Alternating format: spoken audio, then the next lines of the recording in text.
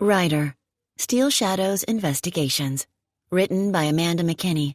Narrated by Stephanie Nemeth Parker and Jack Callahan. 1. I knew I was dying. I knew it when my arms and legs went numb, when I was too weak to suck the blood from my mouth in a feeble attempt to quench my thirst. When I stopped feeling pain, my body no longer mine, instead a plaything of the devil himself. I knew it when I stopped caring. As I lay there like a gutted fish, my body rocking back and forth under his weight, I stared at the ceiling, merely rotted planks stained with mold, feeling nothing. I focused on a hole in the roof, at the stars beyond it, gleaming against a night sky as black as coal and as cold as ice. My thoughts drifted, perhaps as a survival mechanism to cope with the physical and mental trauma. I thought about weird things you wouldn't think someone who'd endured hours of torture would think about. I thought about the universe above me, about evolution and creation, two things I didn't know much about, but felt like I should at that moment. I thought of the bitches who'd bullied me in school, wondering if they were home with their perfect parents in their perfect houses. I thought about my first kiss with the boy I was sure I was going to marry. I also thought of the first time I saw my dad hit my mom, dislocating her jaw, the horror in her eyes as she turned to me, her mouth hanging open, distorted to the side like a ghost in mid-scream.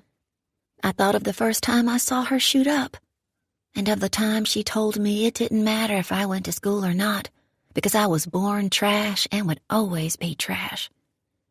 I thought of hope and the fact that I didn't have any, never did have. Not in my whole life, and definitely not in the moment I knew my end was coming. My parents didn't teach me right from wrong, good from bad. My mother didn't teach me to recognize that warning bell, that dip in your gut, that sixth sense telling you something wasn't right, telling you to leave, to run. I knew that warning bell now, much too late. What a shame. I wondered what it would be like to have parents who were proud of their offspring, who would move mountains to make their son or daughter happy. As he finished on my face, I wondered if my parents were looking for me now. Would they look for me after I was dead? Would anyone care that I died? That thought, that single thought, had more power than my will to survive. The realization that no one would miss me or care that I was gone was more devastating than what the monster was doing to me. My name would be whispered for a few days, if that, then gone in the wind, along with the single shred of dignity I'd clung so desperately to. I was nothing, an 18-year-old fuck-up who'd made one bad decision too many, and for that, I was paying the price. A fitting end to the wasteful life I'd lived. That's when I started to cry. The desperation and panic bubbled up again as it had when he'd first hit me. At the moment I realized I was going to die a nobody. In my final moments, a face appeared behind my swollen eyes like an apparition. The one person, the only person in my life, who'd made an effort to put me on the right path. The one person who'd offered me her home when I needed it, and food and shelter. The one person who believed in me. She wasn't family, or even a friend. She was a total stranger. An angel. As his hands wrapped around my neck, I closed my eyes and accepted my fate, with her name on my lips. Louise. Find me, Lou.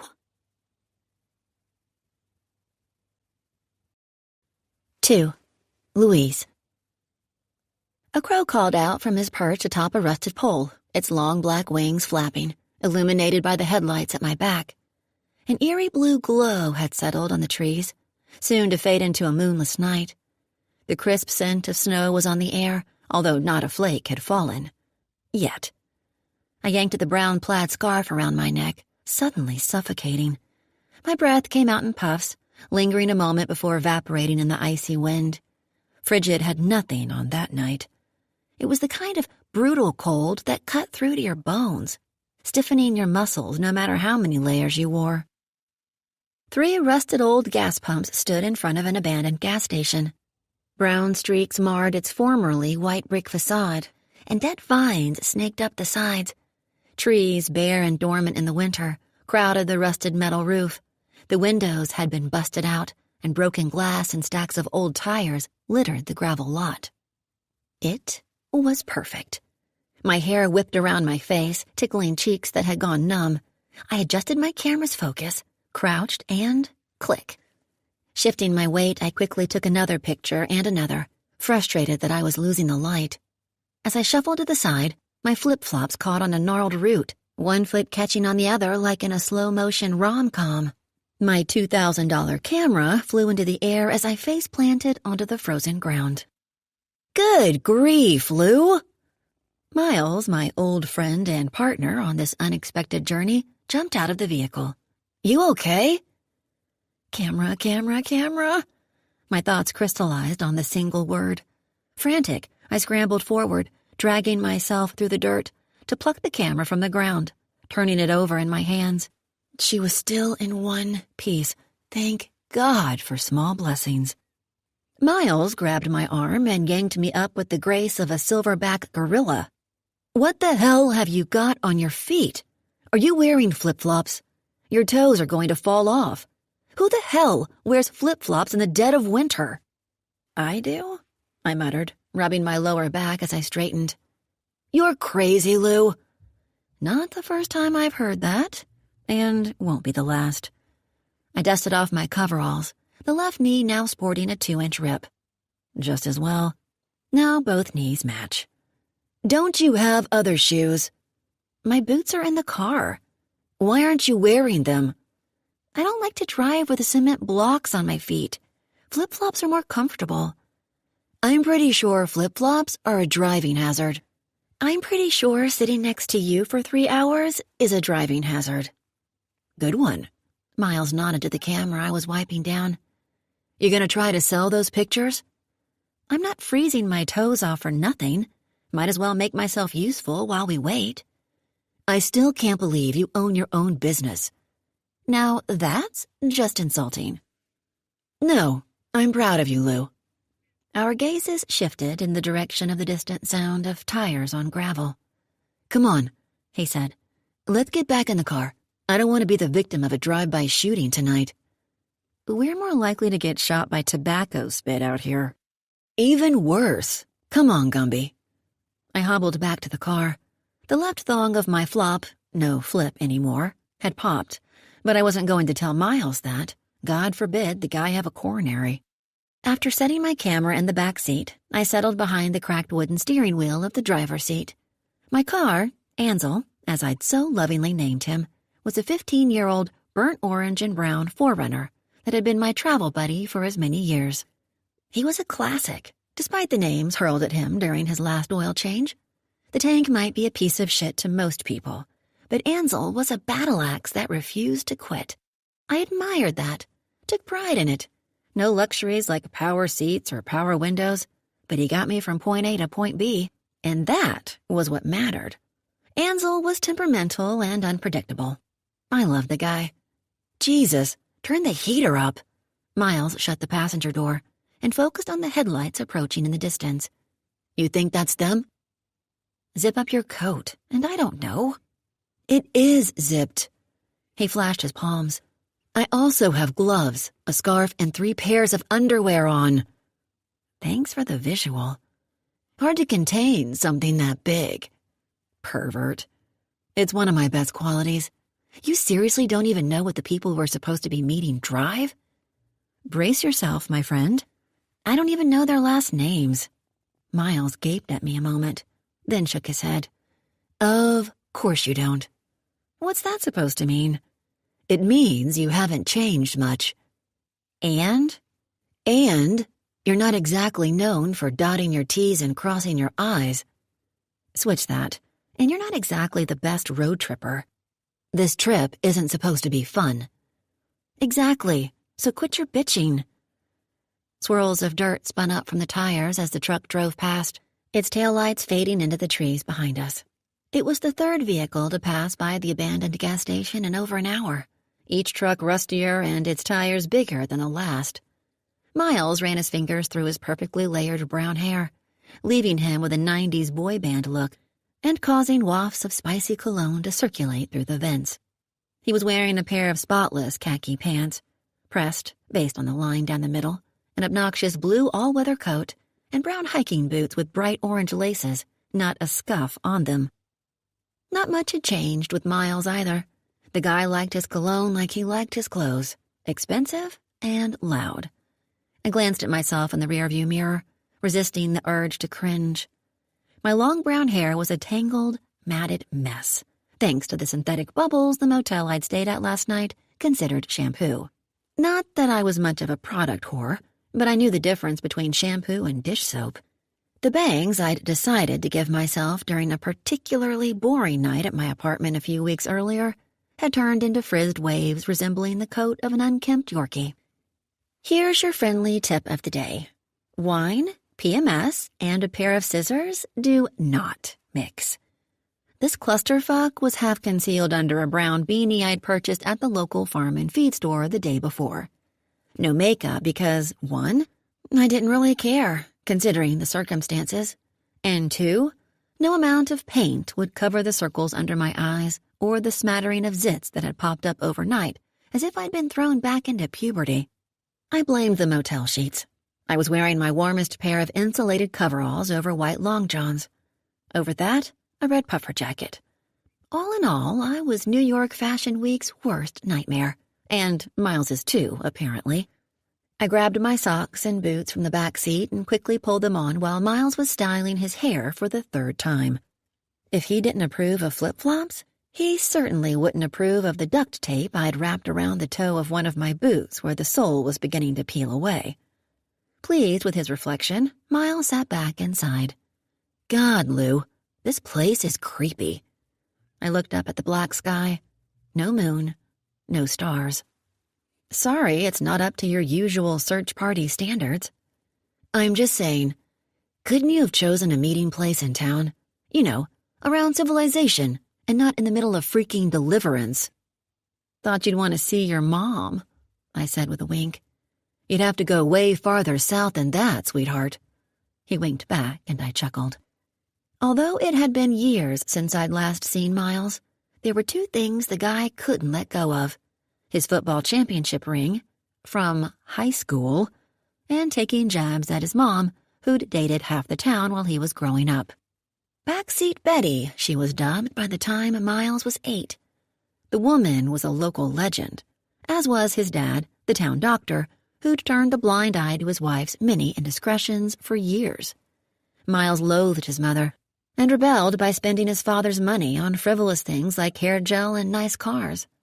And most recently, on a medical degree that I assumed he was studying for just to pass the time. If the past was any indication of the future, Miles would graduate with straight A's, just like his dad, whose book smarts he'd inherited. His common sense, on the other hand, from his mother. I've told you 10 times, I reminded him.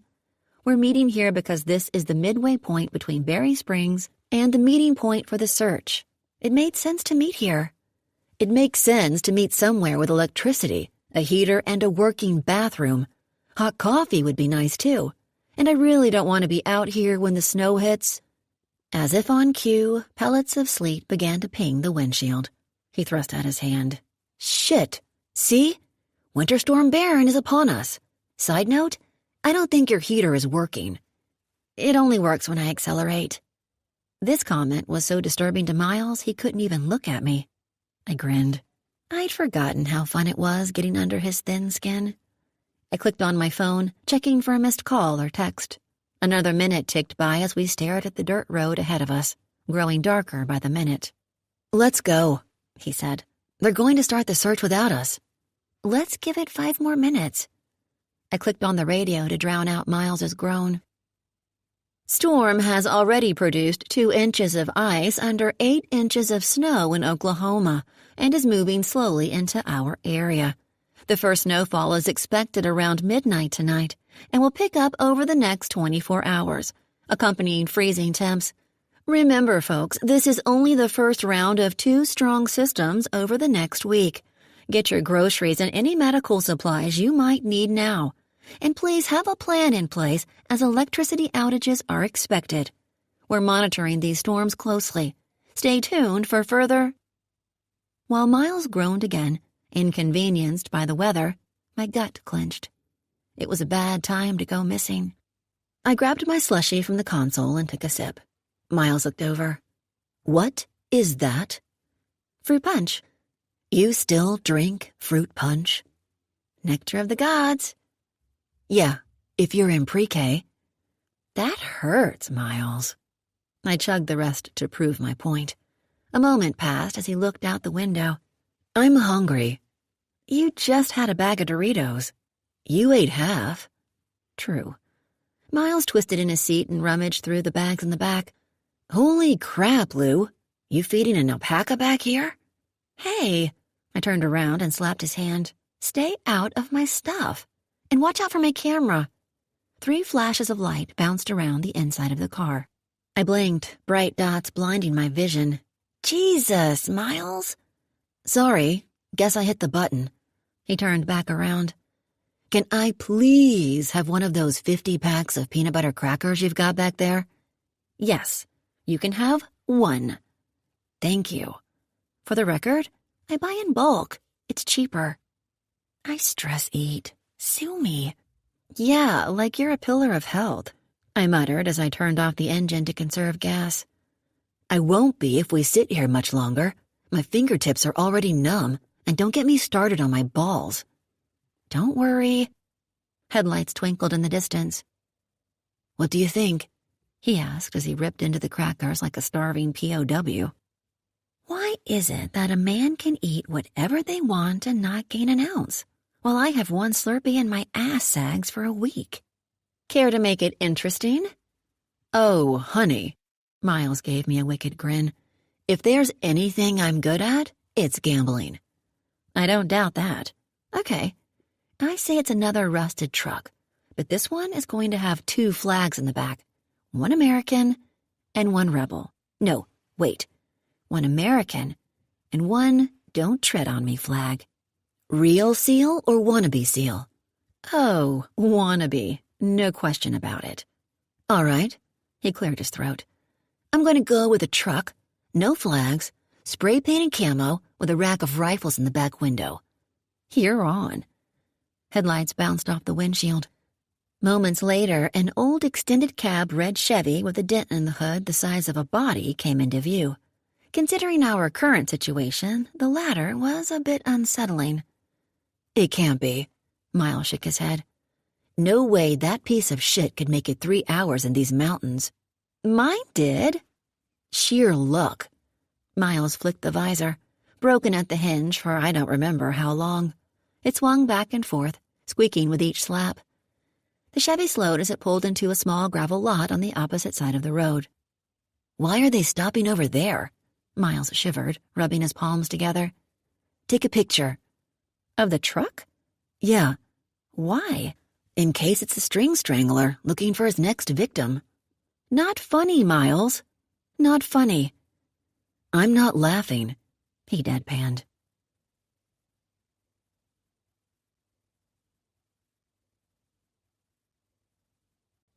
Three. Louise. We turned our attention back to the mystery truck. "Flash your lights or something," Miles said. "Those work, right?" "One does." He rolled his eyes. "What if it's not them?" I asked. "Then maybe I can convince whoever it is into letting me wait in a car with a working heater." I don't think good old Southern hospitality stretches this far into the woods. "If this isn't them, let's go. They'll figure out where they're supposed to be. I'm not exactly loving being here." The truck crossed the road, the headlights flashing across the cab, and I blinked. Miles dramatically shielded his eyes like an idiot. The truck rolled to a stop next to us. Our windows rolled down simultaneously, mine a bit slower due to the hand crank and all. "Louise Sloan?" I nodded. "Austin Kemp?" He nodded. Austin was the total opposite of what I expected. Although we'd only chatted briefly on the phone, I'd expected a 40-something redneck with an anchor tattooed on one arm and a pinup girl on the other. Maybe a pack of Marlboros rolled up in one sleeve. What I got was a 30-something brown-haired, blue-eyed country boy with a solid Southern accent and a smile like in a Colgate commercial. A John Deere baseball cap topped his head and brown gloves were on his hands. I wondered if his truck had heater issues, too. Like Miles, Austin wore a thick, all-weather coat. Unlike Miles, I guess the bulk underneath said coat was from muscle rather than layers. "Sorry we're a bit late," Austin said. "It's already snowing down in Ponco." Ponco was our hometown, 3 hours east of Berry Springs. "No worries. This is Miles Baker." They nodded in greeting. Austin leaned back. "And this is Margie Cruz." A blinding marshmallow leaned forward. White ski coat, white beanie, bleached hair, pink scarf. A look-at-me electric pink, not a sweet newborn baby pink. Margie smiled, blinding white too, as she wiggled her fingers in a delicate wave, flashing glittering rings and pink nail polish to match her scarf. In her early to mid-20s, she was nearly a decade younger than the rest of us, and barely older than Ansel. Her hair was down and curled with little braids on the sides, trendy and totally inappropriate for the occasion. I bet my one working headlight the girl didn't stress eat. I wondered if she and Austin were a couple. Ken and Barbie lending their precious time and energy to search for a missing girl. Miles and me? We were more like Larry and Floyd. I'd be Floyd. My gaze drifted to the reflection of my uneven bangs in the rear view.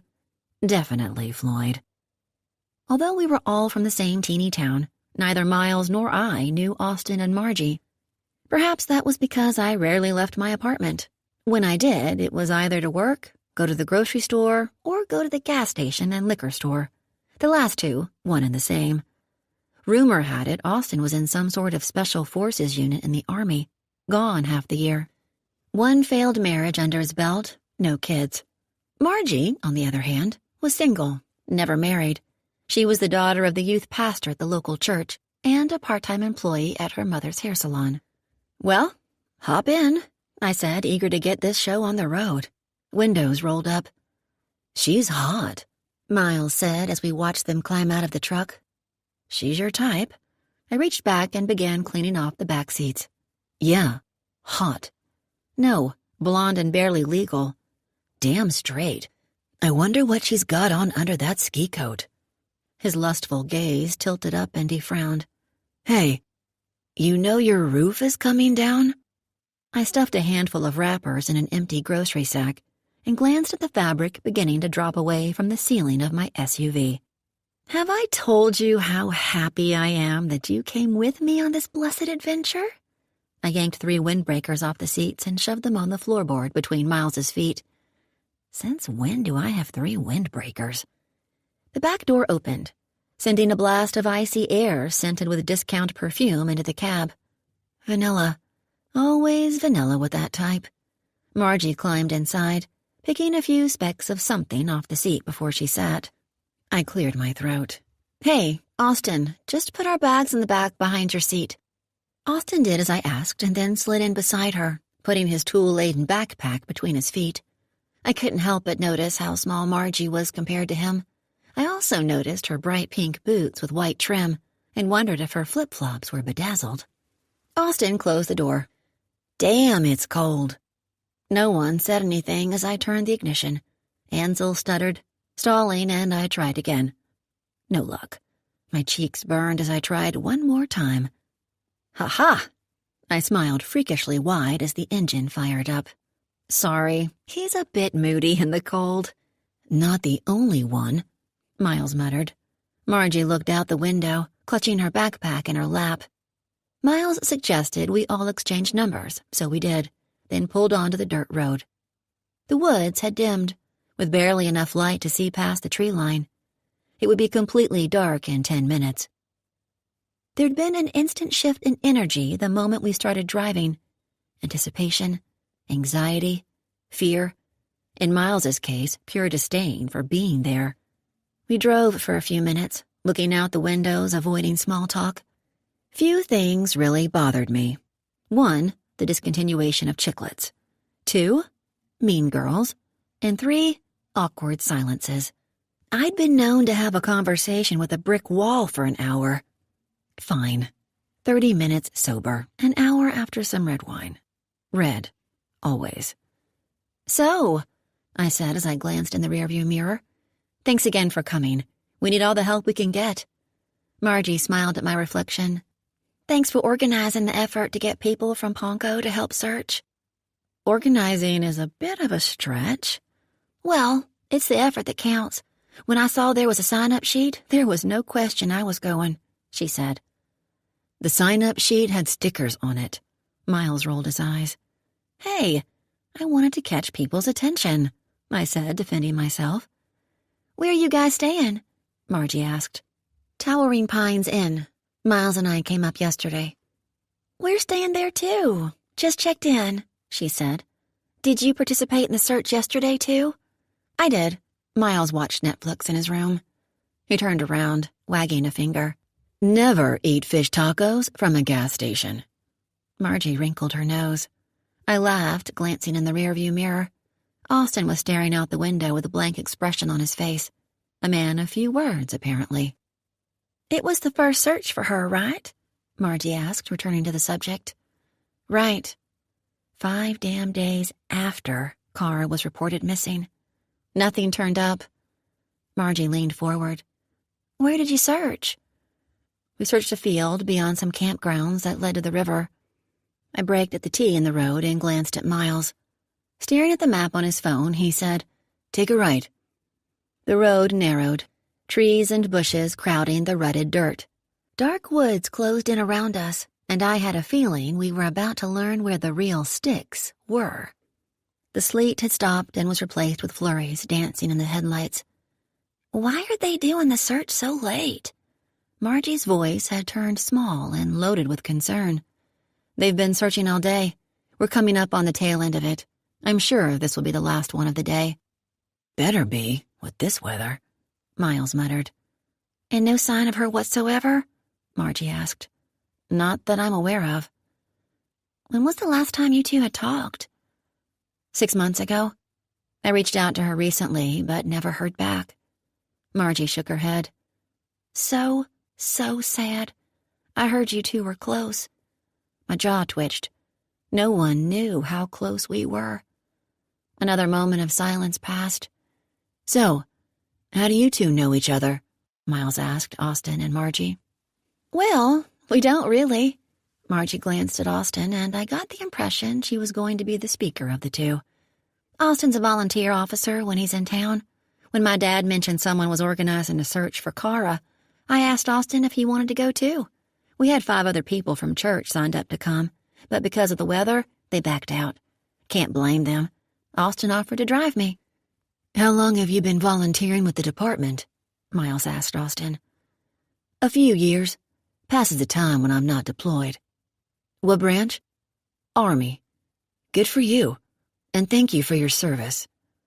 Miles's appreciation landed like a dead weight. I got the vibe that perhaps Austin's experience in the military wasn't a great one. "What about you guys?" Margie returned the question. "How long have you known each other?" "We volunteered together at the Sunshine Club," Miles said. "Then Lou here went and got all businesswoman on me, and I never saw her again." I snorted. If being a businesswoman meant living barely above the poverty level, then yep, I was the most successful businesswoman on the planet. "Not until she called me up asking me to come on the search anyway," he said. "The Sunshine Club. Is that where you met Cara?" I nodded. I was her assigned buddy in the program. We became close. "I heard her mom was abusive." I hesitated before responding. Abusive was an understatement. But Cara had shared the details in confidence, and I kept secrets. I don't think she had a good home life. "It's been 2 weeks since anyone has seen or heard from her, right?" 13 days to be exact. Her friend began to worry after Cara didn't respond to her calls or texts for a week. The next day, she called me, remembering I'd been her friend in the program. The day after, I called the cops. 5 days later, BSPD finally got off their asses and decided to organize a search. Why didn't she call the cops herself? Shauna isn't exactly a model citizen. The less interaction with the cops, the better. Her words, not mine. Has her mom been interviewed? Austin asked. I glanced in the rearview mirror. According to the officer I spoke with at the police department, yes. Kara hadn't been home since her 18th birthday, 4 months ago. Her mom hasn't seen her since then? Margie asked, horrified by this. I nodded. How awful. A heavy moment ticked by. Finally, Margie addressed the elephant in the room. Do you guys think it could be the string strangler? Miles glanced at me, and my fingers tightened around the steering wheel. Why are you so sure she's dead? Austin asked. My stomach twisting, I nodded. Good point. Well, no one has seen or heard from her in 2 weeks, Margie said. She travels to Berry Springs to visit a haunted house, and bam, she's gone. Seems suspicious to me. That's incorrect, I said, shaking my head. According to Kara's friend, Shauna, her main reason for coming to Berry Springs was to go camping with someone she'd recently met. No one knows who that person is. But I heard she'd planned to visit that famous haunted house while she was here. Hollow Hill Estate, I think it's called. I glanced in the rearview mirror. She'd mentioned she was going to check it out, but no one really knows. Margie shivered.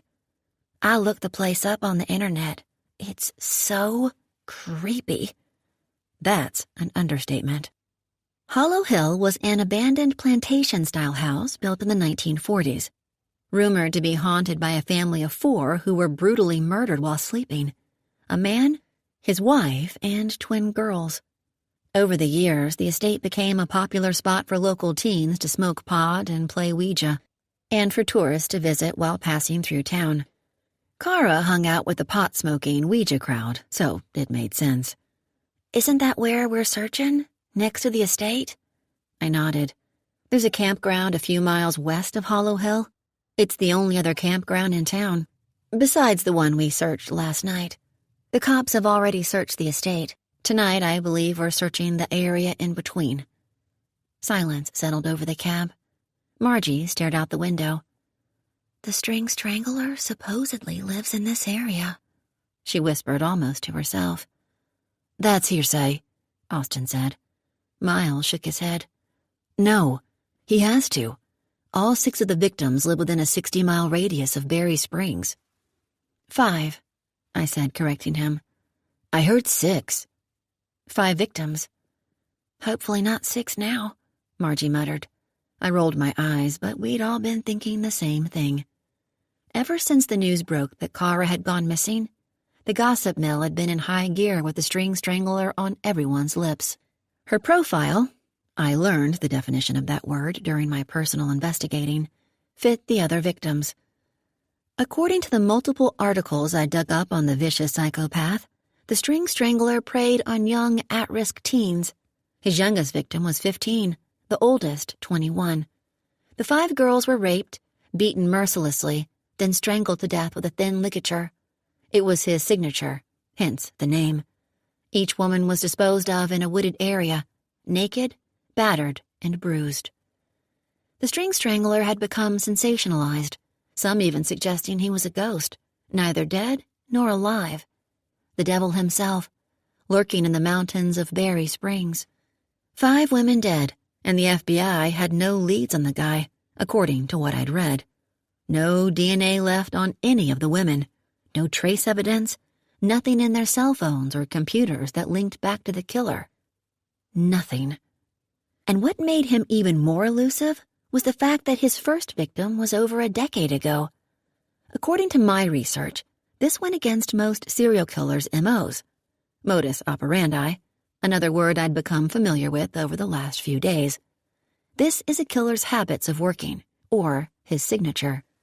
I learned that most killing sprees are triggered by something, an emotional event or milestone, and last only a short period of time, usually before the killer is either caught or kills himself.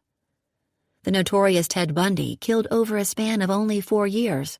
There are a few famous exceptions, like Dennis Rader, the BTK strangler, who killed 10 people between 1974 and 1991.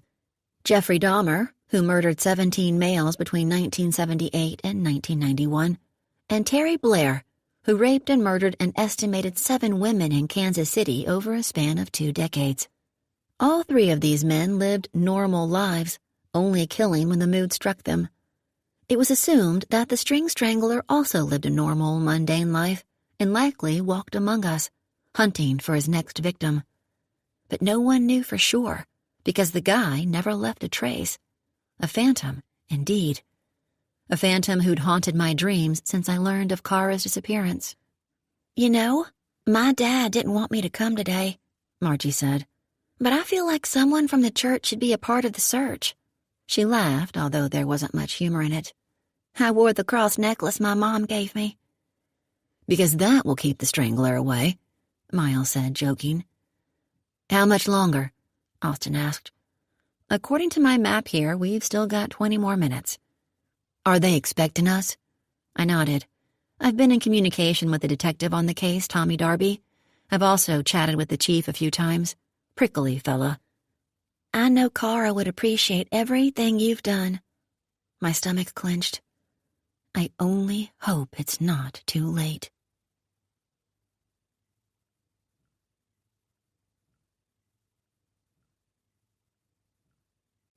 "4. Louise." This must be it. My headlights bounced off a line of trucks, a squad car, and a search and rescue van parked along a narrow dirt road.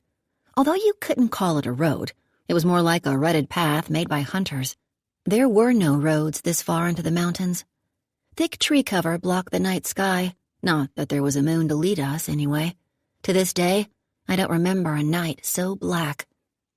Slowly, I pulled in behind the last truck, a tree branch squeaking down the side of Ansel. I parked and shut off the engine, but no one in my vehicle moved. I glanced into the back seat. "You guys ready?" Miles let out a sigh and pushed open his door. Austin and Margie followed suit. Lights twinkled in the distance through the trees, muffled voices carrying on the wind. The meeting point, I assumed. I slipped on my backpack and checked my phone one more time, praying for a missed call or text from Kara saying, "I'm okay." That's all I wanted. Those 2 little words. I'm okay. People say that not knowing is the worst. Incorrect. At least with not knowing, you have hope. You can force yourself to be optimistic. Look at the bright side and all that bullshit. In some cases, the knowing, the seeing, or perhaps not being able to unsee was far worse than the not knowing. I know that now. I clicked off my phone and slid it into my pocket. God, it's cold. Miles' teeth chattered as he pulled on a beanie. Margie was busy slipping on her designer backpack, which, I assumed, contained 1 manicure kit, 12 almonds, sparkling water, and a makeup bag. Maybe a bottle of fruity hand sanitizer. Oh, and a matching wallet, of course. Austin towered over us, bristling with impatience. I guessed he was a few inches over 6 feet tall. A pack with dangling cords and clamps was strapped onto his back, which I was sure included every survival kit known to man. He was alert and ready, with a steely look in his eyes reflecting his experience. I found myself intrigued by the guy, but I wasn't sure if it was in a good way or a bad way. I glanced at my watch. "We're 5 minutes late, crew. Come on." 4 flashlights clicked on, illuminating the woods. The path carved from foot traffic was so narrow that we had to walk in single file. I led, followed by Miles, then Margie and Austin. Our lights bounced around the trees as no one said anything. Tension thick around us. The air felt even colder in those woods, burning my lungs as flurries whipped around us. Nerves tickled my stomach. I readjusted my backpack and focused on the sound of my boots crunching on dead pine needles. When the trail curved, darkness was replaced by a lighted area glowing from behind a dozen trees. The meeting point. Here we go. I picked my way through the brush, stepping through the trees and into the clearing, with Miles, Austin, and Margie at my side. Multiple Klieg lights had been set up around what was being called base camp, where a handful of people huddled around folding tables, sipping coffee spiked with honey whiskey. Not regular honey, to be clear. I'd learned that the hard way the day before, after accepting a mug from a gap-toothed man they called the huckster, who was in charge of supplying the food and drinks for the search party. Sure added a boost to the search, though, and I earned an entirely new respect for whiskey. A pair of brown horses were tied to a tree in the distance, bowing their heads in silence as if they carried the weight of the world on their shoulders. Their glum expressions mirrored those of their handlers. Steam rolled from styrofoam cups as a smattering of volunteers waited for the official send-off, their once anxious, alert expressions now grim frowns as if it pained them to be there. The energy around the base wasn't nearly as electric as the night before. Day 2 of boots-on-the-ground searches had a way of losing that exciting luster, especially when the night was the coldest of the year. The team had dwindled too, I noticed. Busy cowboys and bored housewives, no longer eager to put on their do-gooder caps and be the one to find a missing girl. I'd learned a lot in the last 48 hours. 1, don't expect to be taken seriously when you file a missing persons report on an 18-year-old runaway alcoholic with 1 DUI and 2 indecent exposures under her belt. Coupling that with the fact that Cara Myers wasn't born and raised in Berry Springs, her case was only slightly more important than finding Mrs. Berkovich's chicken thief. It also made my nagging as popular as mad cow disease, a current hot topic in town, according to the regulars at the local diner. 2, if you're a friend or family member of the missing person, expect to be interviewed as if you're a suspect, because most missing persons are kidnapped by someone they know. Also, expect not to be included in the investigation. This leads me to point 3. It's frowned upon to seek out witnesses on your own, visit them at 3 a.m, and attempt to interview them. At least, I could check off riding in the back of a cop car from my bucket list. 4, the first 48 hours were the most important, a mark we'd passed over a week ago. 90% of missing persons were found within the first 24 hours. The odds of finding that person after the 48-hour mark dropped by 75%, and that number continued to drop until the case eventually was downgraded to a body recovery mission. And finally, the most efficient way to be taken seriously was to perch yourself on the police station steps, asking anyone and everyone who entered or exited the building if there had been any advancements on the case. Did I mention I was unpopular? I figured there'd be more people, Miles whispered as he stepped next to me. There were only a few more than this last night. I'm telling you, no one around here cares that an out-of-towner with a rap sheet is missing. Well, at least they're searching, right? I snorted. The search effort was made up of 3 segments, best I could tell. 1, an official search and rescue team headed by a man named Aaron Knapp, who sported a long braided ponytail and a hard look in his eyes. I'd only seen him twice, and both times he was covered in dirt from head to toe, wearing the grime as comfortably as one might an old pair of running shoes. But he seemed competent, and that's all I cared about. Answering to him were 2 other rugged-looking guys who rarely spoke, one with sleeves of tattoos, the other with a wad of dip permanently secured in his bottom lip. Then there was the local PD, understaffed and underpaid, from what I could tell. This team was led by Police Chief David McCord, and a few beat cops who switched out multiple times throughout the day.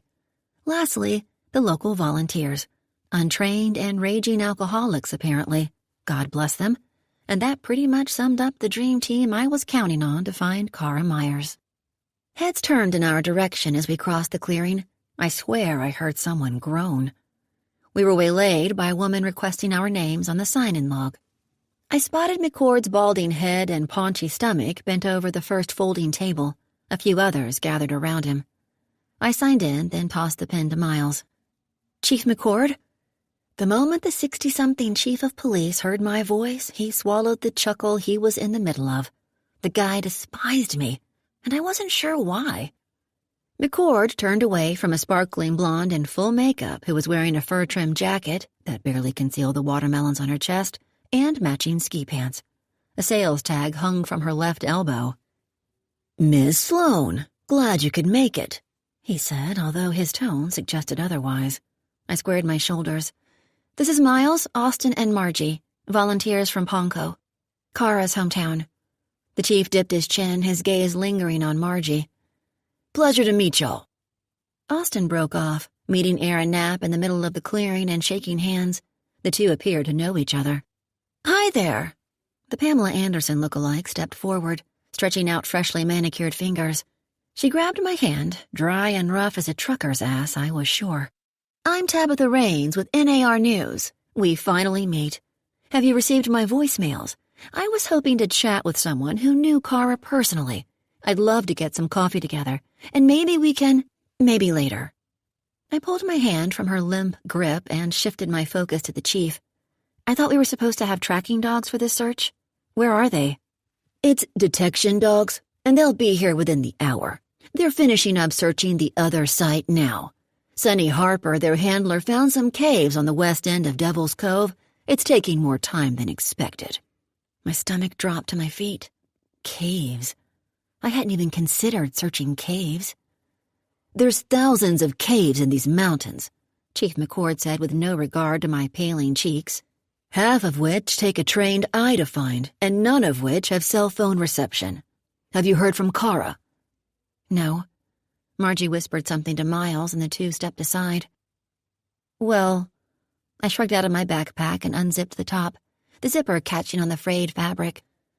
My cheeks burned as I wrestled with a faded red JanSport I'd gotten on the discount shelf at Walmart years earlier. Get new backpack, I inwardly demanded of myself as Asshat and Pamela stared at me. Finally, with a swift jerk that almost sent me off balance, the zipper released. I pulled a folder from the pocket, ripping the edges as I did so. I cleared my throat. I printed flyers with Kara's picture today and posted them around town. When the chief didn't take them from my hands, I shoved the folder at him. Maybe your team can put some up first thing in the morning? Something I'd realized they should have done already.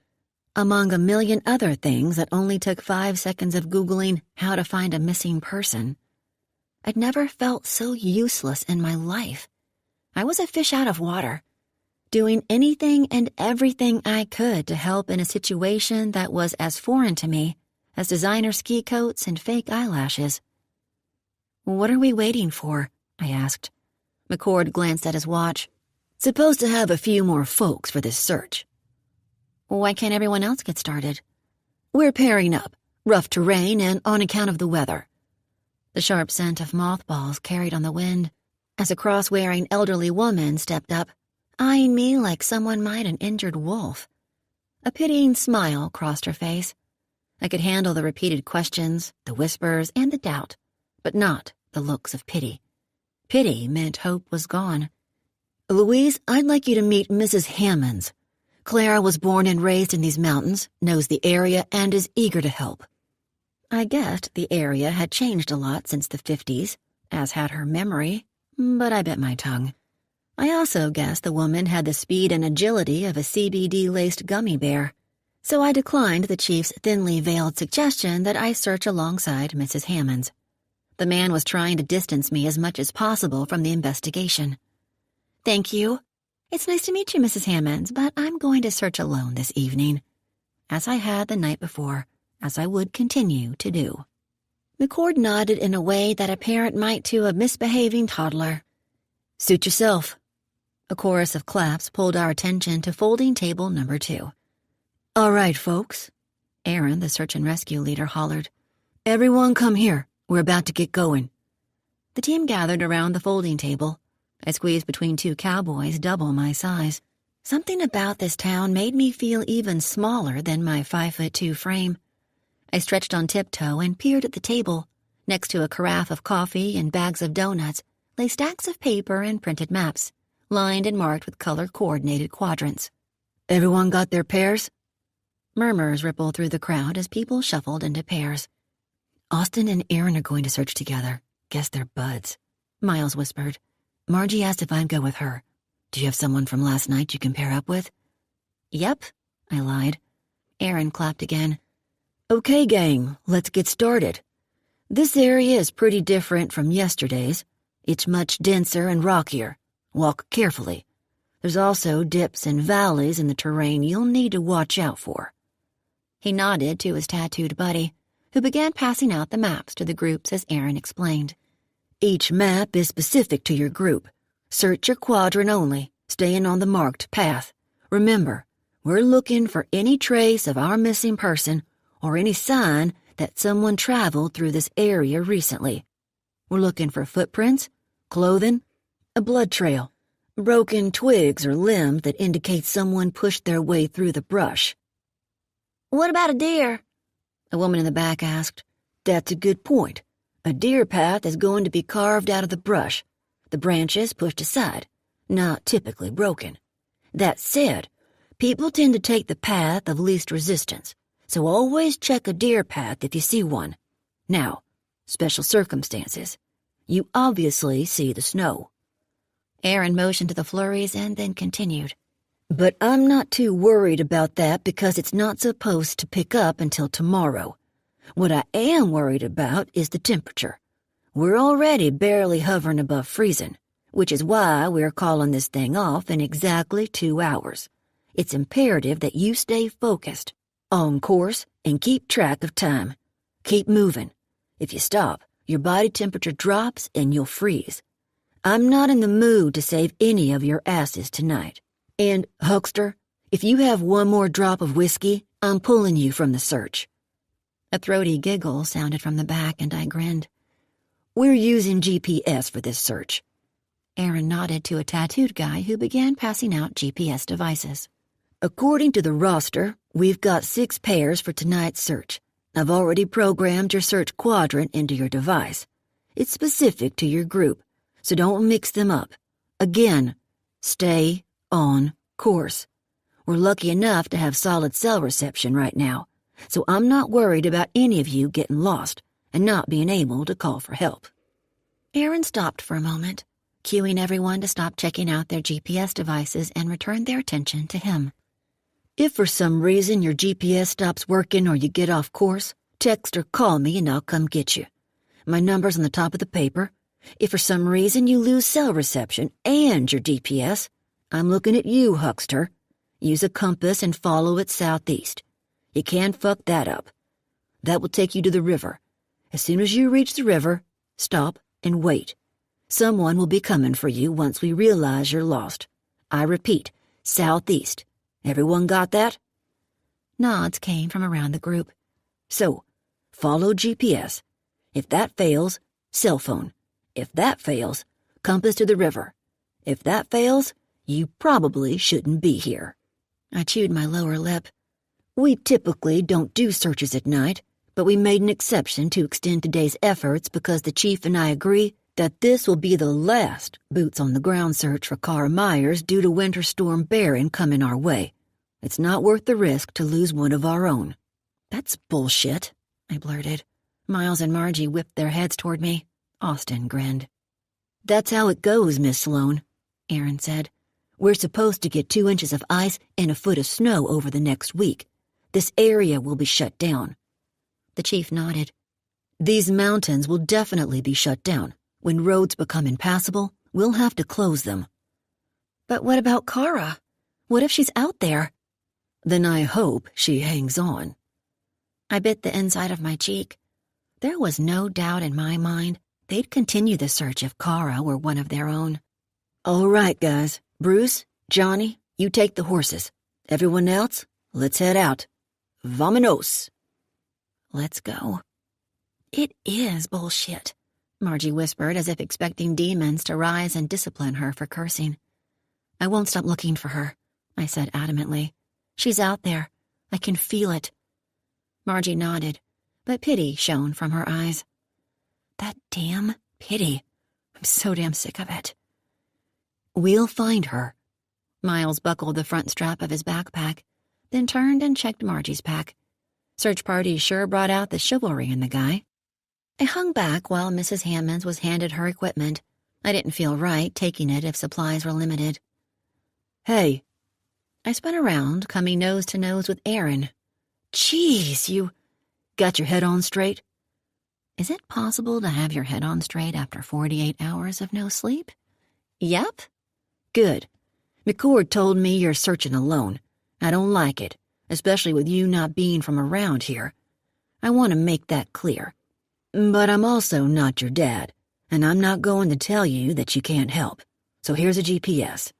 He shoved a black device at me. But I will tell you that when we call this thing off, you're going home. or to your hotel, or wherever you're staying. It's too cold, and this area is too remote to stay out here alone." "Or what?" "Or you'll be the second missing person tonight. Do you understand that?" "I'm not stopping until I find her." "You will if you're dead." With that final warning, Aaron walked away. My gaze skimmed the crowd. Everyone was busy fiddling with their GPS devices. I quickly slipped into the shadows behind the trees. There, I took out the headlamp I'd gotten on sale with my coveralls and secured it to my head. I took one more glance over my shoulder before clicking it on. I snorted, looking at a map that resembled something a toddler might draw in preschool. I had no idea how to read one, so I folded it up and stuffed it into my pocket. Next, I tapped the screen of the GPS thingy. When it didn't light up, I realized it wasn't a touchscreen and started pressing all the buttons. A few angry beeps sounded, followed by a flashing screen, then blackness. I shrugged. Just as well, as the device was slightly less useful to me than the map. After checking my cell phone and verifying reception, I pulled off my backpack and fumbled with the zipper. Broken. Definitely broken. Damn it. I shoved my phone in the side pocket and shrugged my backpack on again. I slipped behind a tree and watched the others as they set off on their designated courses. Considering none were walking in my direction, I assumed I must be on the right course. After repositioning my headlamp, I took a deep breath and set off. The chatter behind me faded as I journeyed deeper into the woods. Ahead of me, a thin pool of yellow light from my headlamp illuminated the ground. Beyond that was inky darkness. I walked and walked and walked for what felt like hours, searching the ground and the trees above, heading deeper and deeper into the mountains. My feet felt heavy as fatigue started to take its toll. I cursed myself for canceling my gym membership 6 months earlier. Figured it wasn't worth the weekly hot tub visits. As time passed, my thoughts wandered. I thought of Margie and the newscaster, both beautiful women who seemed to have it all together. Perfect hair, perfect makeup, perfect skinny little toned bodies. Trendy matching outfits that made my JanSport look like it belonged in the freebie box at the thrift store. Bargain hunting was fun. There was something about finding hidden gems buried under full-price items that gave me a high, second only to red wine. I appreciated finding the beauty in things that people discarded or overlooked, and had made a career out of capturing beauty in unexpected places. I imagined Margie and the newscaster spent a lot of time admiring their own beauty. Can't blame them. Scowling, I reached back and pulled a payday from my pack. Always kept those within arm's reach. I ripped into it and devoured the sugary caramel stick, as had become routine when I was stressed.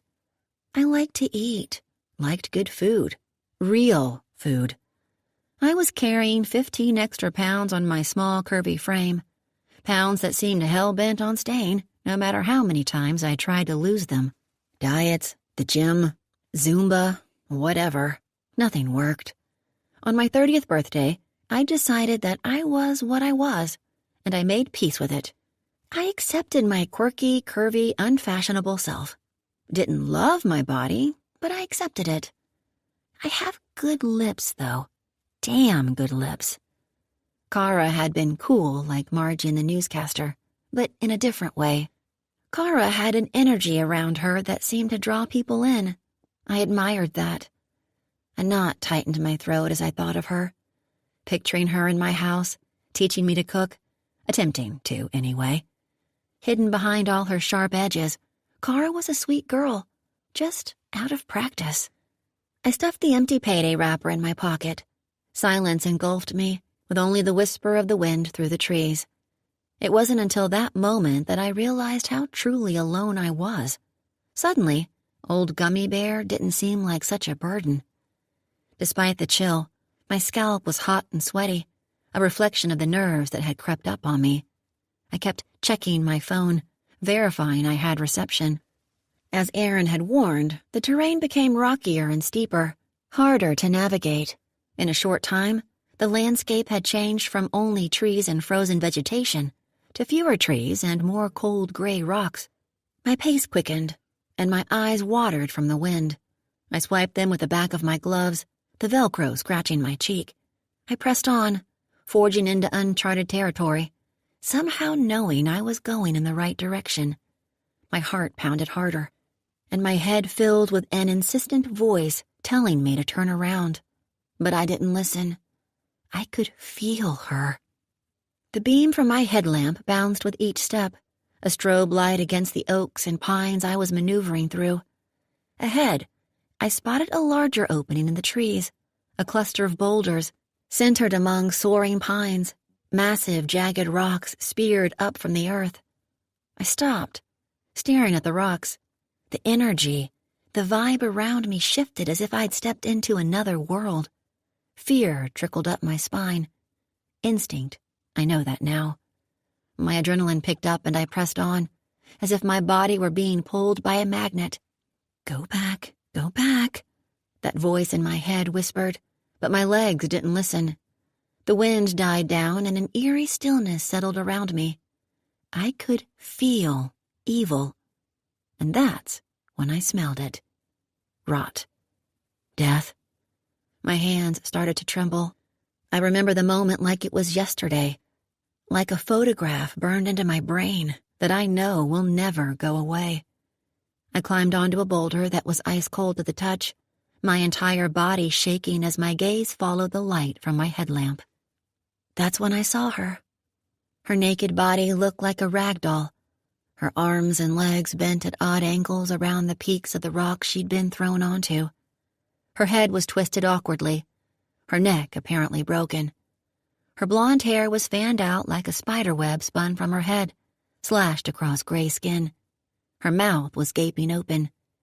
The skin and muscle had been chewed from her limbs, and one foot was completely gone, bone and all. It was the left foot. Her once sparkling blue eyes were now simply two empty holes, pecked out by the birds. Empty. Dead. I'd found her. I'd found Kara Myers.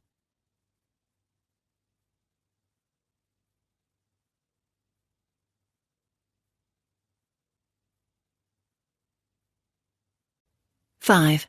Louise. After finding Kara's body, I went back to base camp. Scratch that. I threw up peanuts and caramel first, then stumbled my way back to base camp. After that, everything was a blur. Within 10 minutes, the place was swarming with half the town. I gave my statement, and after that, we were asked to leave while the authorities searched the scene, and the medical examiner, a red-headed spitfire named Jessica Heathrow, did her thing.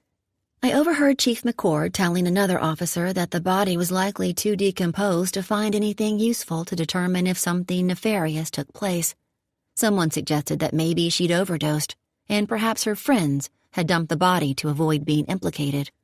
McCord instructed an officer to track down Kara's mother to inform her that her daughter was dead. Her mother wouldn't care, and that would be that.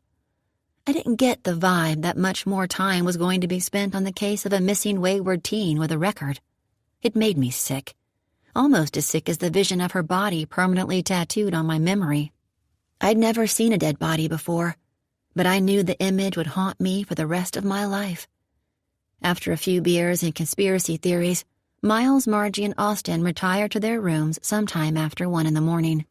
Sometime between 3 a.m. and my second bottle of wine, I decided I wasn't going to accept it. Kara deserved justice, and I was going to make sure that happened. 6. Louise. I'd never been known for my judgment, or good sense, as my mom had once told me. I was, however, known for my inability to let things go, among other charming characteristics. I was bullheaded. Annoying, a gnat that wouldn't go away. Steadfast, I'd convinced myself. And that was exactly what had me driving to a private investigation firm in the middle of a snowstorm after having exactly 1 hour of sleep the night before. I'd overheard 2 cowboys discussing the firm over a plate of flapjacks at the diner earlier that morning. After breakfast, I told Miles and the crew that I had a few things to follow up on, and we parted ways. The weatherman hadn't lied. Winter Storm Barron had hit hard. According to the weather report I'd caught while checking out of the motel, it was only going to get worse. The sleet had started again after midnight, followed by ice and 2 inches of snow on top of that.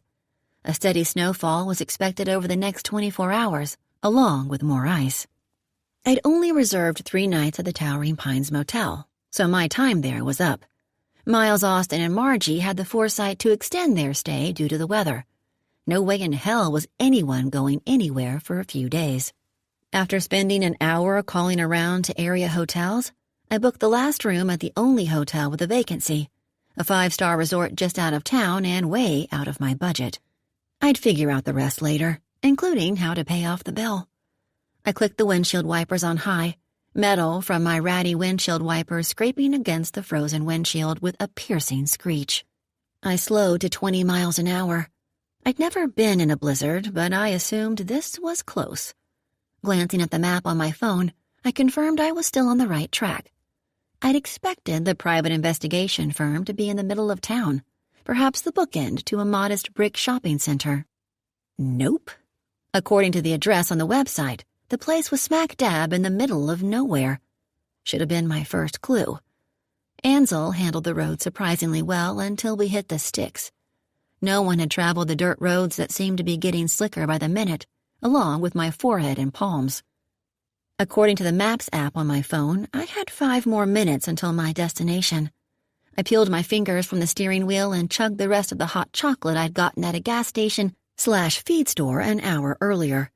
The foam and sprinkles had melted into a thick, cold whip that stuck to my upper lip. I licked it off, then checked the map again. Make the next right in 0.2 miles. The woman with an Australian accent told me. Always loved that accent.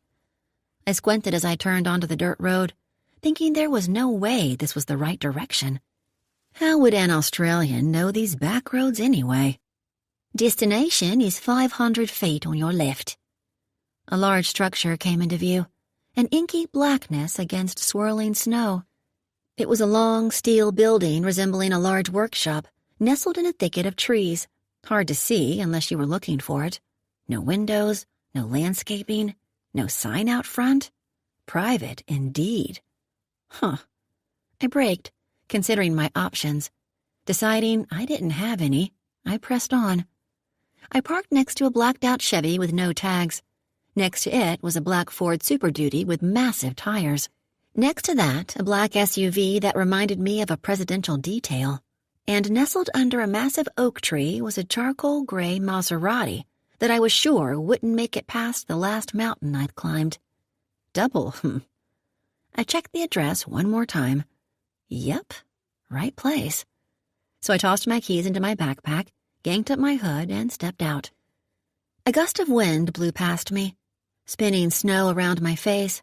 I dipped my head and darted across the gravel parking lot, slipping on a rock and catching myself against the trunk of a tree. After a quick breath, I walked to the front door, barely noticeable if not for the silver handle. A buzzing sound had me looking up where a camera was slowly spinning toward me. I tried the knob. Locked. Looked for a doorbell. None. I took a step back, squinting at the door that in tiny letters across the middle read, Astor Stone, Inc. This was definitely the place. I looked over my shoulder at the vehicles and noted that 2 were clear of snow, meaning someone had to be in that building. I pounded on the door. Nothing. I pounded again, this time harder. Still nothing. As I raised my fist to knock again, the door flung open. Behind it was the biggest man I'd ever seen in my life. Instinctively, I stumbled back a step. He was wearing one of those obnoxious bare-chest t-shirts that make you look like you're not wearing a shirt at all. On his was an American flag bikini top over an aggressively large pair of breasts. This look was completely in contrast to the rough skin of his face and arms, a sharp jaw covered in scruff, and a pair of narrowed eyes that suggested he questioned my right to be on the front stoop. He tilted his head to the side, working a toothpick hanging out of the corner of his mouth. You got something on your lip, the man drawled coolly in a thick southern accent. I licked my lip. Chocolate sprinkles. Damn them. I cleared my throat. Thanks. And you've got boobs on your shirt. It's funny shirt day at work. I glanced over his shoulder. This is Astor Stone, Inc., right? The private investigation firm? He paused a moment, sweeping me with a look filled with curiosity tinged with amusement. I get that a lot. Yep, you found us. Great, I exhaled. Can I come in? He continued to stare at me like he was trying to figure me out. Or eat me. I wasn't sure which. He studied my red puffer jacket, my faded and baggy boyfriend jeans, and boots repaired with duct tape. I shifted my weight. You got an appointment? The camera above me spun again, and I got the idea I was a laughingstock to whoever was watching me from the other side. No, I tried to call and I emailed, but I never got a response. His brow arched in a way that asked, Then why are you here? Listen, sir, my name is Louise Sloane. My friend Cara Myers was found dead not 10 miles from here. I get the vibe the cops have dropped the case like a bad habit, and I'm not willing to accept that. So, here I am. I want to hire a private investigator because my friend deserves justice. He spun the toothpick between his lips, assessing. Finally, he stepped back and held open the door.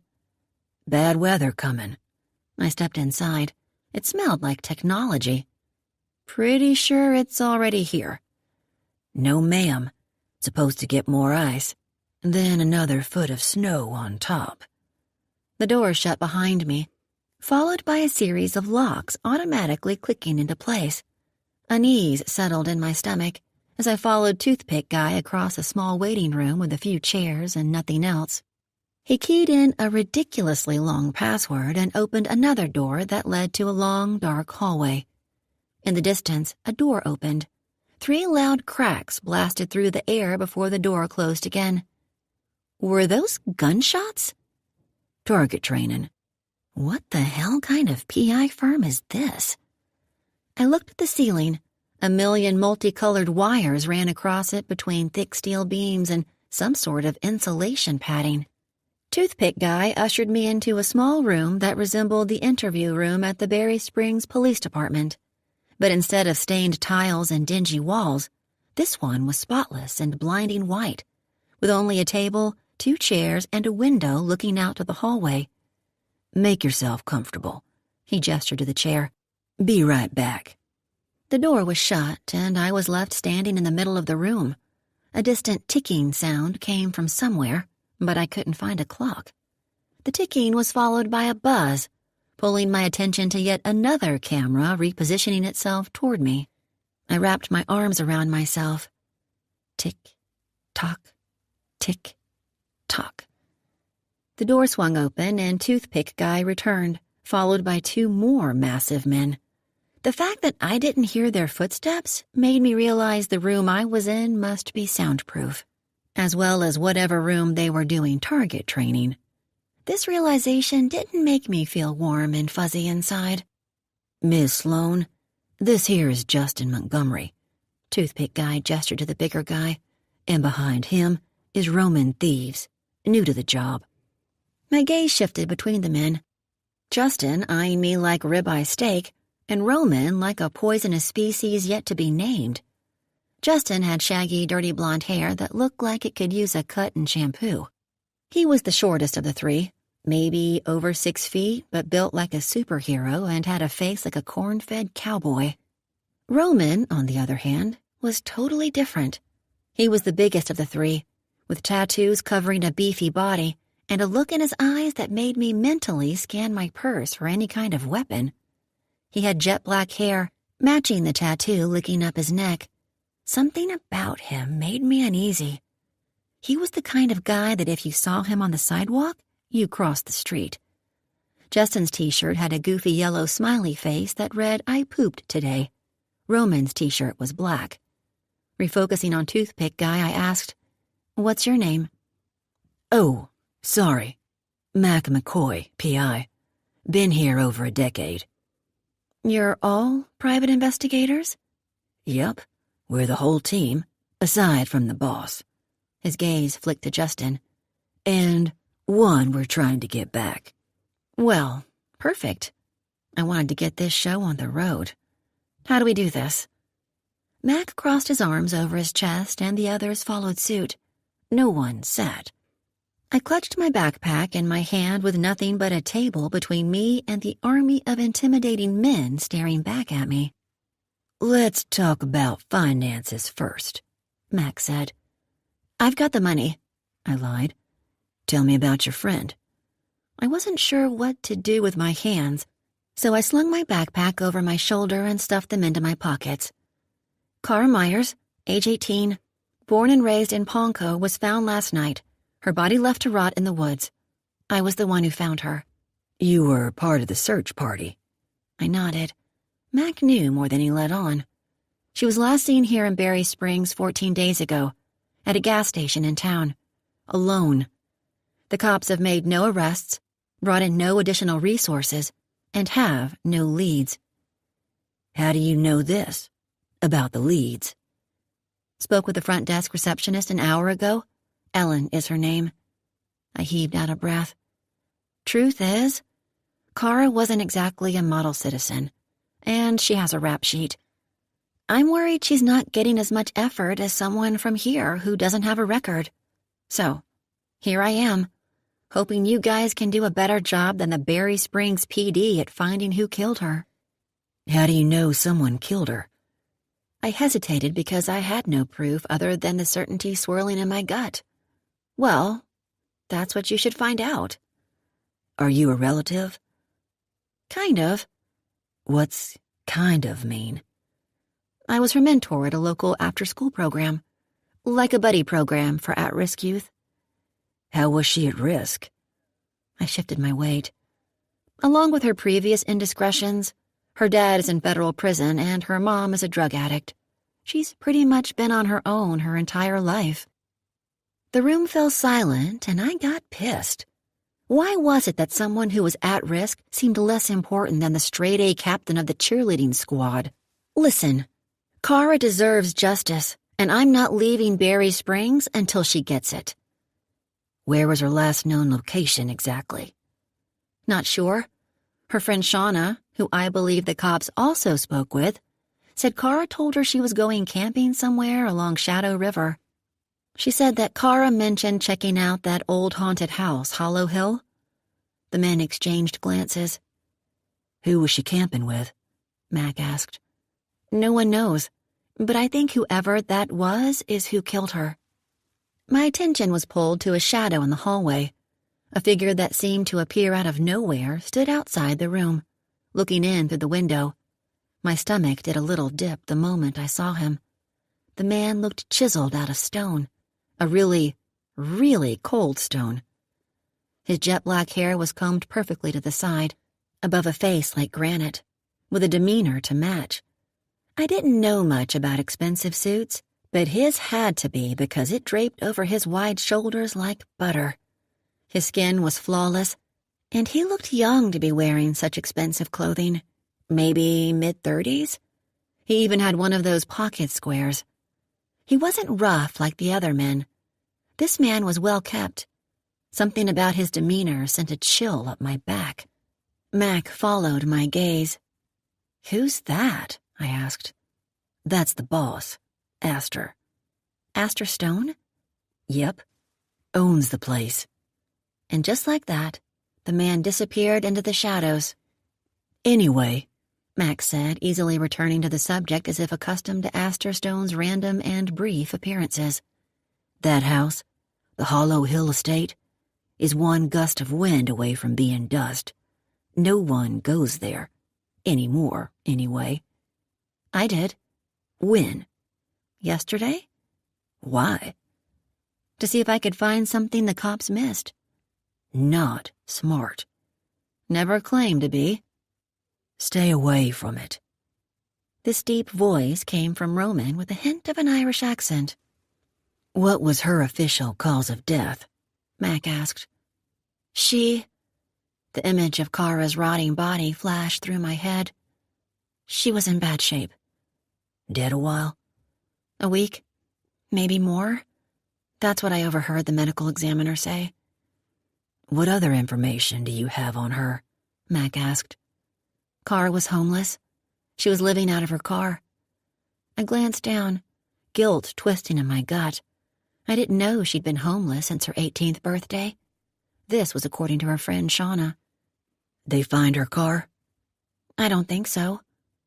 Did she have anything on her when you found her? A cell phone? Purse? I shook my head. She was naked. Do you know if she had a computer or a laptop? I don't know. A moment passed as all three beasts stared at me. We'll see what we can do. Mac motioned to the door. This way, miss. That's it? Don't you need her picture? I set my backpack on the table and began searching through the mess of crinkled papers and candy wrappers. Or her old address, her mom's house, or maybe the last number I know she had, or... We'll handle all that.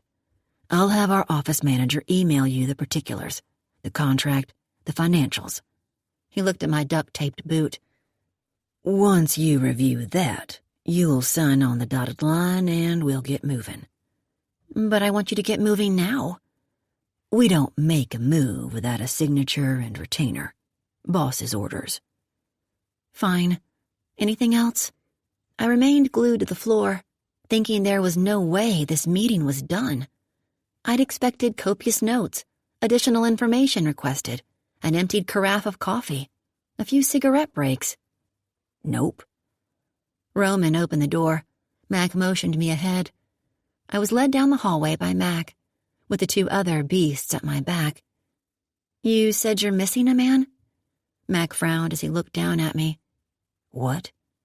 Back there in the room. You said, one we're trying to get back, when you were talking about the team. Who? Mac's expression pulled tight. Honey, I don't even know anymore.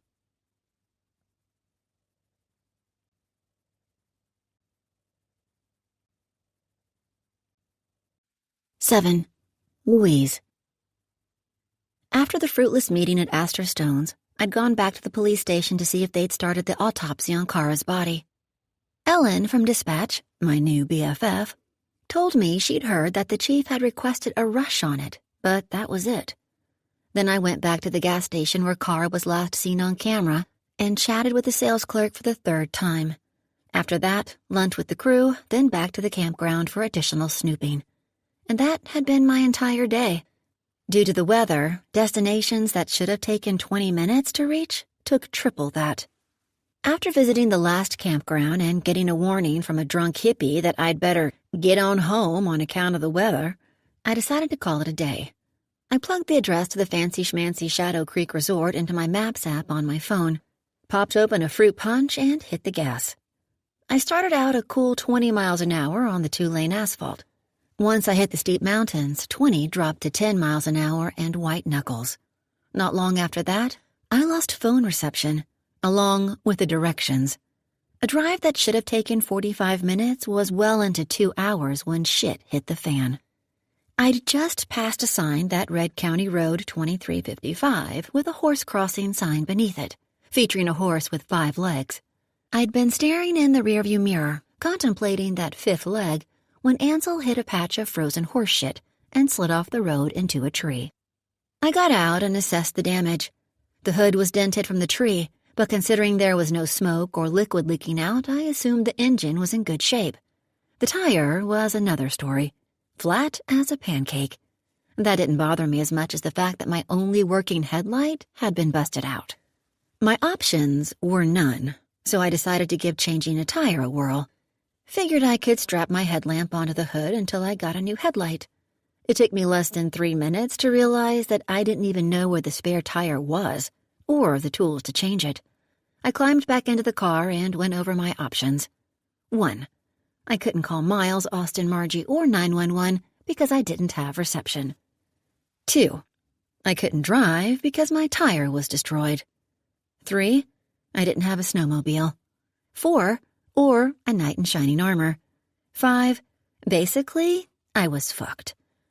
30 minutes of brooding later, I resorted to opening the bottle of wine I'd packed for the trip.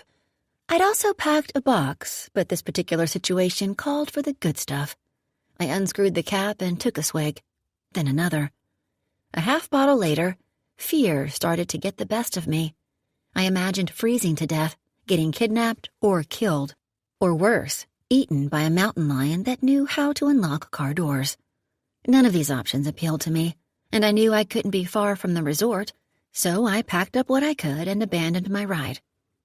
I figured if someone was desperate enough to steal Ansel and all his broken visor glory, I'd probably get $2,000 from insurance, double what he was worth. Wine in hand, backpack strapped on, and duffel bag and purse dangling from my shoulders, I set off down the narrow dirt road. The snow was already past my ankles. The hours blended together in a dizzying haze. The sun had set, although I wasn't sure when. Twilight had taken over, blanketing the snow-covered trees in a muted blue glow. Night was soon to follow. Gusts of brutal wind stung my cheeks, a million diamonds reflecting in the headlamp that I'd had the good sense, there you go, Mom, to put on. Except for the wind and my feet clomping in the snow, it was eerily silent. Every now and then, a crack sounded somewhere in the distance, probably a limb breaking. My toes had gone numb, that no-feeling looking down to see if they're still there numb. So had my nose and ears, but considering I could still smell and hear, I figured they hadn't succumbed to the elements. Yet. My ankles and knees felt like rusted gears on an old machine that had been abandoned long ago in a run-down shed. As I was contemplating how long it took for internal organs to freeze, I stumbled on a tree root and my body was thrown forward into 4 erratic leaps, my arms flailing about like a 20s-style flapper girl. Finally, gravity got the best of me and I hit the ground with a hard thud. Snow exploded around my body, catching in the icy wind and swirling into the black sky above. Pain shot like lightning in my knee. The sound of my cursing echoed through the woods. With a guttural groan, I rolled to my side like a beached whale and spat out the snow from my mouth. For a moment, I considered not getting up. I was so tired, exhausted. But then I remembered that sneaky mountain lion that walked on its hind legs. Pushing to a seating position, I winced at the pain in my knee. I lifted the bottle in my hand that I'd somehow managed not to drop. Gold medal worthy right there. I might not have been able to feel half my body, but damn it, I had my wine. If this was going to be my last hurrah, I was going to make damn sure I wouldn't remember the last half.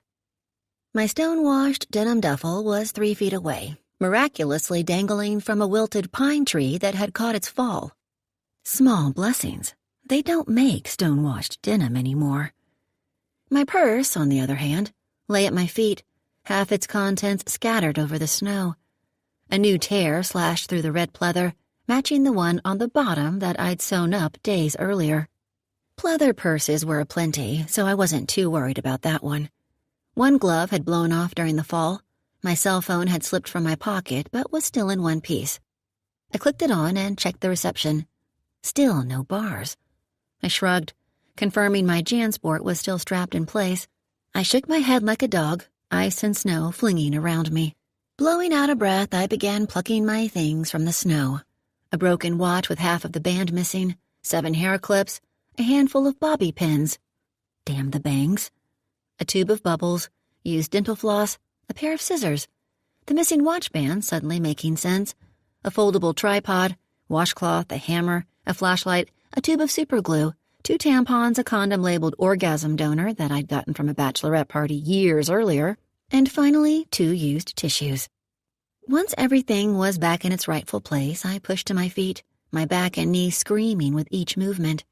A fresh sheen of sweat broke out over my body, underneath the 5 layers I'd stuffed myself into. Thank God for Cortex.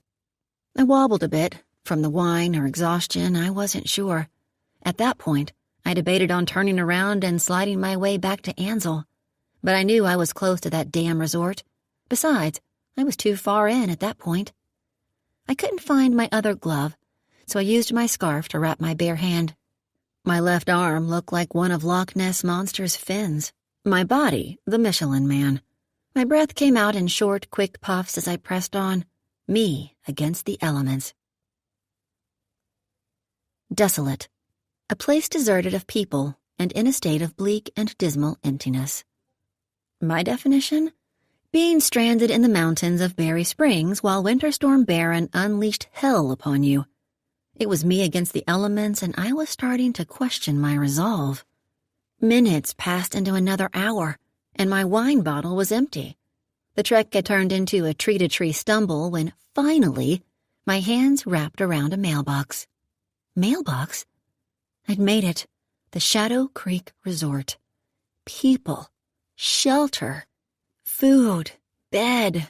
Not alone. Praise the Lord. Renewed energy spurted through my frozen veins as the light from my headlamp bounced off an ornate black iron gate. Locked.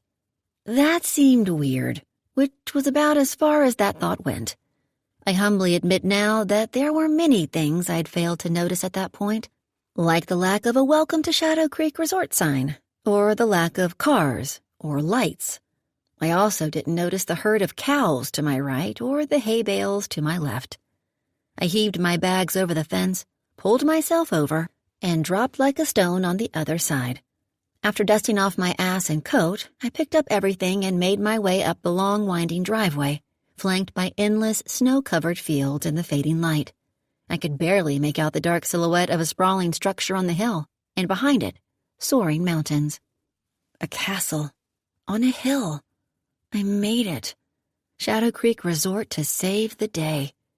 Tears of exhilaration filled my eyes as I jogged the rest of the way, my bags and headlamp bouncing with each step like a drunk firefly in the night. My chest heaving, I topped the hill, where my lamp reflected off rows of sweeping windows. Rock walls and weathered wood beams stretched to an A-frame entryway of a building that seemed to stretch for miles on each side, massive and long, like a mega ranch house. I pulled off my headlamp as I stepped onto a front porch that was completely bare. It didn't have a stick of furniture on it, no pots or plants. That was the first moment a little alarm bell rang in my head. I hadn't been to many five-star resorts in my life, but this wasn't what I imagined. I imagined lush lounge areas, furniture, lights, people, a bar. I took a step back, considering that perhaps I wasn't at my intended destination. Shit. Chewing on my lower lip, I turned around and looked back down the path I'd come from. No way in hell was I going back. The woods would be completely black in 10 minutes. I turned back to the sprawling ranch house. No cars, no lights, no sign of human existence whatsoever. I stepped to the window, cupped my hands, and peeked in. Darkness. Not even a digital clock, a nightlight, or little red dots glowing from an entertainment center. Lifting my headlamp to the window, I swept the narrow beam of light to illuminate a massive room with slate flooring that stretched to a wall of sweeping windows. No furniture. I didn't recall seeing a for sale sign, but then again, I wasn't looking for one. Regardless, the house appeared to be vacant, which meant it was my lucky freaking day. The castle on the hill was my savior. My own little oasis in the middle of cursed mountains, I'd convinced myself. For good measure, I knocked. Nothing. I tried the doorknob. Locked, of course. I dropped my bags and grabbed a rock from an area that I imagined would be a glorious flower bed one day. I propped my headlamp onto the rock, positioning the beam on the door. I pulled out my trusty credit card, marked with scrapes from each time I'd used it on my own lock after leaving my keys inside my apartment. After popping my neck from side to side, I knelt down. Locks had nothing on this gal. 1 try, 2, 3, and pop. I allowed myself a little jig before sliding the card back into my wallet and gathering my bags.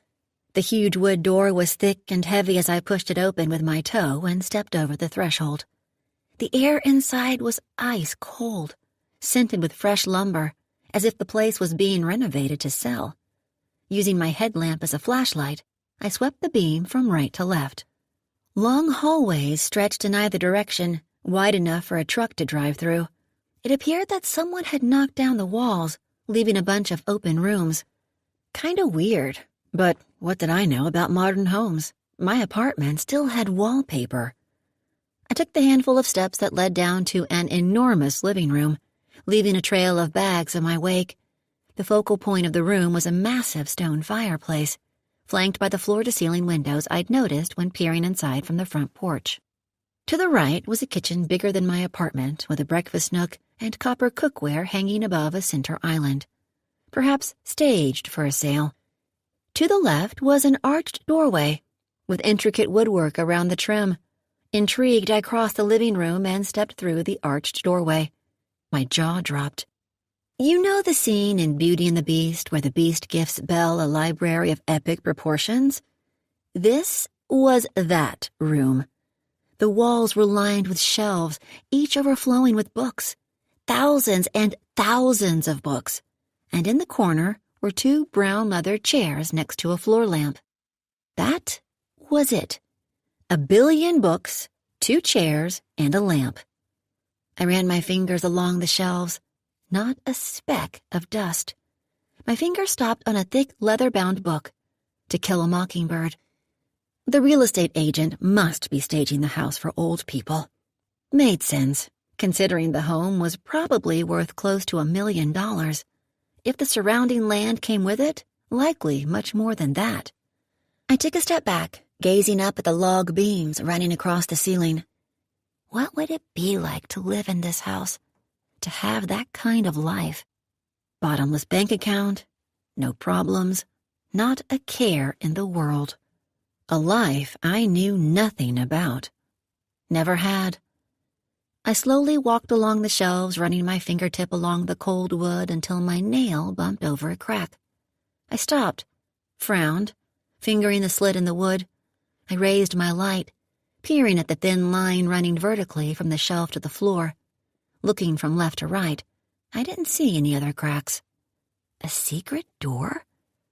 Frowning, I took a step back, but was halted by an ice-cold barrel pressing into the back of my neck.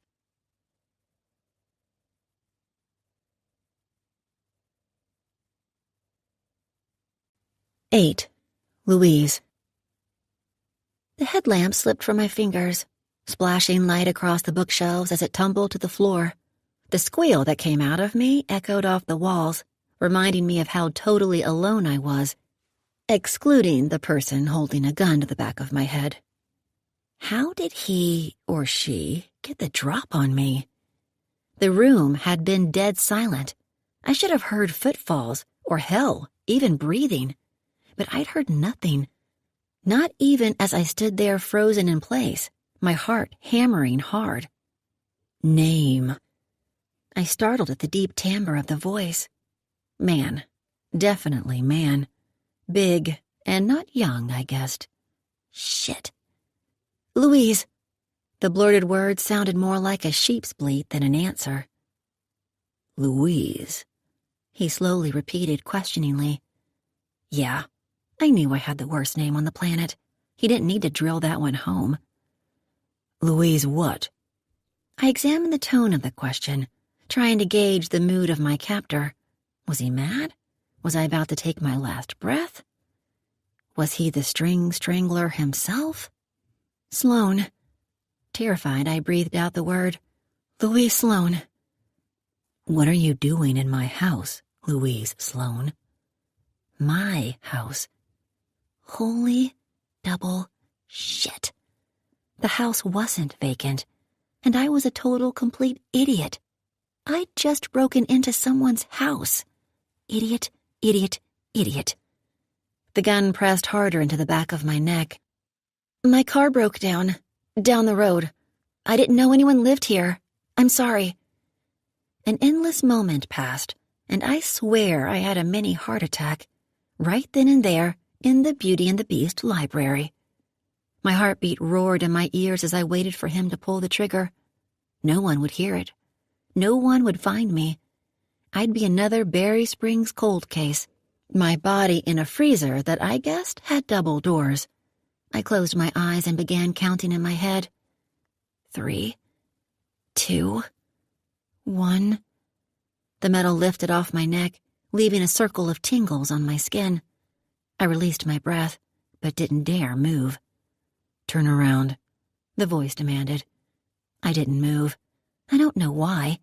Maybe because I didn't want to see the monster who had just held a gun to my head? I glanced at the windows across the room and considered jumping out, but the run across the room would take me a solid 5 seconds at my fastest sprint. How fast does a bullet travel? "Turn around," he said again, less a demand and more of a growl. My knees wobbled as I slowly turned. A tall shadow loomed over me, silhouetted in the dark by the headlamp that I dropped. He was huge, massive, not only tall, but as wide as an ox. The top of my head came to his chest. I didn't want to look at his face, but I also didn't want to appear weak, so I focused on his chest, at eye level for me, and jerked my shoulders back. The man didn't move, not a single muscle, but I could feel his stare on my face. I'd never felt so small in my entire life. "You smell like a liquor cabinet." My chin jerked back, my eyes popping out of their sockets. What?" I looked up at the face I couldn't see, but could feel the disapproval rolling off of him. I took a step back, having no idea how to respond to that. Jerk came to mind, but then I remembered the whole gun thing. Without another word, he turned and strode out of the room like nothing had happened, like he had some important appointment to get to, or maybe the babies he kept chained in his basement needed their nightly whipping. What the hell? I blinked a few times, frozen in place, watching the silhouette pass under the arched doorway, gun in hand, and fade into the shadows. Then I snapped to action, spun on my heel, and darted for the windows. Desperately, I patted the icy glass, searching for a lock or a way to open them. There was nothing. Frantic, I whirled around, scanning the room. Now what? I ran back to the scene of my almost death and plucked my headlamp off the floor, spun around, and aimed the light at the doorway. The man was gone. Brandishing the light like a weapon, I slowly crossed the library. Ice pelted the windows from outside, the only sound in the house. Where did he go? My hands started to tremble as I crossed under the doorway and stepped into the living room. My bags were no longer in the haphazard line that I'd left them in when I'd crossed the room. Instead, they were tucked neatly in a row against the wall by the front door. My purse, my backpack, my duffel bag, smallest to largest. The faintest smell of disinfectant hung in the air, but I didn't have time to dissect that weirdness at the moment. I jogged across the living room, grabbed the bags, and yanked open the door. Biting wind whipped around me as I pulled it shut behind me, lunged across the porch, and fell flat on my ass. 3rd time in 2 days. 1,000,000th time in my life. My bags flew into the air, spiraling above me, and landed at my feet. My purse bounced off my head. Embarrassment was my immediate reaction, as it usually was. Then anger, pissed off, wine-induced rage. I was mad at the weather, mad at myself for being such an idiot, mad at the tree Ansel had slammed into, and mad at him. On top of everything else, I was mad at the asshole who'd scared the beans out of me. Did he really have to pull a gun on me? "You smell like a liquor cabinet." What an asshole. I was stranded on the side of the goddamn road, in the middle of the night, with hell raining down around me. If there was any time for a drink, it was then. What the hell was I supposed to do? Maybe not drink an entire bottle of wine, Lou? I clenched my teeth and pushed to my feet, gathering my things with the last shred of dignity I had in me. Night had fallen and the conditions had gotten worse. The temperature had dropped. I figured it would take me double the time to walk back to Ansel, which meant more than 2 hours. And that was assuming that I could pry open the frozen door once I got there. I stared down the winding driveway, a blur behind the snowfall. Well, I have no choice, do I? I was crossing, make that limping across, the porch, when the front door opened behind me. Curious, I looked over my shoulder but kept moving. The fall had given me a pair of balls. Honestly, I didn't care if the guy shot me at the moment. I was so pissed. The man's silhouette disappeared back into the house, leaving the door standing open. Confused, I stopped and stared at the door. I looked back at the journey ahead of me that could quite possibly end in loss of life. Then I turned back and stared at the open door for a good 5 seconds, trying to decipher his actions. Is he inviting me back in? Airing out his house? Warming it, perhaps? Now I had a choice. Die in the elements, or die by gunshot to the head. Gunshot to the head would be quicker, I mused, then made a decision. Gunshot to the head for the win. I turned and crossed the porch, carefully this time, and poked my head into the open doorway, like a baby bird peeking out from the nest. Still, not a single light on. I didn't see him, so I stepped inside. The silence was jarring, the cold air now thick with tension. The door creaked as I slowly closed it behind me. The click of the knob turning back into place echoed off the walls. A shadow moved past the kitchen. I kept my light low and peeled open my eyelids. A minute passed. I wasn't good with awkward silences, never had been. But the truth was, I didn't know what to say at that moment. Ask him if he meant for me to come back inside? Ask his name? Ask if he meant to kill me? Make me his sex slave for the evening? Perhaps put my orgasm donor condom to good use?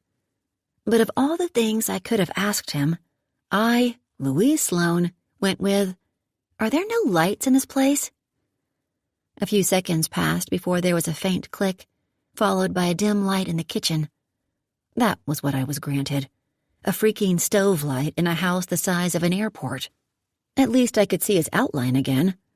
The man, as I'd named him, was leaning against the counter with his arms crossed over his chest, staring directly at me, watching my every move. Dear God, please forgive me for my sins. Next to the front door, I dropped my bags with a loud clunk onto the tile. My hammer. I have a weapon. Casually, I slowly knelt down as if I weren't plotting his death. Keeping my eyes on him, I searched blindly in my purse until my fingertips traced a long metal object. I had no clue when, why, or how a hammer had ended up in my purse, but I assumed it had nothing to do with maiming another human being at the time. Regardless, I was now no longer helpless, and this gave me just enough confidence to accept my current situation. Keeping the silhouette in view, I lowered myself to the cold slate floor. I leaned my back against the wall, the lip of the windowsill poking into my shoulder blades. Silence wrapped around me like a straitjacket as I stared at him, staring back at me. Although I couldn't see his face, I memorized every line of his body, in case I needed to meet with a sketch artist later. The man was definitely north of 6 feet tall, and heavy. Based on the way his broad shoulders slimmed to a V at the waist, I assumed his size was from muscle and that he was shirtless. All the easier to hammer him to death. Seconds became minutes without a single word spoken between us. He didn't move, simply stood in the shadows, watching me as I huddled next to the exit with my bags at my side. What the heck does he think I'm going to do? He has to realize I have 0 options. Minutes became an hour. Exhaustion gripped me, but I didn't dare close my eyes. I'd always wondered what it would be like to have a man watching you while you slept. In my fantasy, though, the guy had done it with little hearts dancing in his eyes, not a pistol in his hand. My fingers tightened around the hammer.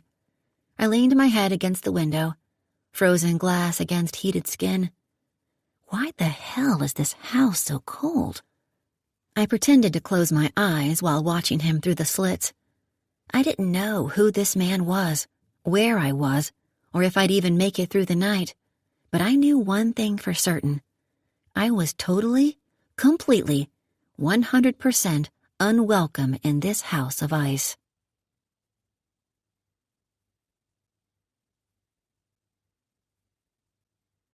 9. Louise. I jerked awake to a beam of sunlight burning my retinas. Where the hell am I? Sitting on the sun? I blinked rapidly, the womp, womp, womp of my heart pounding in my temples. I was on a floor, a cold, hard floor. My first thought was that I was dead, Because no one can have a headache like that and still be alive. My second thought was of him, the man, and the castle on the hill. This thought was immediately followed by the realization that despite my best efforts to stay awake, I must have fallen asleep. My eyes popped open and a rush of panic slapped the grogginess away. My head whipped around as I frantically searched the kitchen, the living room, the hallway. No man. I was alone. Thank God. I blinked wildly at what was surely a spotlight in front of me. Except it wasn't. It was floor-to-ceiling windows framing a winter wonderland that was reflecting the rising sunlight like fluorescent fire. Oh my God, I whispered. The world was white. Everything. The whitest white I'd ever seen. Iridescent. Beyond the windows, an endless field covered in virgin snow stretched to white mountains in the distance. Dark clouds nearly obscured the rising sun, spitting snowflakes over sagging pines and oaks dipped in ice. Icicles sparkled from the awnings, creating a rainbow of colors dancing along the walls. It was breathtaking. I wanted to capture the image, but I had more important things to think about at that moment. My mind raced as I desperately tried to replay the events of the night before through the dehydrated, hungover days. Car slid off-road. Ice. Snow. Lots of snow. Idiot decides to take off into the mountains alone. The idiot being me. The wine. Jesus Christ, the wine. Castle on the hill. Gun to head. The man. I could have been dead. Either from the trek through the woods or from breaking into someone's house. Not smart, Louise. Not smart. I straightened, cringing at the pain in my back from sleeping upright on a cold slate floor. I didn't know bones could throb. At least my knee felt better now. Holding my breath, I listened for any sound of the man whatsoever, but there was nothing. I looked at the kitchen where he'd stood, watching me for hours like a damn serial killer until I drifted off to sleep. With nothing but the dim light of a stove hood, he stood, never sat, leaning against the kitchen counter. He never spoke, never moved, like a statue, although most statues didn't give off vibes. And his vibe was pure disdain for my presence. The minutes had stretched to hours.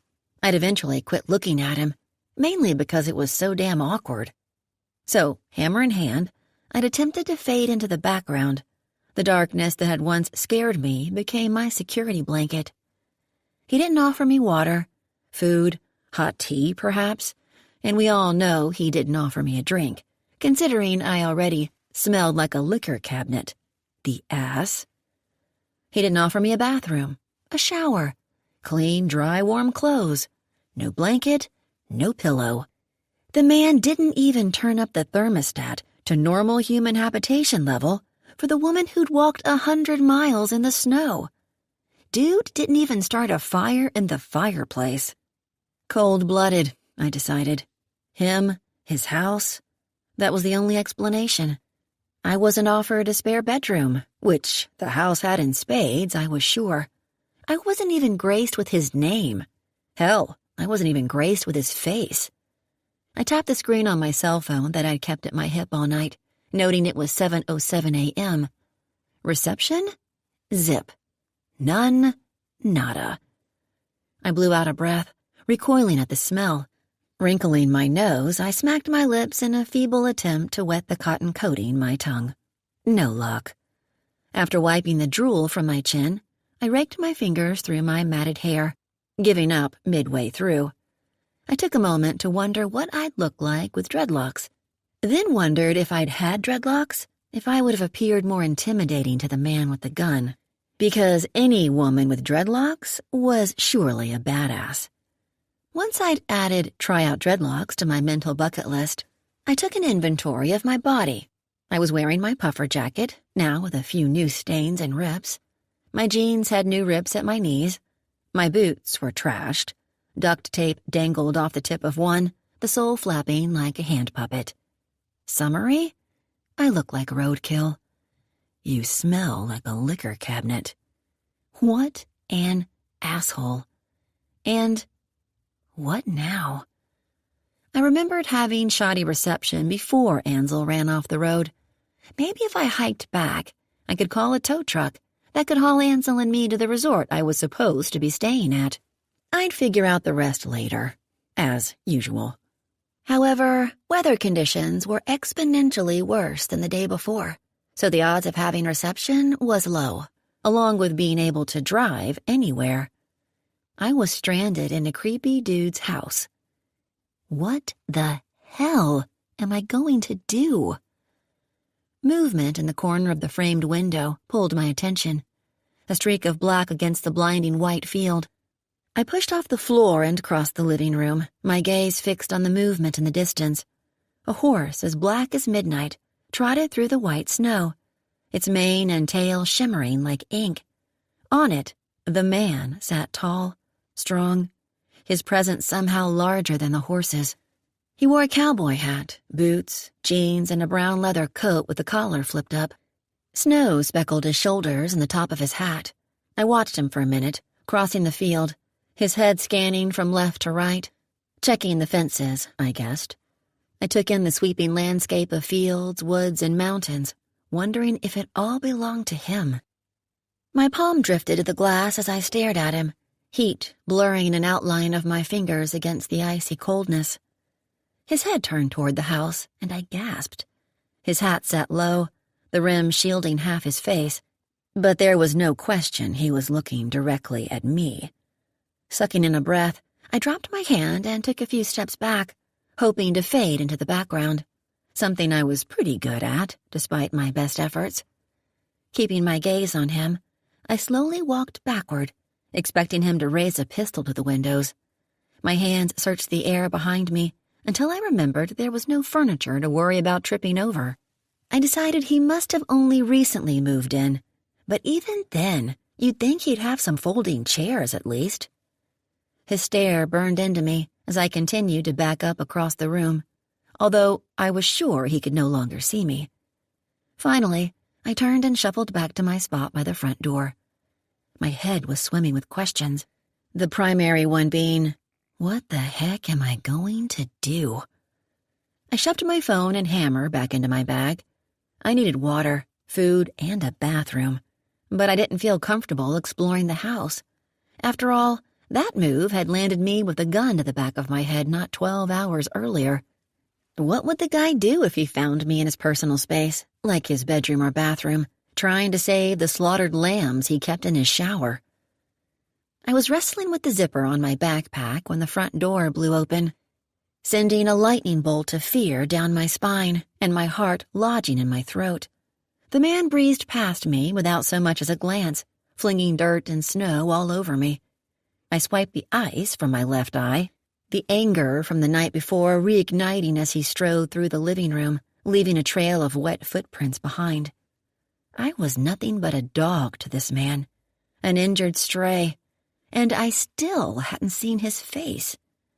"Excuse me," the attitude hurled out, despite my better judgment. I blamed the headache. As usual, the man didn't acknowledge me or my attitude, which somehow made me feel even more unworthy than a stray dog. He disappeared into a room past the kitchen, rummaged around a minute, then came back out. My pulse rate kicked up. Although his face was still shielded by his cowboy hat, it was the first time I'd seen him in the light. The first thing I noticed was the thick chest underneath the coat, the way the t-shirt draped over his pecs. He strode across the living room with strong, quick steps. While the world around us was glowing with virgin snow and sparkling ice, this man was dark and dirty, with a swagger to his step reflecting a brooding irritation. Outside, an orb of magic. Him a stormy cloud, a gloom that even the brightest light couldn't penetrate. I found myself leaning forward, pulled to him like a magnet. His face lifted, and my heart skittered in my chest. Sparkles from the icicles danced across a pair of eyes as dark as night, with a sharpness just as piercing. My breath was taken away, not by fear, but by the intensity vibrating off him in waves. He carried a kind of commanding presence that made you stop, watch, pay attention. The laser focus he had on me, combined with his quick steps, made me press back against the wall, on pins and needles for what was about to happen next. But I couldn't stop staring at his face. His skin was tanned but red from the cold, marked with fine lines that suggested hard living, or too many sleepless nights leaning against the kitchen counter, perhaps. Underneath a few days of stubble was a strong jawline that looked like it packed one hell of a bite. In contrast to this hard face was a pair of plump pink lips, the only softness about him. He was the kind of striking handsome you only saw in old Western movies, the cowboys with the jilted past and revenge in their hearts. We stared at each other. Mine, a wary curiosity. His, contempt. A stray dog had nothing on me. My thoughts immediately turned to my appearance, and embarrassment engulfed me. I ran my tongue over the corner of my mouth to erase any leftover drool, like that was the single most unacceptable thing about my appearance at the moment. The man stopped about 2 feet from me as if I were the epicenter of the Black Plague. Hell, I probably looked like I was. He thrust out a helmet that I hadn't even noticed in his hands. "Where's your car?" he asked. "It's a 4Runner. "Whatever." "Down the road." "Where?" "You want GPS coordinates?" His eyes flickered with annoyance. "How long did you walk?" "About a bottle's worth." There it was, that good old Lou attitude. But he didn't laugh. I cleared my throat, then remembered my breath. God, can things get any worse? The helmet was tossed at my feet, missing the duct tape on my boot by a hair. I cocked a brow. "Come on." "Where?" Annoyance colored my response, but I didn't care. Still, no inquiry of how I was doing or offering me a bathroom. Thank God I wasn't on my period. Ignoring my question, he grabbed my backpack and duffel bag and stepped out the front door. He smelled like clean soap and cedar. Helmet in hand, I pushed myself off the floor and followed my bags outside. I lifted the helmet. This isn't exactly biking weather. We're not biking. My gaze landed on a massive brown horse standing in the middle of the driveway. This was a different one than I'd seen him on in the field minutes earlier. Bigger. A shovel and several bags of something were hooked onto the saddle. Helmet, saddle, horse. I stopped in my tracks. "We're taking a horse to my car?" He nodded, checking the straps on the saddle. My heart kick-started into panic mode. Truth? I was terrified of horses. I was 6 years old. It was the Carroll County Fair. My cousins forced me to go on a horseback ride with them. I did, and 2 minutes in, my horse decided to go apeshit, bucked away from its handler, and took off in a sprint, with me like a rag doll on its back, hanging on for dear life. Once the beast made it onto the track, with a full audience awaiting the demolition derby to start, I was bucked off, landing on a hubcap and breaking my right arm and collarbone. I gripped the helmet. Don't you have a truck or something?" "I have lots of trucks." "Can't we take one of those?" "Do I need to remind you what got you into your current circumstance in the first place?" Ice. Got it. Condescending prick? Definitely got it. I chewed my lower lip as I walked over, my legs like lead weight. I looked back at the garage with its 4 doors. "What about a tractor or something?" "Nothing on wheels is making it down that hill. I'm sorry, princess. Would you like to handle this yourself?" "Listen," I snapped back. "I know this is an inconvenience for you, but I didn't plan this. I'm sorry I landed at your house. Believe me, I am. If you're too busy—" I paused to ensure the smartassery didn't go unnoticed. It wasn't like the guy had a family of 6 to care for, unless they were locked in the basement. "I can handle this myself. I made it here last night, and I can make it back to my car again." "And get yourself out of the ditch like you did last night?" "Maybe, now that the sun's up." He pulled the helmet from my hands and strapped it on my head with quick, jerky movements. I held my breath and avoided eye contact. After the helmet was secured, he stepped behind me and gripped my waist, sending a lightning bolt through my body. Without a warning or the grace of a countdown, I was hoisted into the air. Panic blew through me, and I locked up like a plank. Arms froze at my sides, legs locked like 4x4s. He dropped me to the ground. "What the hell are you doing?" I said nothing, staring in panic at the saddle in front of me.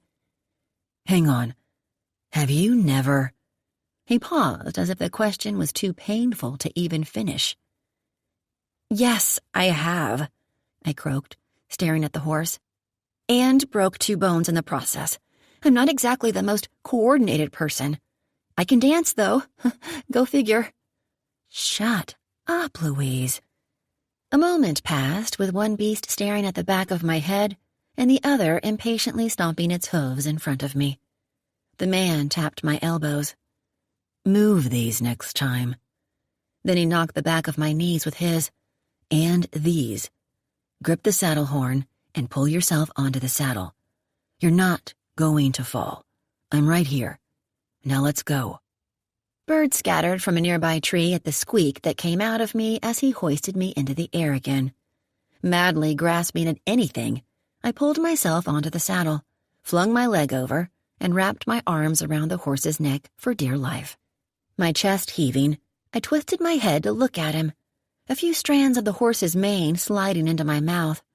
I swear I saw the corner of the man's lip curl up. Closing my eyes, I prayed for the good Lord to take me right then and there. "Louise." I spat out the horse's hair. "What?" "I'm going to need you to release my horse's neck and scoot to the second seat on the saddle." I didn't move. "Now, Louise." I hated him. God, I hated him. My heart pounded. But damn it, I could not release my grip from around the horse's neck. The man stared at me, and I closed my eyes. A moment passed. When I opened my eyes, he was gone. I didn't dare raise my head for fear of spooking the horse. 3 grueling minutes ticked by before a black horse trotted up from the side of the house, the man sitting on top. It was the same horse he was riding before. He pulled up alongside me, grabbed the reins from my horse, and slowly tugged. I squeezed the horse's neck tighter, my breast smashed against the back of its neck. A blanket was wrapped around my back, a thick, woolly plaid blanket. It smelled like him. "What's mine's name?" "Prudence." He side-eyed me. The name of the horse he'd given me to ride meant caution, good judgment, and common sense. Ironic? Absolutely not. "She has a good temperament," he said. "Smart." I bit the inside of my cheek as Prudence began to walk, my body swaying from side to side with each step. Oh my God, oh my God, oh my God. If the man said anything to me, I didn't hear it. I was too busy repenting my sins. It took a while. Eventually, I realized there was a rhythm to the movement, and because we were going so slowly, it was easy to anticipate each sway. I also began to realize that although there was a dip with each step, I wasn't going to fall off. The saddle felt solid between my legs. I took a deep breath, then another, and another. My gaze shifted to the man in the black cowboy hat.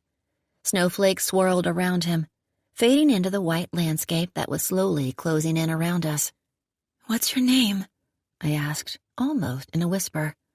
His steely gaze remained fixed ahead. "Ryder."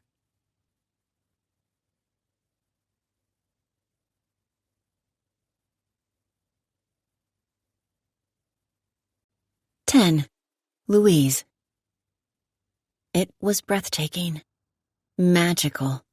There was something about being in nature that always stirred my soul. But seeing that nature draped in inches of snow and glittering ice was like stepping into a different world.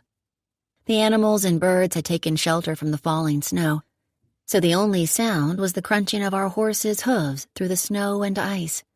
Everything was covered in white, and snow-laden trees sagged over the road, giving the impression of a tunnel.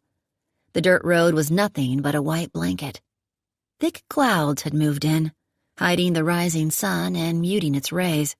For that, my headache was eternally grateful. About 30 minutes into our journey, the flurries turned into a steady snowfall. Around the same time, I finally got the balls to lift my chest off of Prudence's neck. Ryder and his horse never left my side, my reins securely in his grip. True to form, not a word was spoken. While I was beginning to relax, entranced by the beauty around us, Ryder remained hyper-alert, as if he were expecting the boogeyman to jump out. Every snort of the horse, every pop of a twig breaking, he was attuned to, although never moving more than a slight turn of his head. His gaze never met mine, not once, and I found myself staring at him. There was a quiet confidence about him that pulled you in, making you want to know more. Even the way Ryder rode the horse was skillful and competent. I'd noticed the gun holstered on his hip before we were even down the driveway. Instead of making me fearful, it made me feel safe. The man was always in control. I wondered if he had a family somewhere, divorced perhaps. And how did he make his money? Ryder didn't have the entitled attitude that came with old money, so I assumed he'd achieved success the old-fashioned way, with hard work. And what the heck was up with the lack of furniture in the house? No pictures? And the coldness to it. Why didn't he speak? And who the hell forgot to teach him manners? As I watched him, he was completely unreadable, his face frozen in a brooding expression that kept you on your toes. He was beautiful, though. There was no doubt about that. Despite the snow, I was warm. The blanket he'd given me was thick wool, impervious to the frigid temperature. The blanket had been his first offer, which was nice, but there was no question he'd wanted me out of his home, like a bad case of termites. I wondered why. What felt like an hour passed by, still without a word spoken, when I began to recognize my surroundings. A fallen tree limb, a sharp bend in the road, and finally, a burst of burnt orange through the white. "There he is," I said, straightening my spine for the first time since the journey began. 2 minutes left, and I finally grew a pair. And ouch, by the way. I'd never been so happy to see Ansel in my life. Mounds of snow stretched up to the floorboard. The roof and hood were covered, but he was in one piece. Ryder slid off his horse with the grace of someone who'd done it 1,000,000 times. After unthreading the shovel from his saddle, he grabbed a few bags and walked over to the SUV, then began shoveling. He didn't tell me to come or offer to help me off the horse, so I stayed put and watched him work. Small puffs of breath escaped with each scoop as he shoveled in smooth, quick, efficient movements. I expected no less. Ryder was the type of guy who got the job done. I imagined him as someone who took pride in doing manual labor and considered it an insult to hire anyone to do something that he could do with his own 2 hands. As the mound of snow behind him grew, I began to feel useless. Jerk or not, the man was helping me out of a jam, and I didn't feel right just sitting there watching him, unless I had popcorn and a glass of wine, because if I'm being totally honest, the view was not bad. "Do you need any help?" I cringed at my voice, a fake sugary sweet with a twinge of hesitation. What was it about this guy that made my IQ drop 20 points? He just grunted in response. I looked at the ground, 1,000 feet below.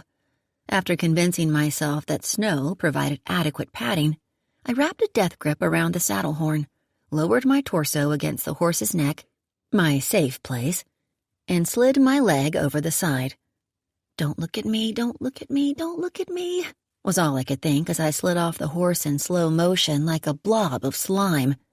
By the time my boots hit the snow, my heart was pounding. I made it. Thank you, thank you, thank you. I peeked around the horse's neck, ensuring Ryder didn't witness my epic dismount. With a fresh burst of confidence, I squared my shoulders and walked over to the SUV. "How can I help?"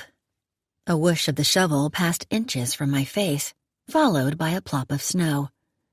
I said no. No? No. No to what?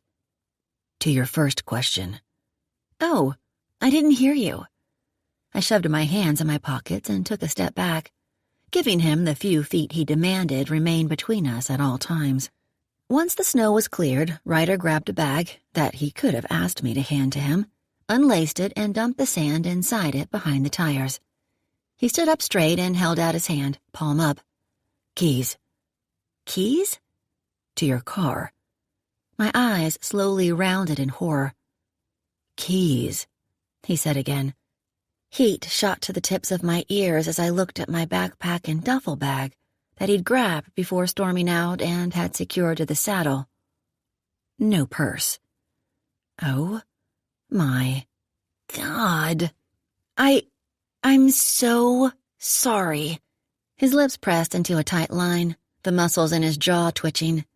Babbling, I said quickly, I didn't grab my purse on the way out. I didn't realize we were leaving, and then the whole horse thing threw me off.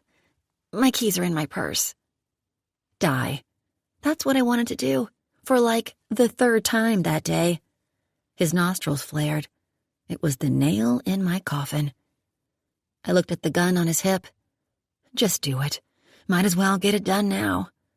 He looked back at Ansel, then at me, and I stiffened. Scowling, he stalked over to Prudence, yanked the wool blanket from the saddle, and tossed it to me. The corner caught my hair, pulling half over my eyes. I was swatting away the strands as he jumped onto his horse and yanked the reins as it danced in place. I'll be back in 20 minutes.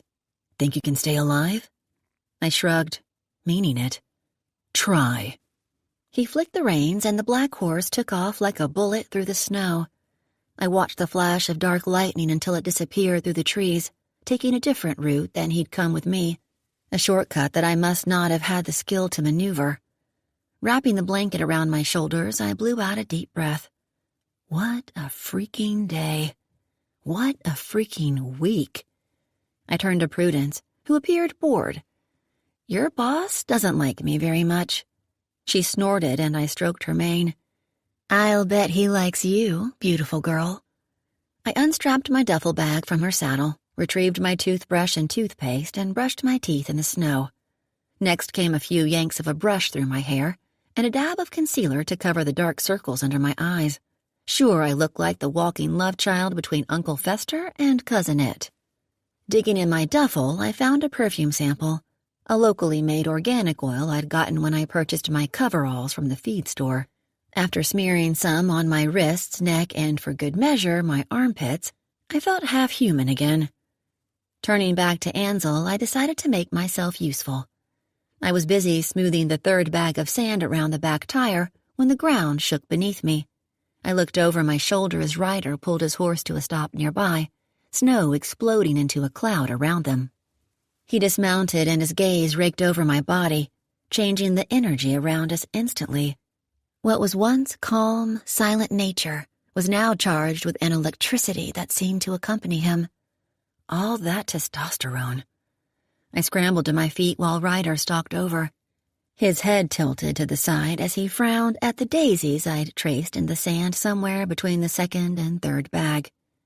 They're flowers, I told the King of Darkness. Thought you threw up. Because vomit sprinkles out of my mouth in perfectly formed daisies? He ignored the quip and handed me my pleather purse that somehow looked even smaller in his hands. I was busy searching through the contents when he jingled the keys in the air. Hey, you went through my purse. You broke into my house. He strode to the driver's door. Touché. I shrank in embarrassment at the orgasm donor condom sitting on top, right next to the hammer. Of course. Ryder pried open the driver's side door. Seconds later, Ansel fired up with a cough, and I stepped back. The reverse lights came on, and Ryder slowly pressed the gas. The back tire spun wildly, but my attention was pulled to the front tire that only sort of spun. I was no mechanic, but it didn't look good. Ryder unfolded himself from the driver's seat. Your visor's broke. I know. When he frowned, I shrugged. I've tried to fix it. Duct tape, Super glue? Gum? He squatted in the ditch next to the front tire, closely looking it over. With a grunt, he flung off his cowboy hat and lowered onto his stomach, his body sinking into the snow. I cringed. Ryder was a jerk, but I felt terrible about all the trouble he was going to for me. "Your axle's broke," he muttered. "My what?" "Axle." "You mean it can't drive?" "Not unless you want to drive around in circles all day." "You're kidding." He pushed to his feet and brushed the snow off his coat and jeans. We stared at each other for a moment, and I got the vibe he was thinking, "Well, your turn. I've done all I can do here, sweetheart." I glanced at Ansel. "Are you sure it's broken?" "Pretty sure." "Pretty as in?" "Yes, I'm sure." I blew out of breath, fisting my hands on my hips. "I'll call a mechanic." "No mechanics coming out here today." Ignoring him, I pulled out my phone. No reception. "Damn it," I muttered and began pacing. Shit. Again, I was left with no options. I looked back at my car. Ansel's a tough beast. We'll figure this out. "Who's Ansel?" I thrust a hand toward the Forerunner as if he should know. "You name your cars?" "You name your horses." "That's different. They're animals." "So is Ansel. Trust me." I checked my phone again, willing one bar of reception to appear. "Why Ansel?" "Ansel Adams, American photographer and environmentalist, famous for his black and white images of the West." "That's weird." "Not really." "What were you doing out here?" he asked, watching me pace. "Going to my hotel." "There are no hotels down this road." "Yes, there is." "No, there isn't." "Yes, there is. According to my map app, Shadow River Resort is down this road." His eyelids fluttered in what I assumed was as close to an eye roll as the guy got. "Shadow River is on the other side of the mountain." I stopped on a dime, stared at him a moment, then tipped my head back and laughed. Because that was all I could do at that point. Not only had I run off the road, but I'd been going in the wrong direction. I threw my hands in the air. "God, this is just so—" He plucked my purse from the rock I'd set it on and began resetting the reins on the horses. "You staying here?" he asked when I didn't move. "Where the hell am I going?" "To your hotel." "How? I thought you said the roads were impassable." "I'll get you there." The horses. Relief washed over me. Food, water, shower, shelter, no sidelong glances that made me feel an inch tall. A mini bar. The light at the end of the tunnel. "What about Ansel?" "I'll get him taken care of." "No, I'll handle it. I'll call someone." "I know a guy. I'll have it towed to Frankie's as soon as someone can get out here." "Who's Frankie?" "Frankie's auto shop, off Main Street." You know this town is kind of like a modern-day Mayberry. You have no idea, sweetheart. Sweetheart? Okay, well, thank you. I'll call Frankie from Frankie's auto shop and give him my information as soon as I get to the hotel. Let's go. The snow isn't going to let up. I jogged over to the horse. When Ryder lifted his hands to my waist, I swatted them away. Don't! I've got it. I was hell-bent on showing Ryder that I wasn't totally incompetent. I was also done accepting the man's help that he served up on a block of ice. Gritting my teeth, I grabbed the saddle horn, my boot fumbling with the stirrup. I pretended not to notice Ryder steadying it. 1, I inhaled. 2, I bit my lip. On 3, I hurled myself onto that damn beast like I owned the bitch, my pulse racing. I quickly assumed my safety position, my arms wrapped around the horse's neck. Sit up. You can do it. I ground my teeth. Sit up, you pansy. Slowly, I raised myself from Prudence's neck, keeping my focus on the horse's mane. Don't look up. Don't look down. When I was fully erect, Ryder disappeared for a moment, then reappeared on his horse. It's going to be a 2-hour trek on the horses. At least. He tossed me the blanket. Can you handle it? Yes. Hell yes, I could. I could handle anything that led to wine, a shower, and food. In that order. Hold the reins, if you'd like, but you don't have to do anything. The horse will ride right behind me. If you need to stop for whatever reason, pull them. Okay. Okay. Onward then. Hup! With a nudge of his heels, Ryder pulled ahead, my horse falling into step behind his, as we began what would be the journey that would forever change my life.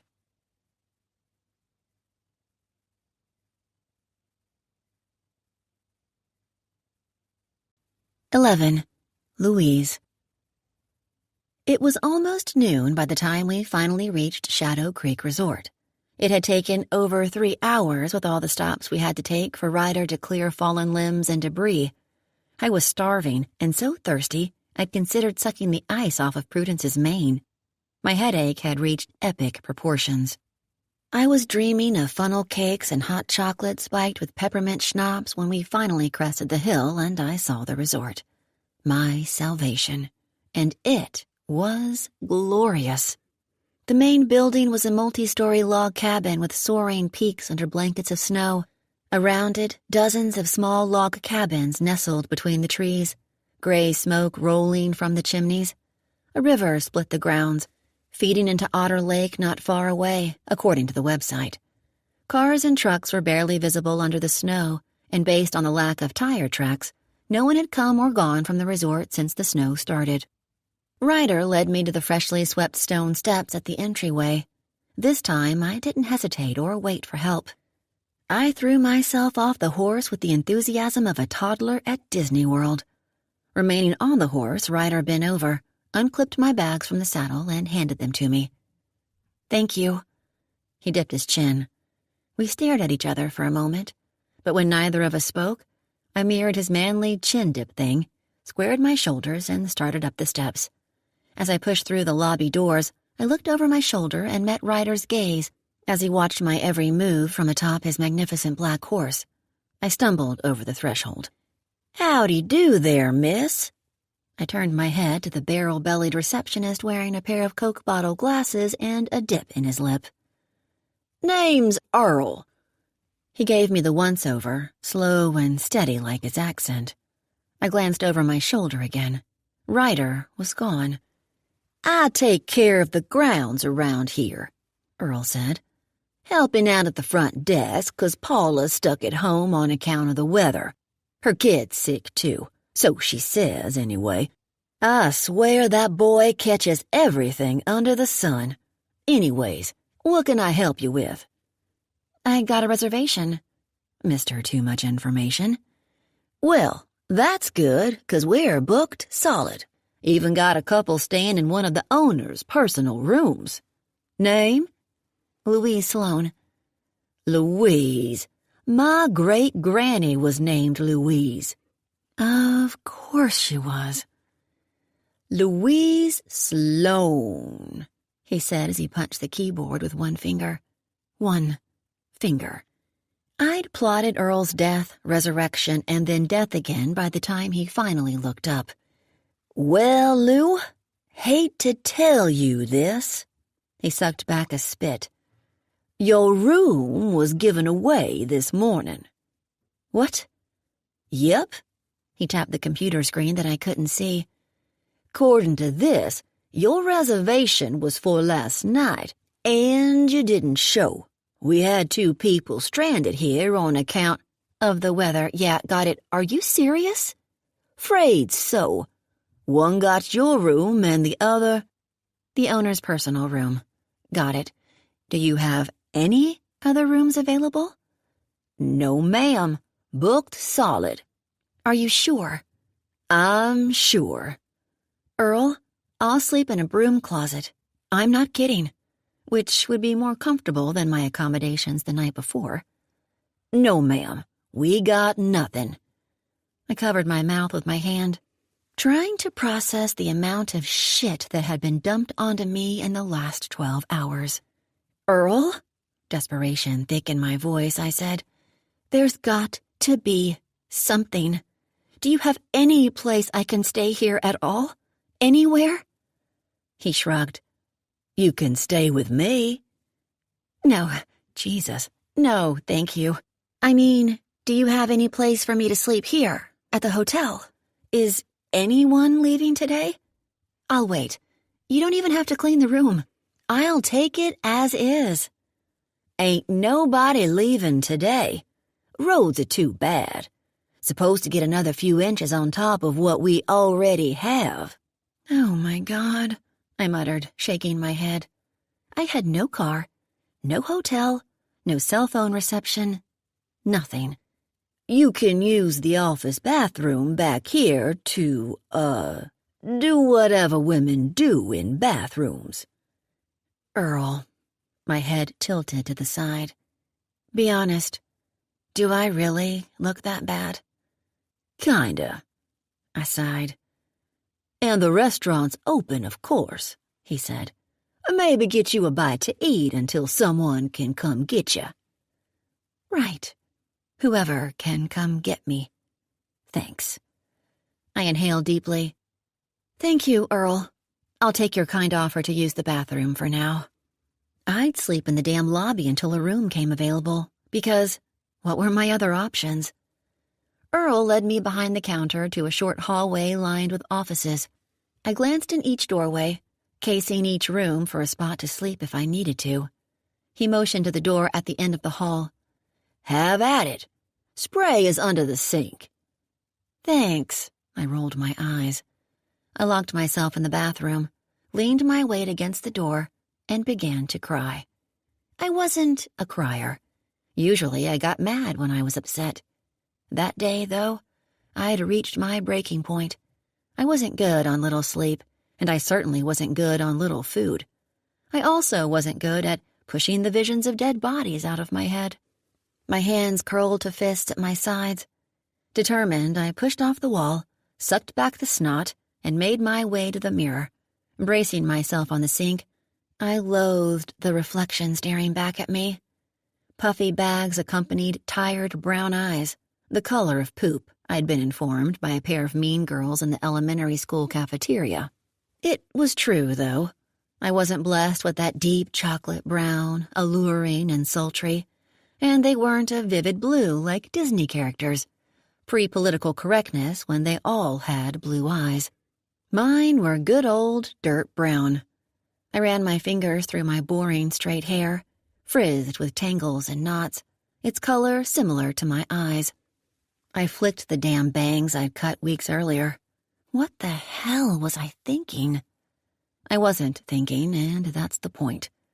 I never thought things through, and it was exactly that kind of carelessness that landed me in my current predicament. Damn it, Louise. Grow up. Streaks of dirt marked my neck, and I wondered how long they'd been there. My puffer coat swallowed my body, making my curves appear thicker than they already were. Note to self, get new jacket. As I gripped the sink, staring back at myself, I thought of my life. I was 31 years old, living paycheck to paycheck in a one-bedroom apartment that smelled like cheese. Okay, fine. That last part I didn't mind so much.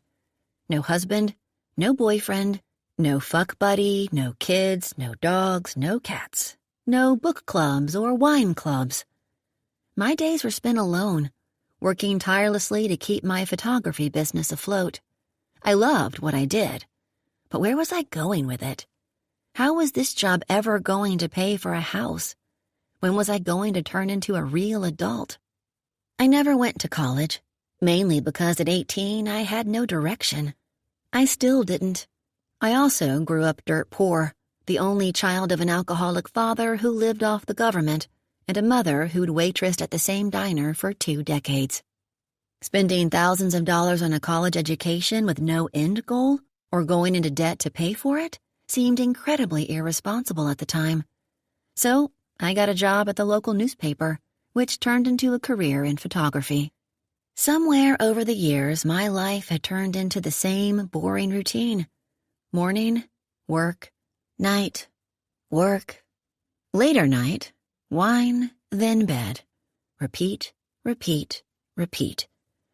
I loved my job, was proud of my business, but over the last few years, that fulfillment only went so far.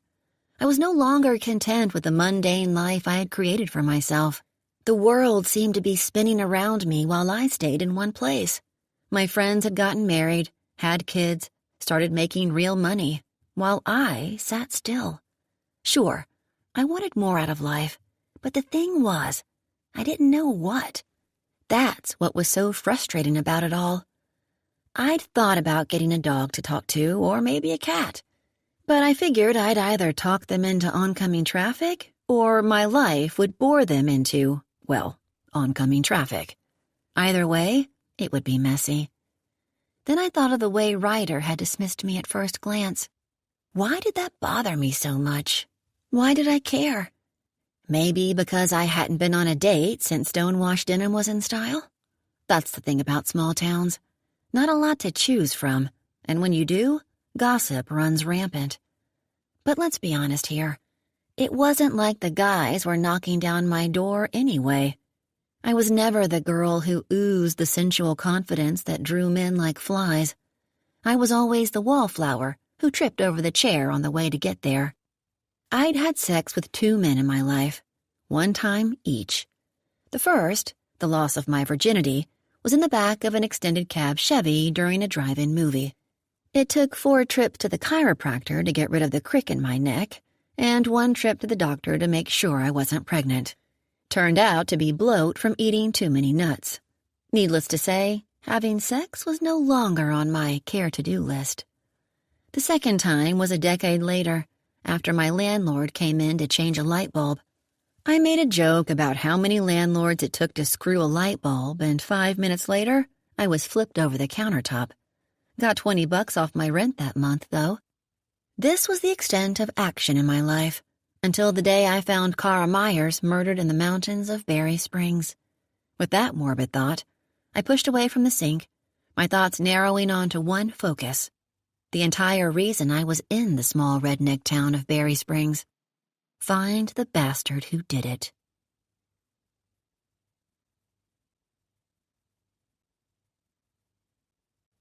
"12. Louise." I yanked up my hood as I stared out at the lake, watching the snowflakes swirl in the icy breeze before melting into the water. The late afternoon had darkened under a brooding sky, adding to the chill and gloom and doom I was feeling. After brushing my teeth for the second time and washing my face, I changed into a clean pair of jeans and the thickest sweatshirt I'd packed, a red hoodie with bleach stains at the bottom. Laundry wasn't my strong suit. Unfortunately, there was no shower in the bathroom, so I did what I could with a roll of toilet paper and hand soap. Ouch. I'd cleaned the mud from my boots, then applied superglue to mend the flapping sole. It was beyond duct tape at that point. Then I pulled myself together the best I could with a sweep of mascara, a swipe of lip gloss, and a little blush to brighten my sallow skin. A 5-star hotel meant rich people, and I wasn't in the mood to get any more side eyes of disapproval. Earl let me use the phone. I called every hotel in the phone book, but none had a vacancy. Then I called Miles, no answer, and left him a message. I called Margie, no answer, and left her a message. I called Frankie at Frankie's auto shop, no answer, and left him a message with my contact information. After that, I found my way to the restaurant and inhaled a bacon double cheeseburger, large fries, and a Coke. Diet, of course. After that, I was lost. No hotel room, no car, no one to call. So, bags in hand, I meandered through the hotel, walking up and down the halls, pretending to be taking a late afternoon stroll. When I reached the roof, I made my way back down and outside to take some photographs. An ornate handcrafted gazebo next to the lake called to me. Once inside, I recognized it from the website as an option for weddings. I took a few pictures, then sat cross-legged on the wooden slats and watched the snow. An hour had gone by when a fishing boat slowly made its way out of a cove. A lone man stood at the helm with 2 fishing poles in the water, a snow-speckled black cowboy hat on his head. I squinted, leaning forward. There was no mistaking that body, the size of the man. It was Ryder. and damn it if my stomach didn't dip. My first thought was to run, spin around and run far, far away from the guy I'd made such an ass out of myself with. Instead, I lifted my camera and took a picture, zoomed in and took a few more. His boat drifted closer to the shoreline, close enough that I could make out his face. His cheeks and nose were a ruddy red from the cold, his expression as dark and intense as when I saw him for the first time. He stared out at the water as if he carried the weight of the world on his shoulders. Click, click. What made this man so unhappy? His gaze lifted from the water to the mountains, where it remained as if he was lost in his thoughts. The camera slowly dropped from my face as I stared at him, his expression suddenly so sad, so sorrowful. A ripple of goosebumps popped up on my skin. I wondered what someone could be thinking about to evoke a reaction so strong that it gave someone else the chills. Who is this man? I took a few more pictures, completely lost in my subject, Ryder. It was as if my camera had a mind of its own, and it liked him very much. His head turned in my direction.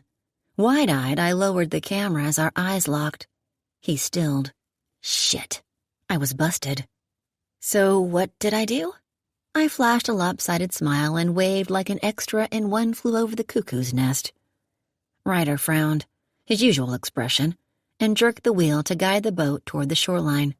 "Were you taking my picture?" he hollered. "No," I lied. Raising a brow, he nodded to the camera in my hand. "I was photographing the lake." "Why were you taking pictures of me?" His voice was sharp, not annoyed like our previous interactions, but pissed now. "Are you at the paper or something?" What the hell? Why would anyone from the paper want to photograph him? "No, and I wasn't taking pictures of you," I said, lying again. I gathered my bags and walked down the short hill to the shoreline. He nodded to the bags. "Why do you have your stuff out here?" "No vacancy at the hotel." "You told me you'd booked a room here." "I did. They gave up my room when I didn't show last night." He frowned. "You sure?" "Pretty sure, according to Earl at the front desk." "Earl does the landscaping." "You know Earl?" "Everyone knows Earl." "Well, no landscaping for Earl today. I called every hotel in the area, booked solid. Also called your boy Frankie. No answer. Everything's closed down. Did he get my car towed?" "No, tomorrow."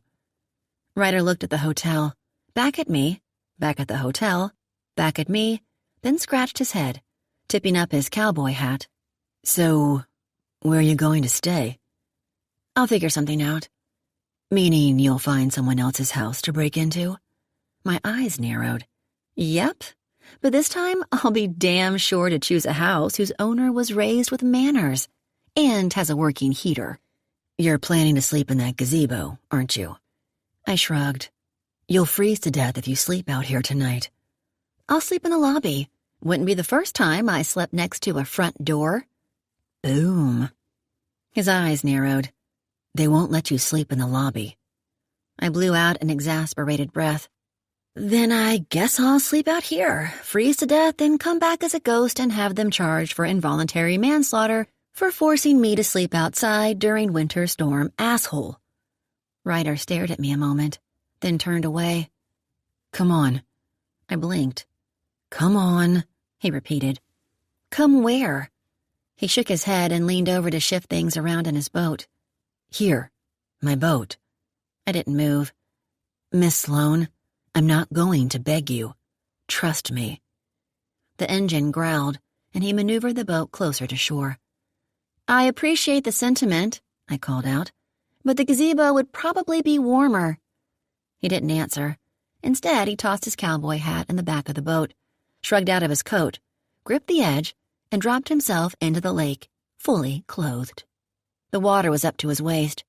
The man didn't even cringe as he walked through the lake, ripples flowing behind him.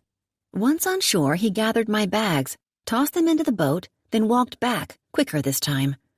Before I could speak, I was swept into his arms like a new bride, an arranged marriage, perhaps. I wrapped my arms around his neck, although I didn't need to. Ryder carried my dead weight like it was nothing. I yelped as he released one hand to steady the boat. "I won't drop you."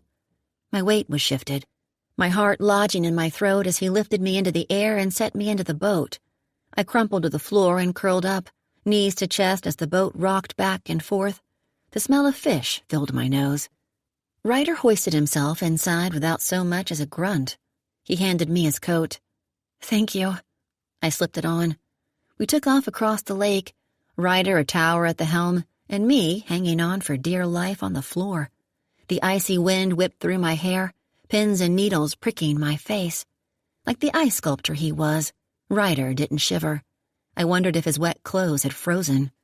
The snow picked up about 5 minutes in, a blizzard swirling around us.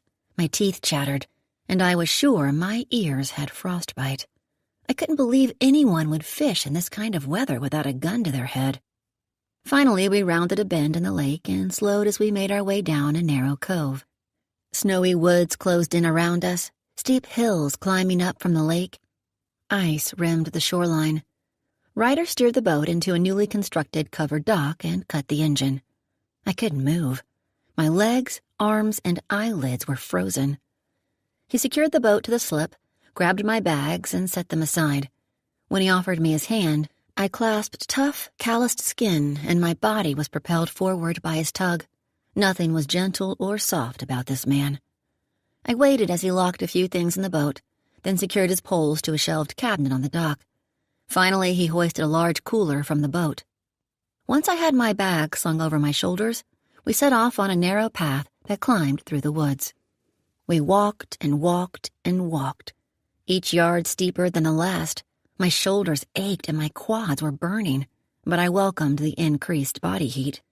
Clumps of snow fell from the trees around us, their gentle plops to the ground breaking the silence. The beauty of the snowstorm had shifted from magical and enchanting to dangerous and eerie. I kept thinking how crazy I was for walking through it alone in the middle of the night. Finally, we crested the hill, and the back of his ranch came into view. The back was even more impressive than the front. What wasn't impressive was the fields we still had to cross to get there. Ryder had walked a half-mile in a snowstorm to fish. And I'm the crazy one? An ear-piercing whistle startled me. Seconds later, the black horse appeared through the blur of the snow, galloping to Ryder's call. Prudence was nowhere to be seen, probably doing long division in the stable. Ryder grabbed the black horse's bridle and walked him to me. "Get on." "Please?" His eyelids twitched with the smallest flutter. "Please." I dropped my bags, so excited that I didn't have to walk anymore that I forgot to get scared. As I grabbed the saddle horn and raised my boot into the stirrup, 2 hands gripped my waist and lifted me before settling me into the saddle.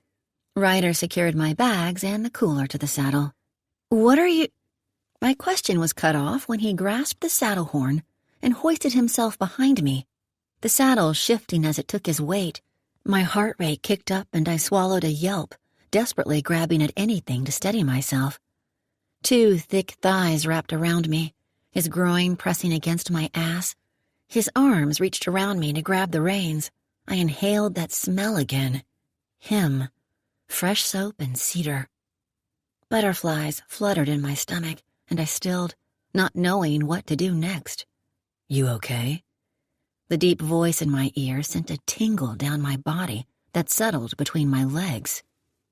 "Yes," I whispered, and meant it. A click of his heels and we were off at a slow, steady pace that I was sure was because of me. I was nestled in his arms, warm and safe.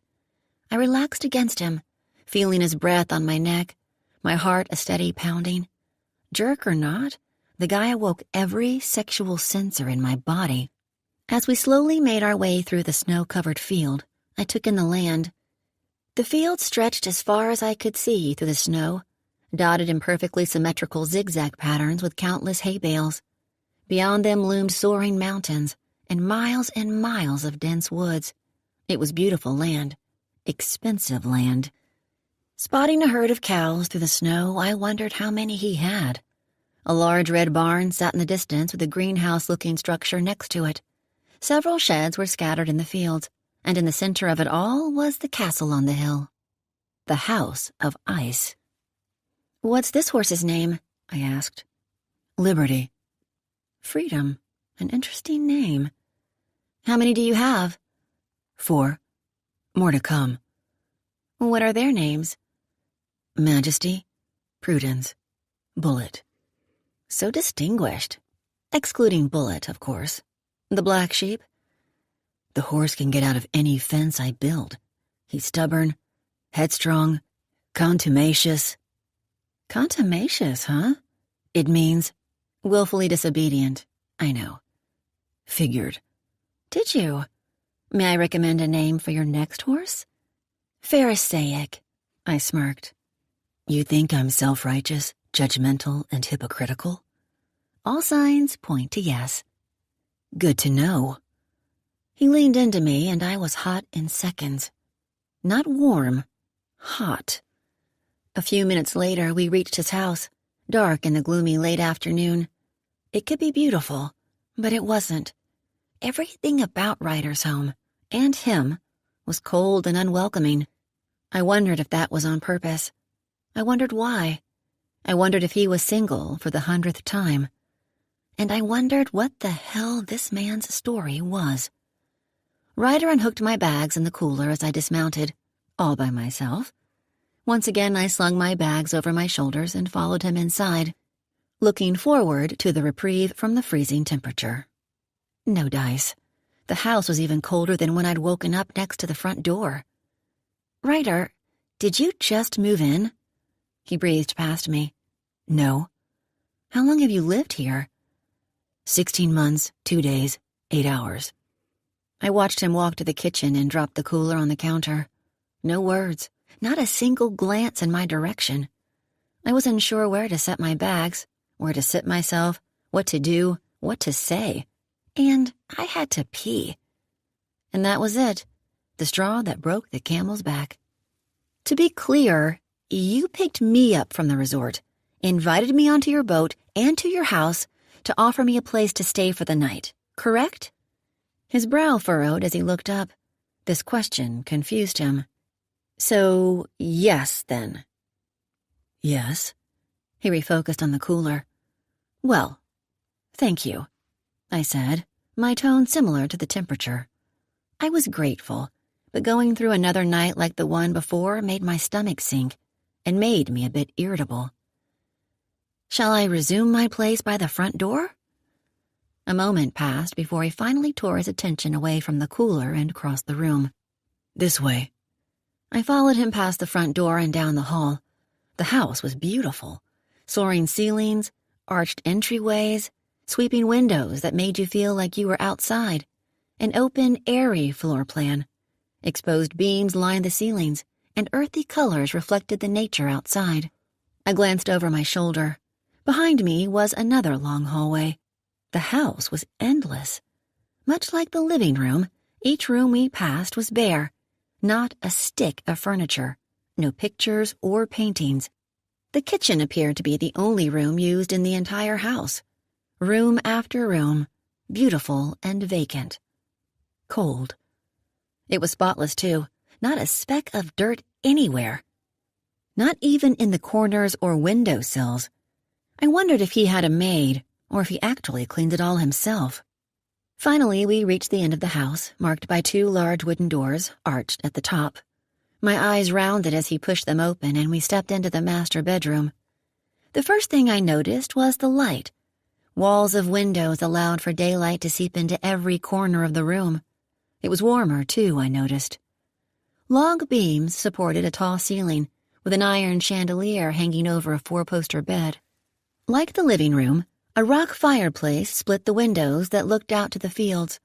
A brown leather chair and footstool were tucked in the corner, next to a floor lamp and a stack of books 2 feet tall. Bindings out, perfect 90-degree angles. Double doors led into a masculine slate and copper bathroom with a soaking tub to die for. Still, no pictures, plants, or furniture other than the chair, the bed, and the books. Closet's over there, if you want to hang your stuff. No, I won't take your room. It's the only one with a bed. Really? In the entire house? You have 1 bed? He blinked. Well, thank you, seriously, but no, I won't take your bed. I'm more than happy to sleep. Take it. But what about you? Where will you sleep? I don't sleep much. Why? Ryder didn't answer, simply took the bags from my hands and set them on the bed, their weight sinking into a lush, dark green plaid comforter that I imagined was down. The guy had no manners, no social skills, no desire for human interaction of any kind. But he took his bed seriously. His bed, his kitchen, and most importantly, his space. Bathroom's in there. He stepped past me, avoiding eye contact. I watched him pull logs from a crate next to the fireplace and stack them strategically into the box. In under a minute, a fire was going. Thank you. He mumbled something about the comforter, then breezed past me again. And with the click of the doors closing behind him, Ryder was gone. I darted across the room on tiptoe and bolted both locks on the door. As I blew out of breath, a wave of relief washed over me. I had a locked door between me and the man, a fire in the fireplace, and a bed. I could drink the water from the faucet and gnaw on the bedpost if I had to. I spun slowly in a circle, taking in every inch of the room. The fire popped and hissed in the silence, and that's when I realized there wasn't a television in the room, and I also hadn't seen one anywhere in the house. Who is this guy? With that thought, I did what any warm-blooded woman would do. I went snooping.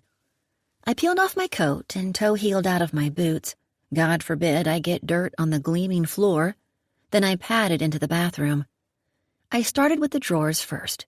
Toothpaste, shaving cream, a razor, a few bars of soap, actual bars, not body wash, and foot powder. Gross. Maybe Ryder wasn't perfect after all. I made my way into the closet and had a mini orgasm. My entire apartment could fit inside the room. And what did Ryder have in it? 5 plaid button-ups, a row of t-shirts, ironed, a stack of jeans folded into perfect squares, 2 pairs of cowboy boots, a pair of hiking boots, and 3 cowboy hats. That was it. After sniffing one of the t-shirts, I gathered my bags and placed them in the closet. I checked my camera, pulled out my laptop, and downloaded the images from the day, as I did every day. After that, I made my way back to the bathroom. With a wicked grin, I stripped bare and started filling the tub.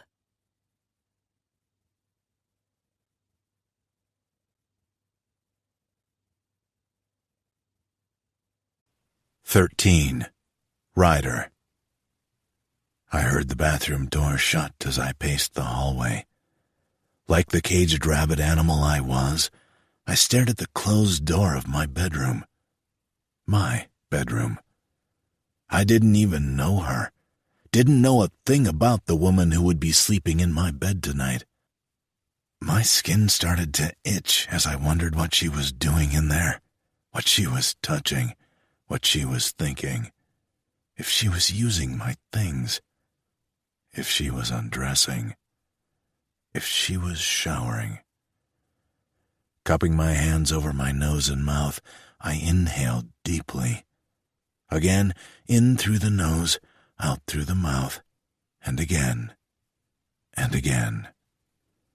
I could feel her in my house, the presence of another body, her lungs breathing my air. I could smell her. Her scent lingered like dust after a nuclear bomb, settling into my hair, my skin, spreading to every corner of every room in my house. My space. Visions of the last woman who'd been in my house flashed through my head, followed by murder and death. I squeezed my eyes shut, shoving the images away. No, Ryder, she's safe, I told myself, promised myself. My pacing increased with the beat of my heart. My fists clenched at my sides despite the deep breaths. Pacing, pacing, pacing. I stared at that goddamn door, feeling that tornado begin to spin inside me, the anxiety that had taken years to learn how to tame. Louise Sloane. I had no patience for simple-minded people, no patience for people who indulge their impulses without premeditation or any thought whatsoever. I'd lived that life once, and it had sent me to federal prison for 10 years. Louise Sloane was my walking antithesis. Everything I'd pushed out of my life. Everything I couldn't tolerate in another human being. Everything I'd spent the last 12 years avoiding. Listening to the 5'2" train wreck story was like taking one hit after another. I'd struggled to keep my mouth shut. Louise Sloane had made the decision to travel during one of the worst snowstorms to hit Berry Springs in years, in an SUV as shoddy as her boots. A storm that had been forecast for weeks. The woman had packed only 3 bags, none of which contained a blanket, an emergency pack, water, or food that provided any sustenance but did ensure clogged arteries. Clothes, toiletries, a box of wine, a bottle of wine, a hammer, and an expired condom were Louise Sloane's necessities. To no one's surprise, she'd slid off the road. Yet despite this, and despite the blizzard around her, Wonder Woman here decided to take off on foot in the middle of the night and break into a stranger's house, a convicted felon's house. Fool. The woman had been 2 seconds from losing her life when I caught her snooping in my library. The only thing, I repeat, the only thing that saved Louise Sloane was her height and small frame. I'd instantly known my intruder was a woman, and therefore easier to disable if the situation called for it. Little did I know, the woman was like a bad rash that never left, a rash that made me itch long after she'd gone. It was remarkable she'd made it as far as she did, really. The mountains around my land were inhabited by a pack of coyotes and an elusive mountain lion I'd been stalking for weeks. They were also filled with dead bodies, according to the gossip. The body of a young woman had been recently found not far from my house. The string strangler strikes again. This according to the gossips who knew nothing of the case. I knew about the notorious serial killer who preyed on young women, rumored to live in the area. Everyone around here knew the story, and the fact that Louise Sloane could be so careless made me sick to my stomach. I knew what evil could do to someone. I knew the merciless, blind rage. I knew the feeling of blood on your skin, the adrenaline rush that came from incapacitating someone, the moment of watching someone take their last breath. The power of knowing you delivered that final blow. There were monsters in the world, and this woman had already crossed paths with one, unbeknownst to her. Fool. This was exactly why I'd built a fortress around myself, to keep everyone out. Not her, though. Louise Sloane blew through my front door, all train wreck and temptation. A broken soul, an invitation to danger. I reminded myself it was only temporary. The drifter would be gone and out of my life before I knew it. I'd burn the comforter, buy a new one, buy new sheets and a new bed, build a new master suite. I'd add 3 more locks to my front door, maybe a tripwire. It was only temporary. Only temporary, Ryder. Temporary. Another breath, then another. Then I heard the water kick on. She was in my shower, or bath.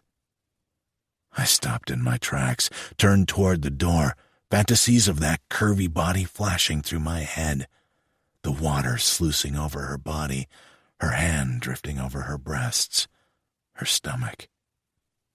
Fuck. Shit. God damn it. My heart racing, I stalked to the kitchen, grabbed a towel and a bottle of bleach, and sprayed down the outside of my bedroom door. The knob, the floor, the hinges. For good measure, I sanitized the front door again, the windowsill, knobs, hinges, and the single tile she'd slept on the night before, as I'd already done. Twice. I took a few steps back, staring at the entryway, then down the hall, then back at the entry. Pacing again, I stared at that goddamn tile she'd slept on. The tile that I'd spent the entire day staring at, long after she was gone. The tile that reminded me of those deeply hooded brown eyes with little gold specks around the irises. That bedhead sexy hair that I wanted to tangle my fingers in. That little dip at the end of her nose. The dimples that deepened with her disdain for me. That round, pouty mouth, and those goddamn red lips, and the little dent in the bottom one. Louise Sloane. Who is she? Back and forth I paced. Back and forth, my pulse increasing and adrenaline building. My hands shaking, I stalked to the utility closet, grabbed a hammer, and stomped back to the entryway. With a guttural groan, I raised the hammer and destroyed the tile Louise Sloane had slept on.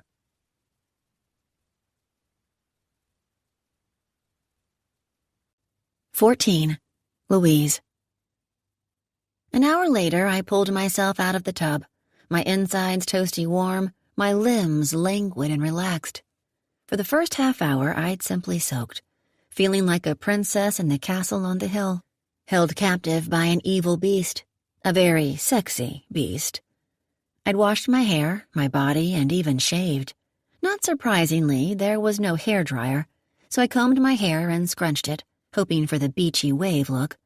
My bangs curled up, as usual, in annoying waves above my brows. No bangs, ever again. My stomach grumbled loudly. I considered the bedpost, then reconsidered when I imagined Ryder's disapproval. I smoothed on a dab of tinted moisturizer, more concealer, and more mascara. When I applied lip liner and lipstick, a little red flag flipped up in the back of my head. Although I was as emotionally attracted to Ryder as one might be to a 17-foot python, I was unquestionably physically attracted to him. I wanted that reciprocation, craved it for some reason, from him. With one more sweep of lip gloss for good measure, I took a step back and looked at myself in the copper-trimmed full-length mirror. I studied the curves of my body, my breasts, my waist. I was a solid C-cup, with a little sag over the years. A good handful, though. Not too bad. I turned, glancing at my ass. Big, sure. Not Kardashian big, for the record, but it was plump and firm. Not too bad either. But I couldn't ignore the fact that my body could use some work. I took a deep breath. If you don't like it, change it. I made a vow, right then and there, to lose that damn 15 extra pounds. Rummaging through my duffel bag, I found my cleanest pair of boyfriend jeans and a beige corded sweater that resembled my grandmother's Afghan. Next, my superglued boots. Second vow? New clothes, new shoes. I checked the mirror again. It would have to do. Que sera, sera. After wiping down the counter, I ventured out of the bathroom. The sun had set, the white wonderland outside now dull and gray, soon to fade to blackness. I clicked on the floor lamp next to the leather chair, zeroing in on a stack of books. I'd expected smart stuff like biographies and memoirs, maybe some historical fiction about World War II. Ryder seemed like one of those guys. But what I found was fiction. Spies and espionage, thrillers, mysteries, action and adventure, and toward the bottom of the stack, romance. My brows popped and a grin spread across my face. Ryder reads romance? Dark, brooding, manly Ryder reads romance? And not just any romance, but romantic suspense. I stifled a laugh, flipping through a paperback with a shirtless man on the cover. I felt like I'd uncovered his deepest, darkest secret. Little did I know what the day had in store for me. Seconds became minutes as I skimmed the book, stopping on a particularly steamy sex scene. Holy shit. I imagined Ryder reading it, sitting in the chair and sipping brandy. Then I imagined him as the hero in the scene, me as the woman, as he spread my legs open and devoured me in front of a fire on a snowy night. Warmth pooled in my gut, a rush of tingles below that. Short of breath, I slammed the book closed, heat warming my cheeks.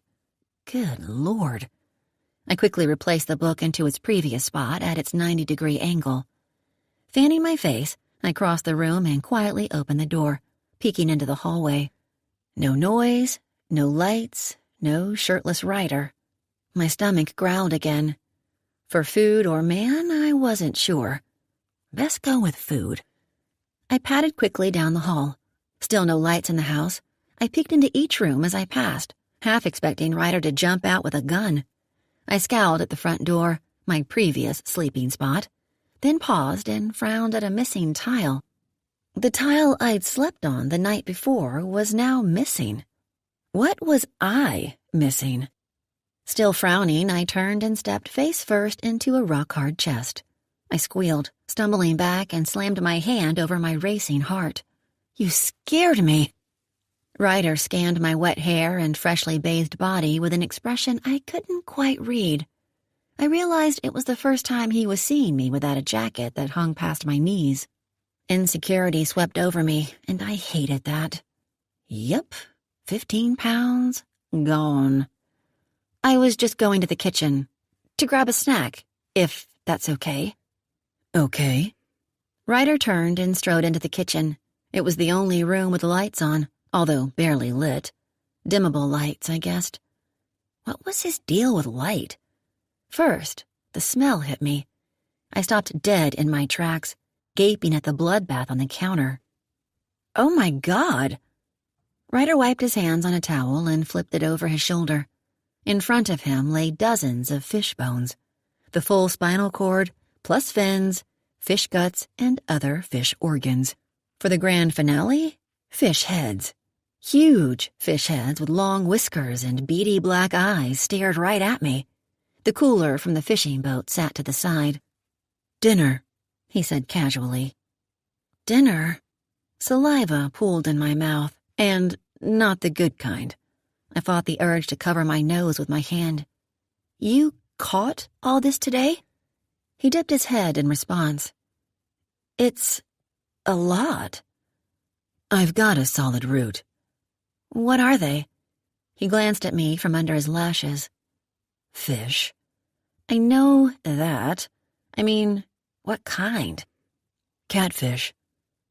Oh. Memories flickered through my head, and suddenly the smell wasn't that bad. You like catfish? I nodded. When I was little, my mom and dad would take me to a catfish place on the outskirts of town. It was the only time we ever went out to eat. Once, the beginning of every month after payday. I hated it at first, but I grew to love it. I smiled. I think because it was the only quality time I got with my folks. Catfish brought us together. His gaze stayed on me as he listened intently. Can I help?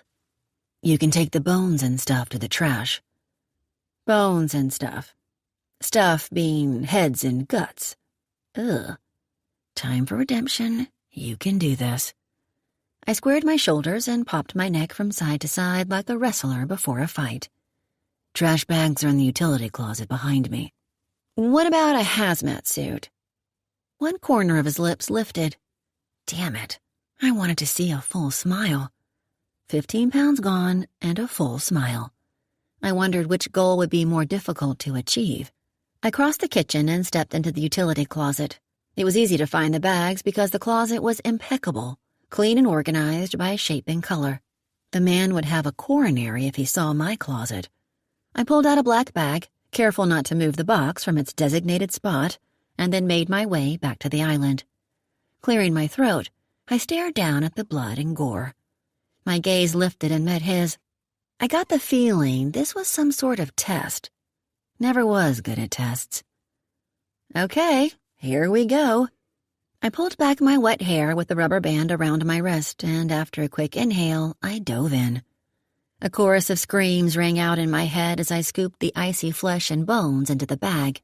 Goo sliding between my fingers and under my fingernails. My mouth went bone dry. Pun unintended.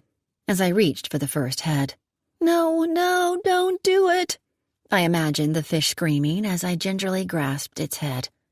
The slippery son of a bitch slid from my fingertips, shooting across the counter. Blood splattered as the head hit the floor and bounced a few times. I released the girliest scream ever, dancing on my tiptoes. Pick it up, pick it up, pick it up. I swooped down, grabbed the head, and gagged. Not cute, little playful gags. Guttural gags. Jesus, Louise. Ryder dropped the knife onto the counter. No. Breathing through my mouth, I groaned in the most masculine voice I'd ever heard come out of me. I've got this.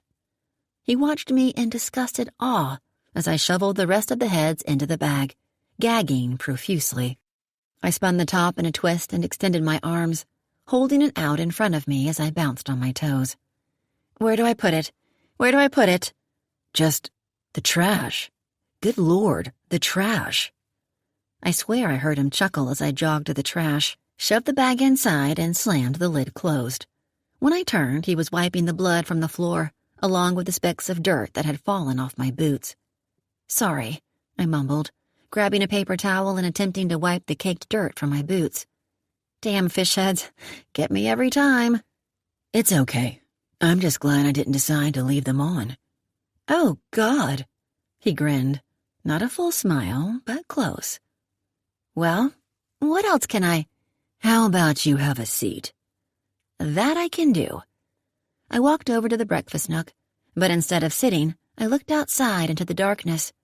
Swirls of snow spun in front of the windows, reflecting in the light. My gaze shifted to Ryder's reflection in the glass, staring directly at me. At my ass. I blinked. When I turned, his focus quickly shifted back to the fish. Huh. I pulled out a chair from the breakfast nook, the legs squealing across the slate floor, and sat. In silence. Awkward. I noticed a highball glass on the counter filled with a few ice cubes and a deep amber liquid. I wasn't much of a whiskey drinker, but I'd give my right arm for anything that involved alcohol at that moment. Drink? He asked, as if he had eyes in the side of his head. Wouldn't put it past him. Sure. What would you like? What do you have? Everything. I'll take it, I said with a laugh. The wine cellar's in the basement. You have a wine cellar? He nodded and slid me a glance. Sorry, I'm all out of boxed. Smartass. Boxed wine isn't that bad, you know. Neither is common sense. Or manners. Listen, Ryder, I'm not going to apologize for leaving my vehicle and finding my way to your house last night. Yeah, in retrospect, it wasn't the best judgment. Or prudent, you might say. But newsflash, I'm not perfect. And I'm not going to thank you again for helping me. I genuinely appreciate it, and that's the truth. Thank you for giving me shelter last night, and thank you for offering your bed to me tonight. But for the record, I'm not thrilled to be trapped alone with a total stranger who pulled a gun on me. You're lucky that's all that happened to you. What's that supposed to mean? It means that not only did you put yourself in a dangerous situation, but you were impaired, unlikely to respond with a clear head to any situation that you might have come across. I jerked my chin to his glass of whiskey. Those who live in glass houses shouldn't throw stones. I like a drink at dinner. And you also like judging others, if I had to guess. What's that supposed to mean? You smell like a liquor cabinet? You judged me for having wine last night. You did have wine last night. Well, apparently you drink too. Not stranded, alone, on the side of the road during a snowstorm. Are you aware that drinking lowers your internal body temperature? Tell that to my drenched panties halfway into my hike. His gaze flicked to my pants. "You were sweating because your liver was working overtime, therefore making you sweat and feel warm. But in reality, your temperature was decreasing." "Thanks for the science lesson. You learned that in one of your romance novels?" His brow quirked.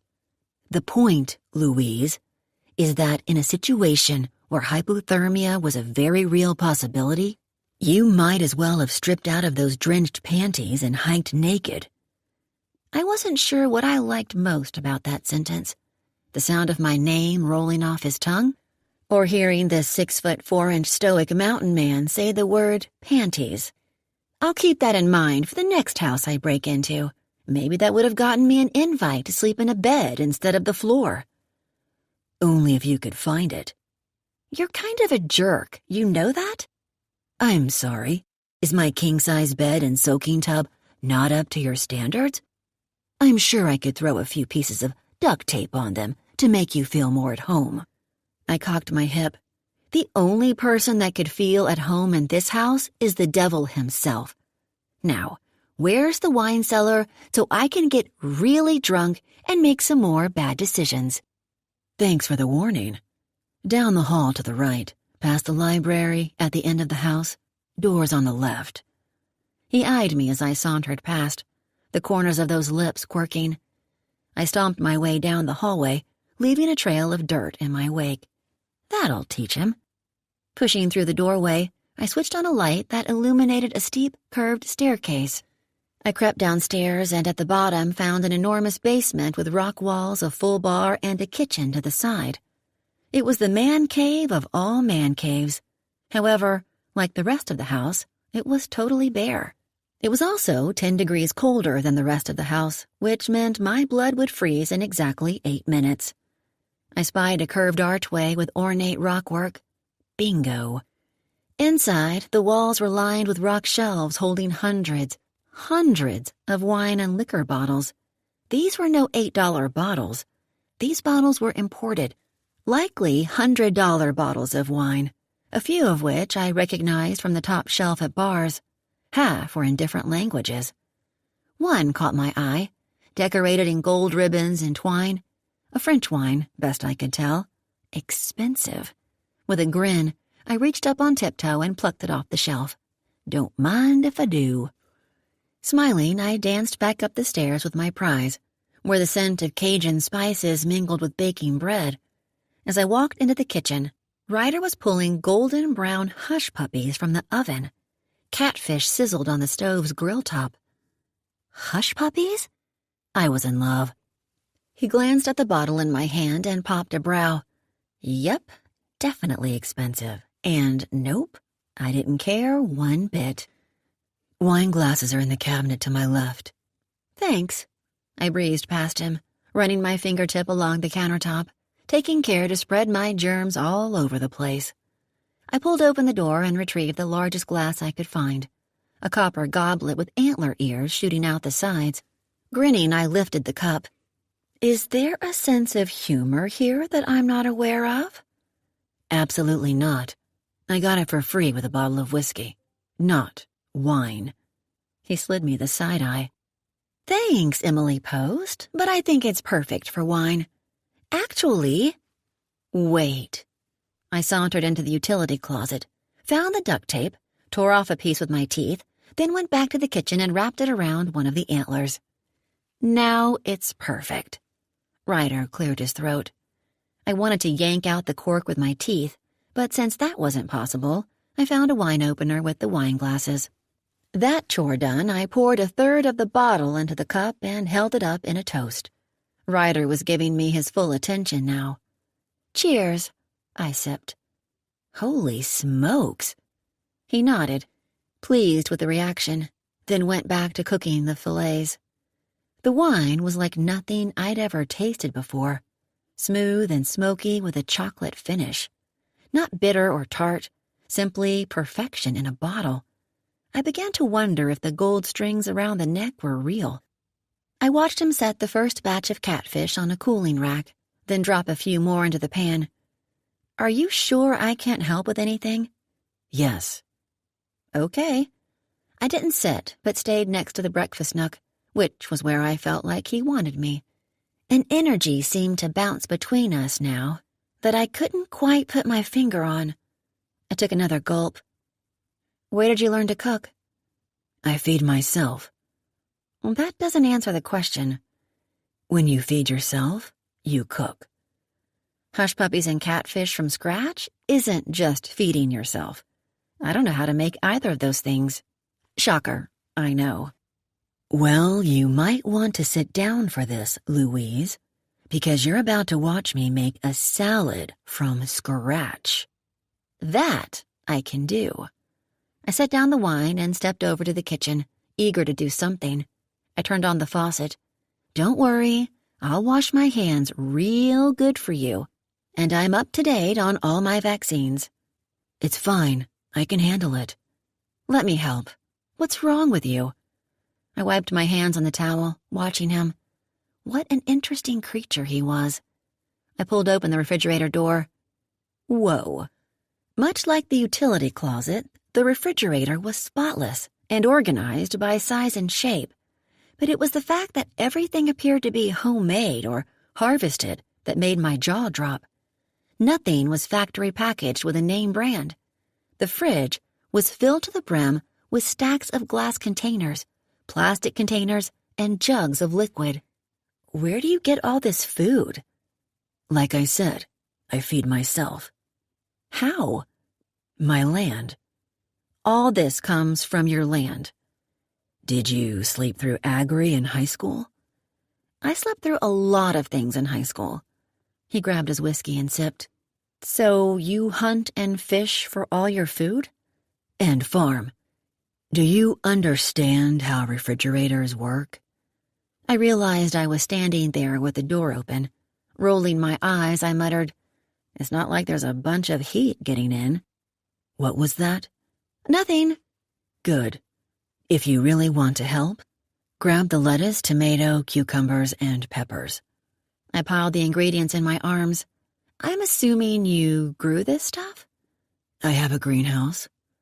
I dumped them onto the counter, kicking the fridge door closed with my boot. Are you some sort of survivalist or something? Where are your bowls? No. Cabinet next to the wine glasses. I grabbed a knife and a cutting board and began chopping the salad. The oven dinged. I've never had baked hush puppies before. They're healthier. But are they as good?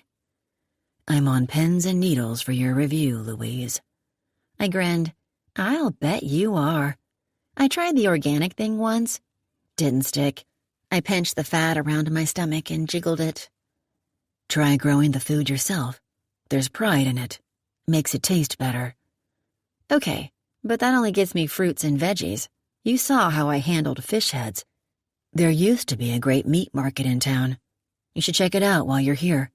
They have catfish, too. You could stock up and freeze it. Where is it? Used to be off the square. Used to be? Not sure if it's still there. Don't you ever go into town? No. With that single word, the conversation died. A few minutes passed as I made the salad and Ryder finished grilling the fish. As I worked, I inventoried everything I knew about him. Antisocial hermit? Check. Jerk? Check. Arrogant? Check. The guy appeared to be a minimalist living off his land with no furniture, electronics, or clothes. Yet he appeared to indulge in luxuries such as a bed to rival the Queen of England's, a wine cellar to rival Mel Gibson's, and $1 million house. Nothing about Ryder added up. I added the last of the cucumber slices to the salad. Done. Good. Sit. You're welcome. He rearranged my salad, not pleased with my toss. Next, he plated the fried catfish and hush puppies. One by one, he brought the plates over, including a side dish with sliced lemons. Catfish wasn't catfish without lemons. Lastly, he placed a glass jar on the table. Lemon vinaigrette for the salad. Homemade? Yes, ma'am. Ma'am? I stared at him a moment. There appeared to be little flashes of chivalry in the man, buried deep inside as if he'd either intentionally pushed the manners away or had simply fallen out of practice. Ryder didn't serve me. Instead, he slipped an empty plate and silverware in front of me.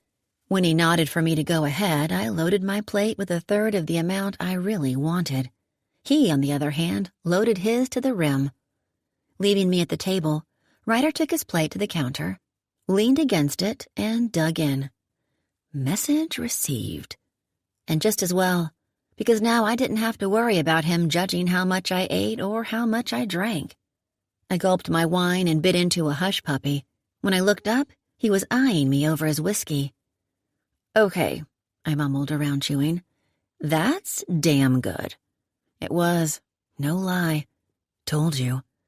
I grabbed a lemon slice and squeezed it on my fish. This also seemed to please him. The fish was delicious, light and flavorful. A few minutes passed while we ate in silence. Ryder was a hell of a cook. I noticed that he ate slowly, as if savoring each bite. This surprised me, but worked to my favor as I slipped seconds onto my plate without him noticing. He even used a napkin. "What kind of wine is this?" I asked, the buzz beginning to kick in. "A $1,500 one." "What? You let me drink a $1,500 bottle of wine with river fish?" "Don't insult my fish." "You should have said something. Geez, I feel terrible." "You should. Catfish are some of the best fish to grill." "I meant about the wine. I didn't realize I'd grabbed the most expensive bottle." "You didn't. The row above is the 20K bottles." "You have $20,000 bottles of wine?"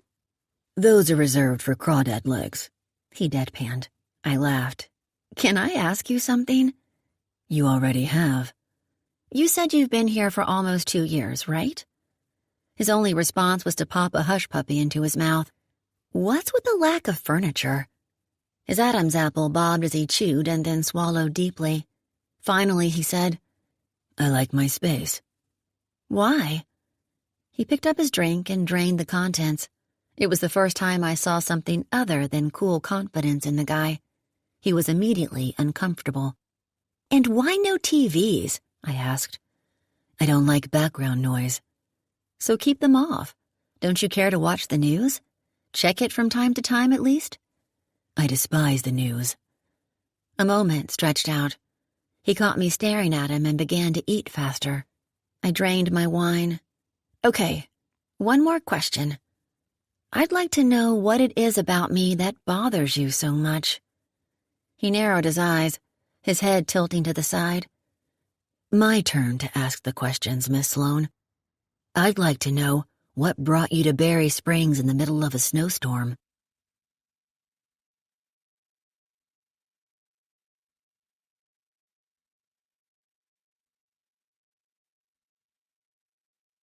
"15. Louise." I grabbed the wine bottle and poured myself another glass. What brought me to Berry Springs in the middle of a snowstorm? An 18-year-old girl named Cara Myers. "The girl who went missing and was found in the woods?" "You know about that?" He nodded. "How? You don't even have a TV." "Small town." "You don't go into town." "My brother, a former detective, visits occasionally." "Was she your sister?" "No." "Relative?" he asked. "Not really." "Not really?" I began spinning the antler mug between my fingers. Cara lived with me for almost a year. "When?" "A couple years ago. She was 16 and had recently gotten her license." "Did her mom kick her out?" No, it wasn't that. Her home life wasn't a good environment, and I remember being so proud of her for realizing that at such an influential time in her life. "What was wrong with her folks?" "Her mom was a drug addict. Coke, heroin, you name it. Her dad was in prison. I'm not sure she ever met him. Her mom had a different guy every night." "That's extremely careless of her mother." "Tell me about it." Child Protective Services had been to the house 3 times that I know of, but nothing was ever done. A common story, by the way. Anyway, I just became her friend. She was hesitant to open up at first, but after time, she started to relax. No one knew she was living with me. No one knows even today. She didn't want it to get out because she was embarrassed. embarrassed that she didn't have a solid home life and had to crash at someone else's house to survive. A sad smile crossed my face. She was a good cook, like you. She cooked every night. It became a thing. We'd go to the grocery store together, pick out the food, and she'd cook while I pretended to help. We'd play music. It was fun. I tried to introduce her to new hobbies, things she could focus on, build her confidence. Before I knew it, she'd become like a sister to me. I felt the sting of tears and sucked them back. She had a lot going for her, despite the trouble she got in. I could see it, the good in her. Deep down, she was good. Something flashed in his eyes. I still have pictures of her, in an apron, cooking brownies in my tiny kitchen. She was happy, hopeful, light. You could see it written all over her. I shook my head. So tragic. Were you the one who found her? Wow, gossip really does spread quickly. I thought I knew small-town gossip until I came to Berry Springs. Why do you think I live all the way out here? I get it. Why did she come to you? When she ran away? Yeah. What's the connection? I explained the Sunshine Club to him. The program would set up the kids with a mentor to help keep them on the right path and give them insight into life that didn't revolve around chaos. Someone to talk to other than what was, in most cases, an abusive mother or father. Snorting, I said, Yeah, I know. They let me in the program. I forced a laugh, but it didn't feel funny. I'd questioned my role in the program 1,000,000 times over the last few days. The girl who'd been paired with Lou Sloan was found rotting in the woods. Didn't bode well for the mentor, did it? The guilt was overwhelming. My self-doubt at an all-time high. You're too hard on yourself, Ryder said. I always have been. I inadvertently looked down at my body. That damn 15 pounds. Stop. Why? You're beautiful. He said it so matter-of-factly that it didn't feel like a come-on or even a compliment. Like it was a simple fact that I needed to accept. Thank you. Look at me, he said, and my gaze lifted. You're beautiful, but you've got terrible judgment. This time, I laughed. Wow, you're one with the compliments, aren't you? You don't think things through. If I had to guess, you move from one thing to the next without giving it full commitment or thought. You're impulsive and reckless. You need to fix this. Oh, well, thanks, Dr. Ryder. Anything else you'd like to diagnose from your high horse in the clouds? Try routine, structure, make a list. Tackle the things you hate most about your life, or the things you worry about the most. Start there. You mean like color coordinating my utility closet? He ignored the dig. It will help, trust me. You just need someone to kick you in the ass. Kind of like you were doing for Kara. I stilled, the words settling in my stomach like a greasy meal. I'd never had someone try to better me, call me out on my faults, take me to the carpet, so to speak. My mom and dad were good parents. I had a roof over my head and food in my stomach. But that was about it. They let me figure out life on my own. I'd never had someone care enough about me to try to better me. You still haven't told me why you're here, he asked. The conversation was giving me whiplash. A few months after Kara's 17th birthday, she told me she was going back home. Give living with her mom another shot. I think she wanted to try to help her mom. I didn't want her to leave, but I had to let her go. Kara wasn't mine, wasn't my family, and I couldn't make her stay. To this day, I wonder if I would have demanded she stay with me if she would still be alive. I took another sip, noticing a slight tremble in my hand. Anyway, she packed up and left the next day. I cried, and I'm not a crier, believe it or not. I believe it. Then I stopped hearing from her. I'd text, but she wouldn't respond. I didn't want to press. Next thing I knew, she'd gotten arrested for drunk driving. She'd found the wrong crowd. Boys, drinking, drugs. That was the rumor, anyway. I hadn't heard from her in over a year when I got the call from a Berry Springs detective asking if I'd heard from her. That's when I found out she was missing. The next day, a friend of mine, Miles, and I drove up to join the search. Met 2 others from Ponco a few days later, Austin and Margie. Then I found her. I picked up my wine, sloshing it as I sipped. A few drops dripped onto my sweatshirt. I didn't care. She was murdered. Her body dumped in the woods for the animals to eat. And the worst part is that the cops aren't giving the case their full effort.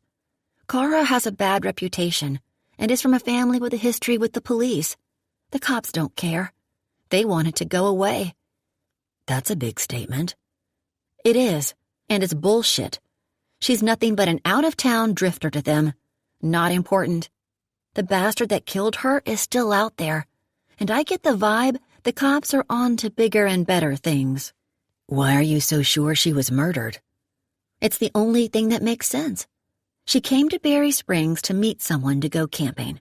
No one knows who that person is, and I think that person killed her. What about boyfriends? Do you know anyone she was hanging out with? No boyfriends. I spoke with a few of her friends. Bet the cops liked that. I laughed. Let's just say you're not the only one annoyed by my presence. Anyway, Cara didn't have any boyfriends, but a lot of male friends, if you catch my drift. I'm assuming they've been interviewed. Have you retraced her last 24 hours? You mean, have I, because who knows what they've done? I know that Cara intended to go camping, and also to visit that famous haunted house, Hollow Hill. And let me tell you, that place is creepy. You went? Yep. And to every campground in the area. I wanted to personally retrace her steps. Have you been? A few times when I was a kid. Not recently. It's not a common place for thrill-seekers anymore. I heaved out a breath. Well, I've been trying to help in any way I can. Do anything to find her. You feel like it's your responsibility. It's personal. I'm the only one with a personal connection with her who's searching. I'm the closest thing to family she has. Her mom doesn't care. I'm the only one who will press the cops to keep going. So yes, I do feel responsible. I even involved a private investigation firm. Ryder's fork froze in midair, halfway to his mouth. Which one? A local firm I overheard about at the diner. Astor Stone, Inc. He stilled. You went to Astor Stone? I nodded. Figured between them and the cops, Cara would have her best shot at getting justice. I'm not stopping until she does, Ryder. Who did you see there? He asked, a sudden sharpness to his tone. A bunch of beefed-up rednecks? Did they agree to help you? They said, verbatim, they'd look into it. They're supposed to send me an email before they get started. So what? He asked, irritation thick in his tone. You're going to camp out in Berry Springs and keep lighting a fire under the PD's ass until they find the guy? Yes. Not smart, Louise. Why? And who are you to judge my decisions? Cara deserves justice, and I— Have you heard of the string strangler? My gut clenched. Yes. A serial killer who rapes and tortures young, at-risk girls before strangling them to death. I know all about the string. Cara's cause of death was strangulation with a thin ligature. She was also raped and beaten. I gaped at him. How do you know this? Her autopsy began this morning. My brother spoke with a detective on the case. He stopped by before I went fishing and updated me. Oh my God. I put my hand over my heart.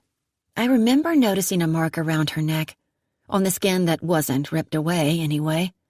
I remember because I thought she was wearing a choker necklace. So she was definitely murdered.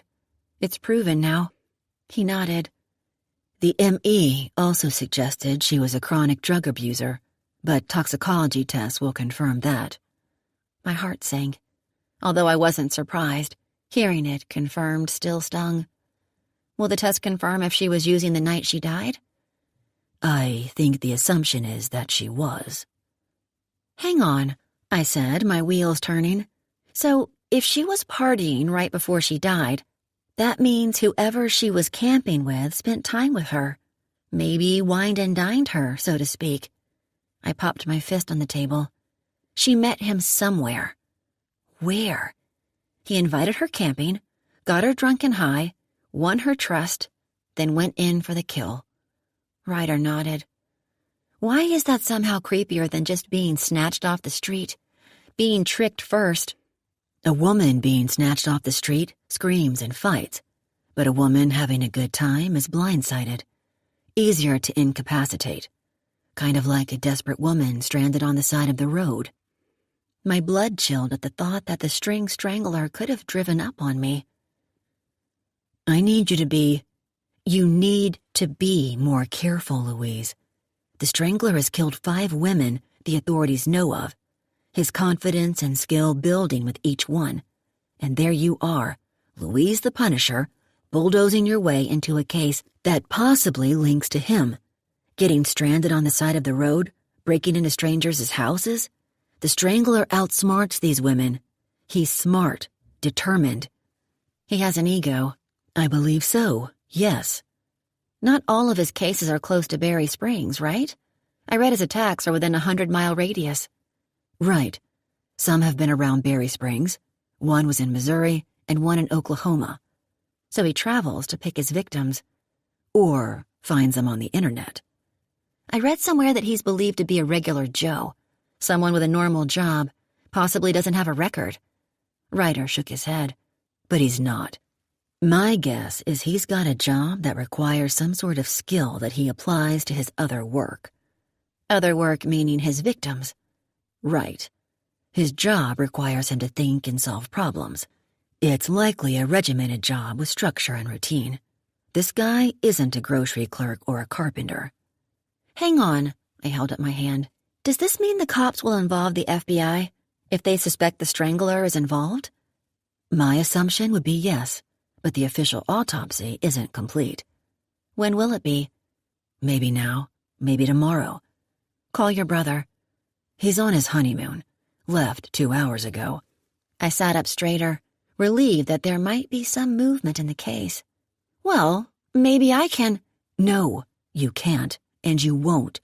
Louise, you are aggressively inserting yourself into an investigation that potentially involves a serial killer, a rapist. Ryder spat out the words with venom, the most emotion I'd seen from him. You need to let the cops handle this. Think, Louise. Think. He started to take another bite, but dropped the fork on his plate with a scowl. He set the plate on the counter and began cleaning up with swift, jerky movements. Dinner was over. I cleared the table, stacking everything on the counter while he turned on the faucet in the sink. Can I help? No. I cleared my throat and took a step back. You won't have to worry about all my bad judgment soon. I'll find a place to stay tomorrow. His jaw clenched, a flush coloring his neck. He was so mad all of a sudden. I picked up my wine from the table. Well, good night. Thank you for everything. When he didn't respond, I turned and retreated to the master bedroom. As I kicked the door shut behind me, I heard the click of the heater turning on.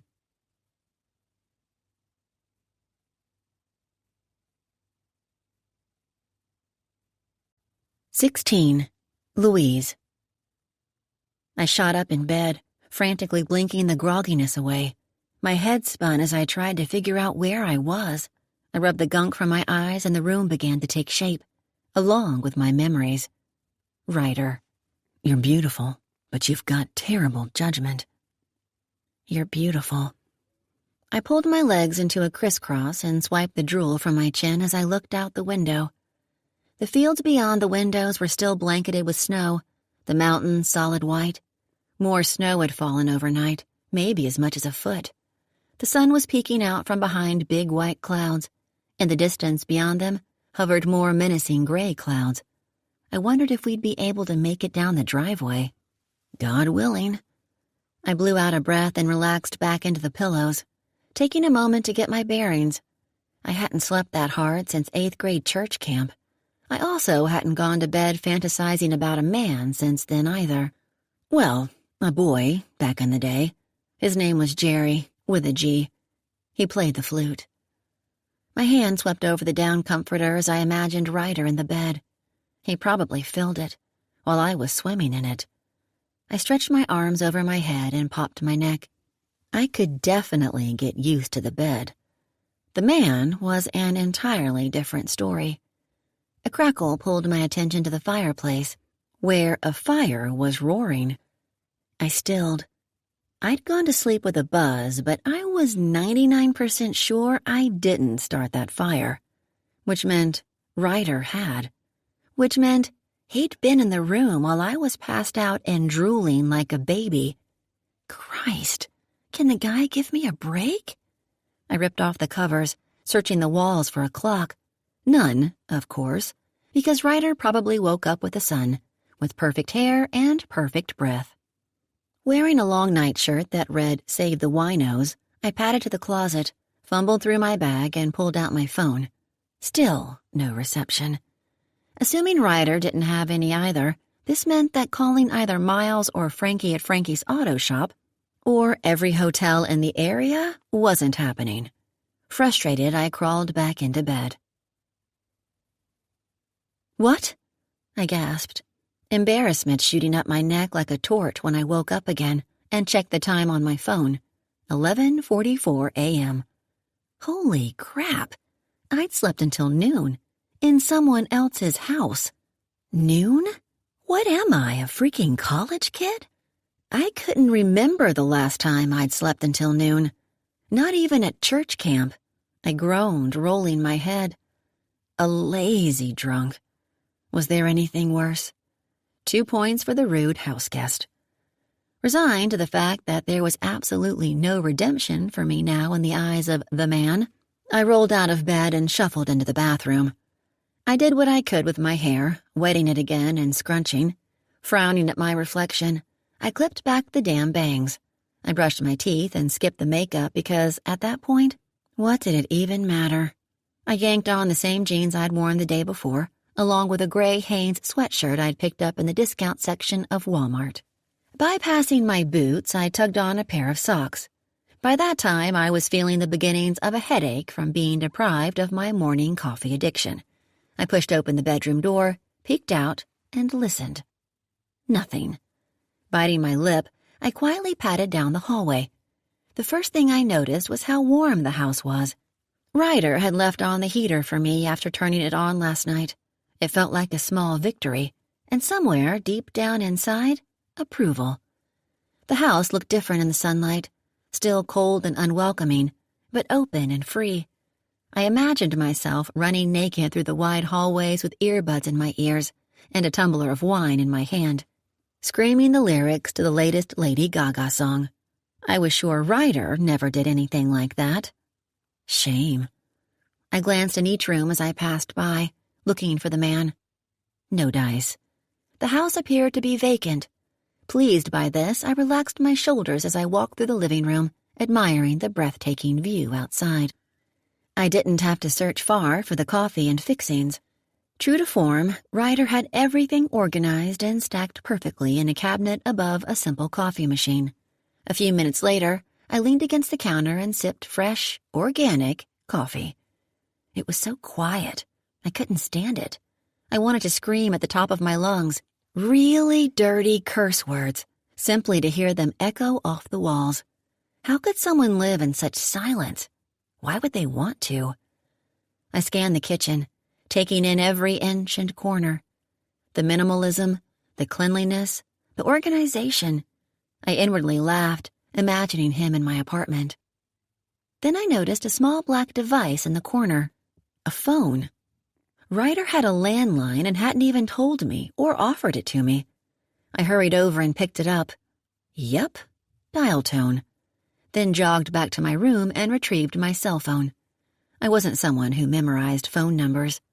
I dialed Miles. No answer. I tried again. No answer. I tried one more time and left a voicemail. Next, I tried Margie with the same result. What the hell are they doing? I assumed they were as snowed in as I was. I called Shadow Creek Resort, where I was informed that there was still no vacancy. but they'd called immediately when something opened up.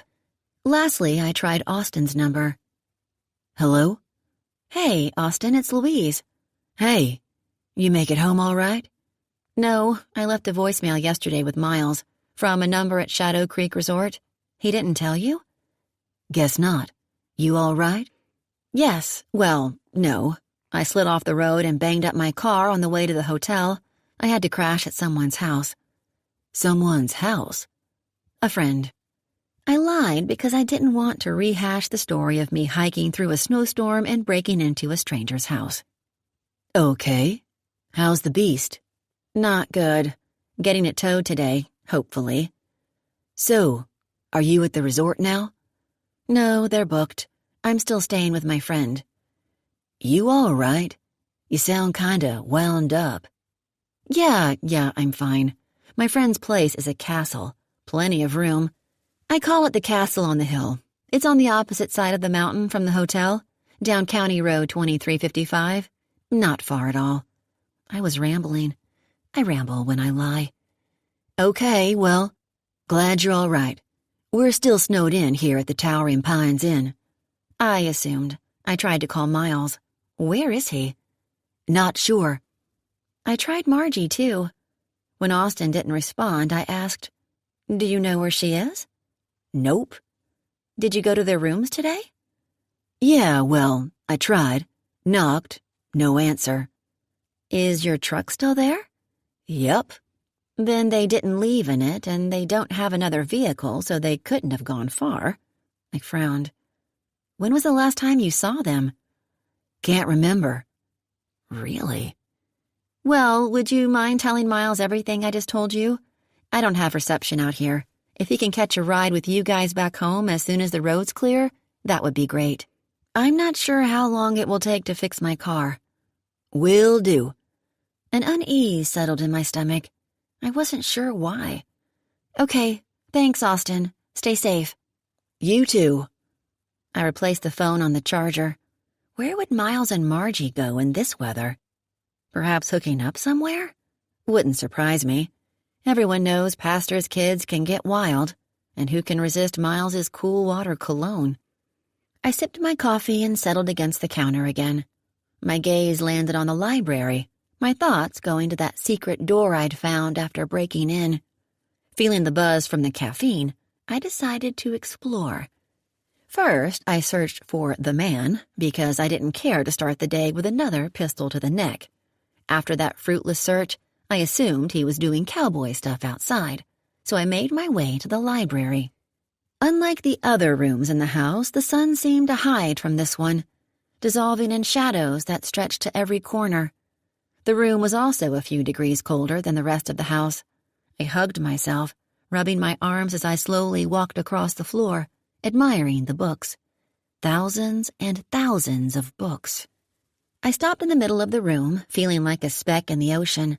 I couldn't remember where I'd found the secret door, so I decided to start from the right and work my way around. An hour had gone by with me trailing my fingers along the shelves, getting lost in reading the titles on the leather bindings, alphabetized by section and dust-free. The library had everything from encyclopedias to biographies of dead dudes I'd never heard of, to educational books, to thrillers. Somewhere around the letter R, I hit the jackpot. My finger bounced over a crack in the shelf, and my heart skipped a beat. I looked over my shoulder, then out the window, before refocusing on the shelf with the secret door. I traced my finger along the crack. It was definitely a door, but not a large one. Ryder would have to crawl to get inside, which made me think it wasn't so much a room as a hidey hole, perhaps. What is Ryder hiding? I ran my finger under each shelf, looking for a shiny red button that screamed, "Push here." No luck. I ran my finger along the outline of the door again. No button, switch, or flap.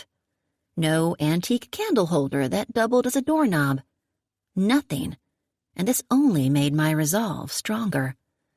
After another glance over my shoulder, I began pulling the books from the case, tossing them on the floor until the stack reached my knees. Once the shelves in that area were bare, I ran my hand along the dark, cold wood until my finger slid over a dip with a tiny hole. Impossible to see unless you were feeling for it. Still, no button. Chewing on my lower lip, I scanned the room for something long and sharp that I could jab inside it. After finding nothing, I sprinted back to my room, grabbed a bobby pin and the flashlight from my purse, and ran back. I jabbed the pin into the hole and click. The door popped open slightly. I straightened and stepped back, my heart pounding as I wondered what I was about to discover. Stolen cash, gold, guns, drugs, a stack of human skulls, a pile of dead puppies. Did I want to see? Yes. My knees popped as I squatted down, clutching the flashlight between my teeth. I slowly pulled open the small door. The flashlight illuminated a black-walled compartment that resembled the inside of a large safe. I guessed it was about 5 feet square. Not quite tall enough to stand up in, but enough to hunker down. Stacks of small storage bins lined the back wall. Gun cases sat in front, and to the left, a large metal box. No dead bodies, no dead puppies. I lowered to my hands and knees and, ignoring the warning bells in my head, crawled into the room. It smelled like leather, oil, and money. After propping the flashlight in the corner, I squatted in front of the box that drew my attention the most, the metal one. I opened the lid and my jaw dropped. Stacks and stacks and stacks of bound $100 bills lay in perfect rows with $10,000 printed on the bindings. I counted 10 stacks with 10 bundles in each stack. $1 million. In cash. I'm not going to lie. For a solid minute, I considered filling my duffel and making a run for it. But I figured I'd only get halfway down the driveway before slipping and breaking an ankle, getting frozen in place by hypothermia, or finally catching that bullet from Ryder. Slowly dying while $100 bills rained down on me. An epic ending to my not-so-epic life. But I passed. I'd closed the lid and was shifting to the storage bins when, click. The secret door shut behind me with a deep, suction-like sound. No, no, no, no, no! I crawled across the safe and desperately grabbed at the door, but there was no handle on the inside. Shit! Shit, shit, shit, shit! Frantic, I scanned the walls for another exit. There was nothing, of course. My pulse roaring in my ears. I pressed my back against the wall, breathing in short, quick pants, knowing I was on the verge of a panic attack. I closed my eyes, took a deep breath, then another. Once I felt my heart rate dip below heart attack level, I opened my eyes. Ryder would find me. I had no doubt about that. It was hard to miss stacks of books scattered on the floor of a pristine, alphabetized library. While that thought calmed me a bit, I wasn't sure how long it would be until he realized I wasn't in my room. Tomorrow? Then another terrifying thought grabbed hold of me. Is the safe airtight? Followed by another. How long will I have oxygen? But worse than those thoughts was the realization that I had to pee. I groaned and bounced the back of my head against the wall. Damn it, Lou. Why am I always so... me? What would Ryder do once he found me, locked in his hidey hole? I imagined the extent of damage would equal the depths of secrets hidden in this room. So, let's find out, shall we? I took a deep breath, repositioned the flashlight, and crab-walked over to the plastic bins, already devising a blackmail plan in my head. One bin was filled with stacks of passports, each containing a different name, address, and other information, but all featured Ryder's brooding face. He looked a little different on each ID. Darker skin, lighter skin, long hair, short hair, beard, no beard, black eyes, blue eyes. There were a few where he appeared to have a fake nose, and in one, lifted cheekbones. Holy shit. Among the passports were driver's licenses to match, concealed carry licenses, stacks of foreign money, credit cards, and keys. The man, whose house I was trapped in, had 11 separate identities. 11. Goosebumps prickled my skin as I flipped through the stamps on the passports. Egypt, Iran, Russia, Sudan, Kenya, Somalia, Mali, Greece, Spain, Morocco. The stamps went on, but I noticed all were dated no later than 12 years ago. There wasn't a single stamp beyond then. Ryder's international travel seemed to have stopped abruptly. I set that box aside and opened the next. This one contained dozens of files, most containing reports that I didn't understand, some in foreign languages. Was Ryder multilingual? Many of the documents appeared to be official, with stamped letterheads and logos at the top. One caught my attention. Aster Stone, Inc. My brows popped up. Ryder was involved with a private investigation company?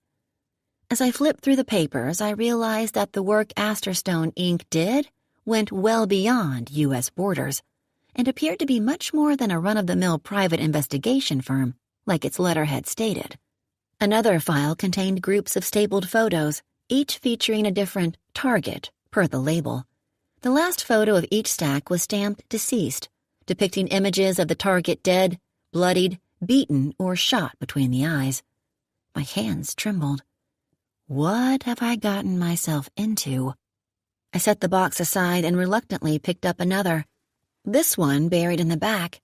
It seemed that secrets in the bins only got worse the deeper they went, so I decided to flip to the final chapter. This bin was lighter than the others, with only a single folder inside. Anticipation snaked up my spine as I pulled out the papers and stared down at a black and white mugshot of Ryder. Inmate number 730576, Forest City Federal Prison. Jagger, Ryder T. I gasped. I knew the name. Dear God, I knew that name. Everyone knew the name.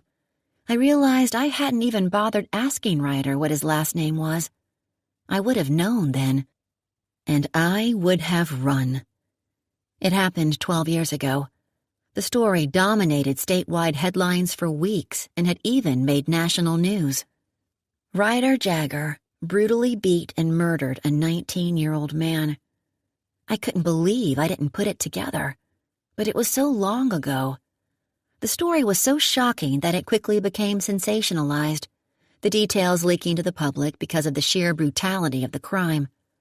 Rumor was, Ryder had waited outside of Leon Ortiz's house for days, waiting for him to return from what would be his last camping trip. Once Ortiz got out of his truck, Ryder jumped him, and using nothing but his fists, beat Ortiz so badly he broke 8 bones and cracked Ortiz's skull. The man's face was so unrecognizable they had to use his fingerprints to identify him. But the beating wasn't what killed Ortiz. Before he fell unconscious, Ryder cut off his balls with a rusty switchblade. The autopsy confirmed Ortiz was awake during this. Then Ryder shoved Ortiz's balls down his throat, plugging his nose while he choked on them. And for the grand finale, while Ortiz gagged on his own balls, Ryder strangled him to death. Ryder was found hours later with Ortiz's blood all over his face and body, lying on a cliff not far from the scene, his legs dangling off the side as he stared up at the sky. The reason why Ryder killed the man was never released, but it didn't matter. The public deemed Ryder an evil monster who should be locked away from society. The mugshot slipped from my fingers and fluttered to the floor. I covered my mouth. Do not puke, do not puke, do not puke. I was trapped in a house with a psychopath, had slept under his roof for 2 nights. Then all my thoughts suddenly coalesced into a single epiphany. Kara was 18 when she was brutally beaten and murdered, and she was strangled. Could Ryder have killed her too? I looked at the bin with the passports and the money. Could Ryder be the string strangler? An icy chill swept over my skin. In my gut, I didn't believe it. I felt safe with Ryder, or maybe I just didn't want to believe it. But one thing was for sure. Ryder had many secrets, and I was not going to be the next. With that thought, I crawled to the gun cases and began unloading them one by one.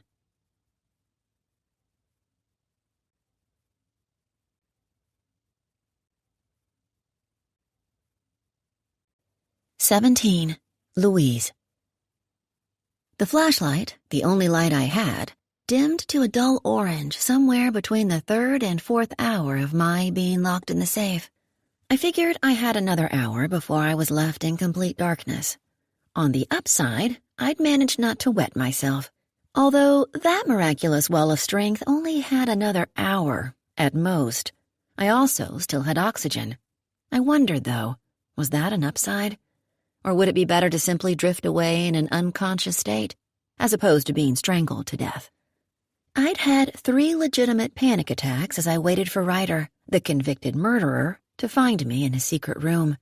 It was what I imagined waiting on death row felt like.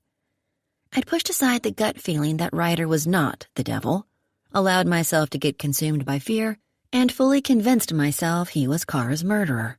That Ryder T. Jagger was the string strangler himself. Perhaps he preyed on young, helpless victims. Was that why he offered to help me? Was he only waiting for the right time to strike? Then a more unsettling thought crossed my mind. Was I at risk in my own way? In a less obvious way? In an, I apparently can't make a single good decision kind of way? I'd pondered that thought for a good hour, thinking of my life. My boring, unfulfilling life, and all the mistakes I'd made in it. I wondered if all my spontaneous, short-sighted decisions were the cause of my discontent. And I wondered if that life were about to end. I'd never fired a gun before, but I passed the time checking them out. Pistols and rifles, one a really scary-looking one with cool sights. Then I fiddled with bullets, figuring out how to load each gun, assuming I was doing it correctly. I wondered how many men or women Ryder had killed with these guns. I didn't go through any more of the folders. I couldn't. I'd seen enough to know that I was dealing with someone who wasn't who they appeared to be. Someone capable of lies, manipulation, and murder. And I was trapped in his fucking library. My head snapped toward the sound of books being shuffled outside the door. He'd found me. It's time. I whimpered, blinking away the tears threatening to creep up. Not tears of sadness, tears of terror. The string strangler had found me. I gripped the gun I'd chosen for our little reunion, a small pistol with big bullets. It was the only gun I felt like I could manage. Aiming at the door, I silently asked for forgiveness for my sins. After a faint click, the door slowly opened. "Stop!" My voice shook along with the barrel I had pointed at Ryder's face. He was squatting, sitting back on his haunches. Melting snow covered his dark hair and the shoulders of his plaid button-up. Mud spattered his jeans and boots. His brows drew together in confusion, a seemingly natural response to a gun in his face. Before I could take another breath, he moved like a rattlesnake with lightning-quick strikes. The gun was slapped from my hand, and a fist wrapped around the collar of my sweatshirt. He dragged me out, kicking and screaming. I clawed at his forearms. Once my body was out of the secret room, I twisted and bucked, managing to catch him somewhere between the legs. His grip loosened with a grunt, and I lunged for the door. In 2 seconds flat, I was laid out like a 90-pound red-shirt freshman, then flipped onto my back, my arms pinned above my head as he straddled me. "You went snooping." "You killed Kara!" I spat out the accusation, my chest heaving and legs flailing. Ryder didn't budge, didn't flinch. "What the hell are you talking about?" "Kara, my friend. You killed her." "What the hell gave you that idea?" "Leon Ortiz. You're a psychotic, murdering bastard." Ryder leaned down, inches from my face. "I didn't kill your friend." His voice was low, menacing. "You brutally beat and murdered Ortiz, strangled him to death. Kara was 18, only a year younger than him, also beaten and strangled. I saw everything. Your mugshot and the news clippings." Ryder's grip around my wrists loosened, but his gaze remained pinned on mine. Finally, I was released, and he pushed off me. I shot up like a feral cat and bolted out of the room, my socks spinning out on the slate flooring like a cartoon character. Once I got my footing, I sprinted across the living room to the kitchen. I grabbed the cordless phone and fumbled, dropping it. Cursing, I swooped down and clicked it on. My hands shook wildly as I dialed 911. "Hang up the phone." I spun around. "I'm calling the police." Ryder crossed the kitchen in 2 steps. I was attempting to scramble over the island when his arms wrapped around me, pinning my arms at my sides. He bent me over the counter. The phone dropped to the floor and was crushed to pieces by his boot. I fought, kicked, and wiggled, bit his arm until I tasted blood. "You will not call the police. Do you understand me?" His voice was commanding but eerily calm. "Yes, I will," I squeaked like a toddler. "I didn't kill Kara." "Liar." "I don't lie." "Why should I believe you?" His groin pressed into my ass. "Because I don't lie." "But you killed Leon Ortiz, didn't you?" "Yes, Louise, I did. And I had a damn good reason." "To kill someone?" "The world is better without him in it. Trust me."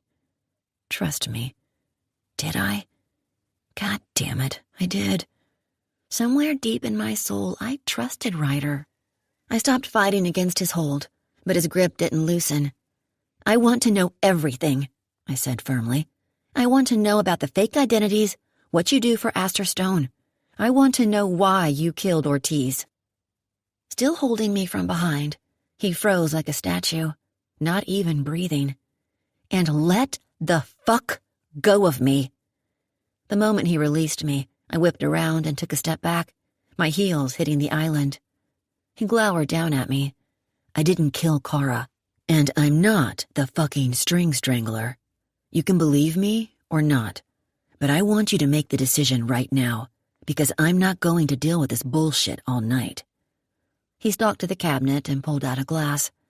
I looked down at the shattered phone on the floor. "You've got a lot of explaining to do." "To who?" I crossed the floor and jabbed my finger into his chest. Me, Ryder. The woman who's trapped in your damn house." "My past is my business." He turned on the faucet and filled the glass with water. "Your business was splashed all over the freaking news." "I don't owe you a damn thing, Miss Sloane." "You owe me common fucking courtesy." He angrily chugged the water, then turned to me. "You're something else. You know that." "You'll hate me even more when I call the cops and tell them about all the passports and guns in that chest." "Are you threatening me?" "Yes." "I wouldn't do that if I were you." He stared down at me with a look that would send most men and women running with their tails between their legs. But I wasn't scared. I knew he wouldn't hurt me. Scare me, though? That was another story. With a sudden guttural yell, he threw the glass against the wall, shattering it into 1,000,000 pieces. "God damn it, Louise." He raked his fingers through his hair and began pacing as if gathering himself.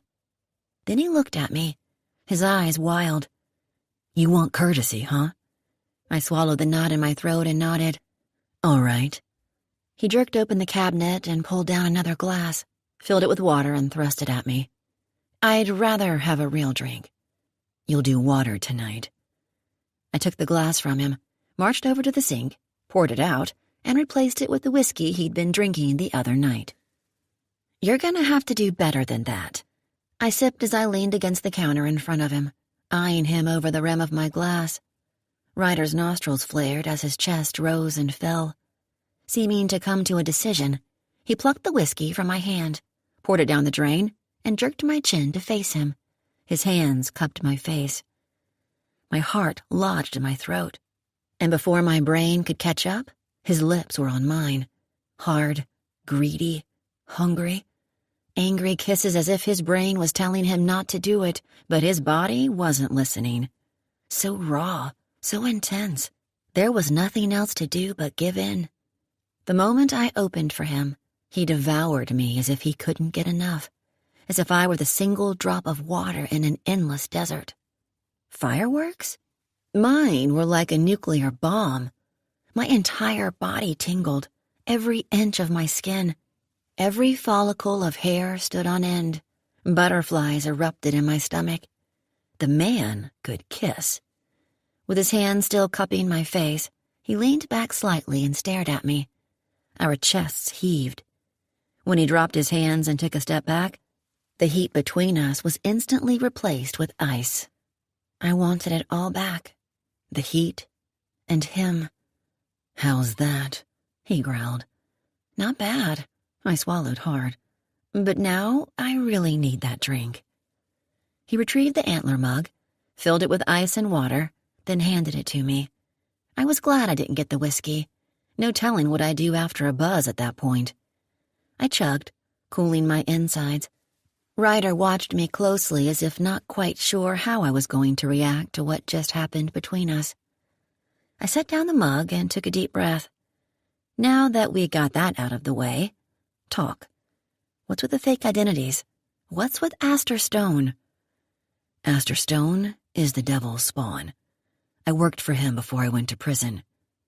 Aster Stone, Inc. isn't an investigation company. Incorrect. It is an investigation company. But they don't just follow around cheating spouses or investigate insurance fraud. What exactly does Aster Stone investigate? He grabbed the broom and began sweeping up the broken glass and remnants of the phone. Foreign affairs. Okay. What did you do for him? I was an agent. Took orders and implemented those orders. Those orders took you overseas? Yes. Using fake identities? Yes. What's overseas? My targets. Elaborate. It's confidential. Not anymore. And the entire town will know if you don't come clean with me right now. I'm not kidding, Ryder. I'm not either. Talk. He propped the broom against the wall. Damn it, Louise. You come into my house, into my space, and turn everything upside down. Didn't seem like you minded it too bad 30 seconds ago. He took a deep breath, grabbed a dustpan, and swept the glass and phone shards into it. He spoke as he worked. Aster Stone is contracted by the U.S. government to run black ops for them. It's all under the guise of a private investigation firm. Stone receives his orders from the DoD and filters the orders down to his agents, who implement the ops. Kinda like James Bond, but secret. Now I know why the beefy rednecks were laughing at me. He stopped cold. They laughed at you? No, I just felt out of place. I could tell what I was asking of them wasn't something they typically did. We take occasional local jobs to make it seem legit, but not many. Only a handful of people in the world know what Aster and his agents do. We operate on foreign soil, cross restricted borders, work with whoever we need to in order to get our mission completed. Meaning bad guys? Terrorists? We do whatever we need to do to get the job done. Period. Sounds dangerous. It is. If any one of us were exposed, if the world knew the U.S. was behind half the things we did, it would cause a catastrophic international incident. World War III. Not that any of us would be alive to see it. How many agents does he have? Currently, 3 active agents here in the U.S. You met them all when you went, I'm sure. I arched a brow. I expected you to say 20 or something. More overseas, but not many. A lot of egos to control. How long did you work for him? Years. Did you have a cover job? Nope. No time. Working for Aster is constant. I was never home. Why did you do it? I loved it. Aster recruited me right out of college. Like you said, it was very James Bond, and I couldn't ignore the lure of it. Paid damn well, too. 6-figure bonuses on some successful missions. I joined them, signed my life away, and went through 2 years of training that I wouldn't wish on another human being. It only made me want it more. I was 22 when I took on my first job.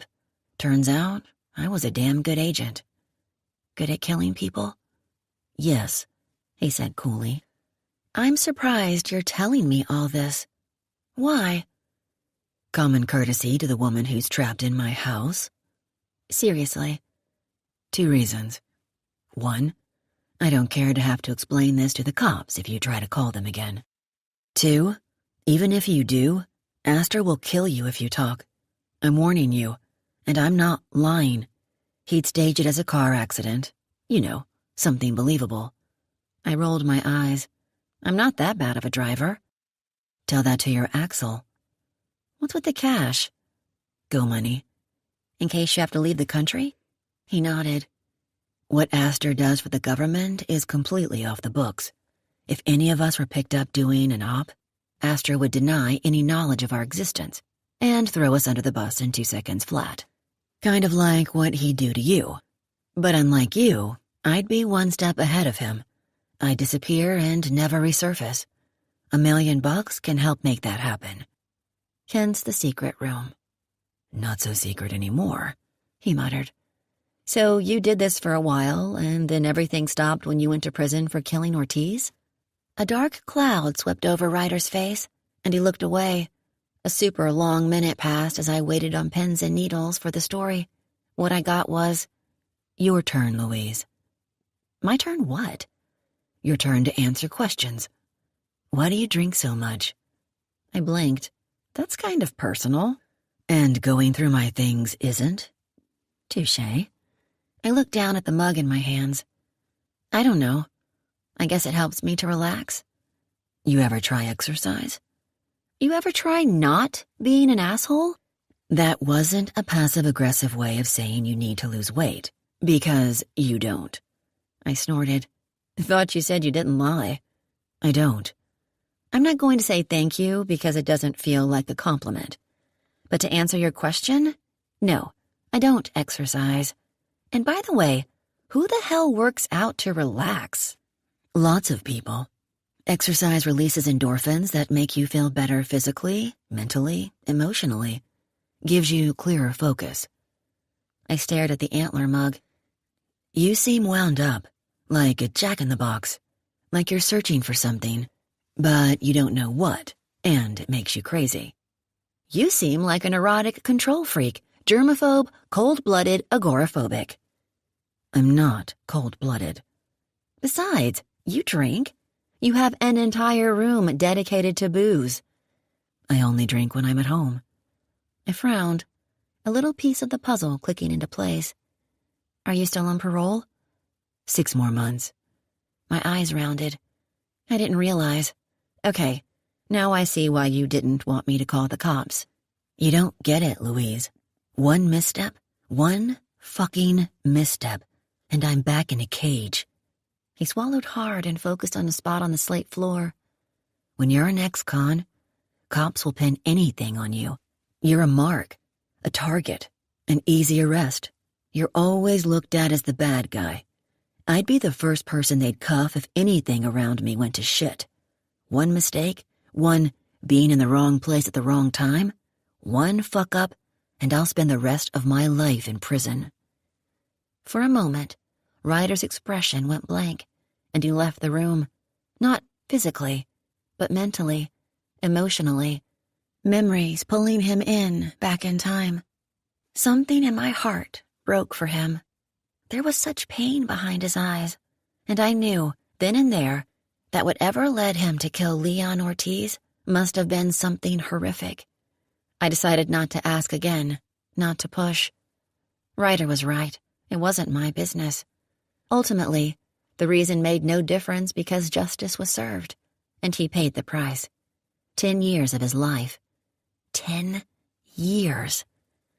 I thought of what I was doing 10 years ago, and everything that had happened in between. The thought of spending it in a cage made my stomach roll. Ryder might have secrets, and he might be as emotionally available as a rock, but he had his reasons, and I'd leave it up to him to tell me why. I set my mug on the counter. I'll cook dinner tonight. He didn't look up, didn't move, just kept staring at that spot, lost in memories that I knew I didn't want to know. I wasn't even sure if he'd heard me. Ryder, sit down. I'll cook. When I touched his arm, He flinched and jerked away, blinking. Without a word, he set down his water, stalked out the front door, and slammed it behind him. I had dinner alone that night.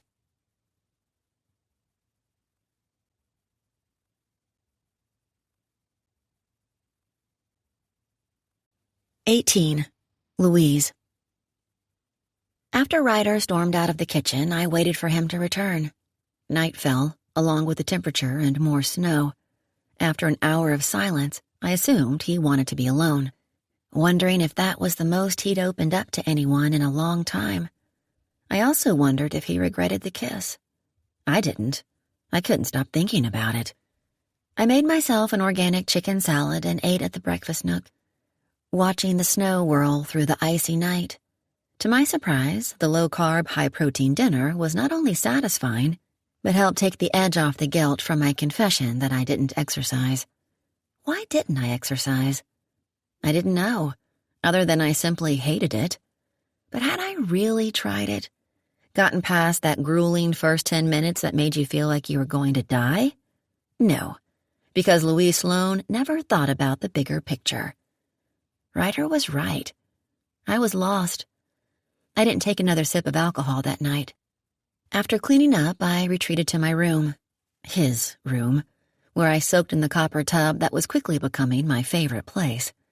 I wondered how many other women had soaked in it. I thought of the secret room, the passports, the money, the guns, all the people Ryder had killed.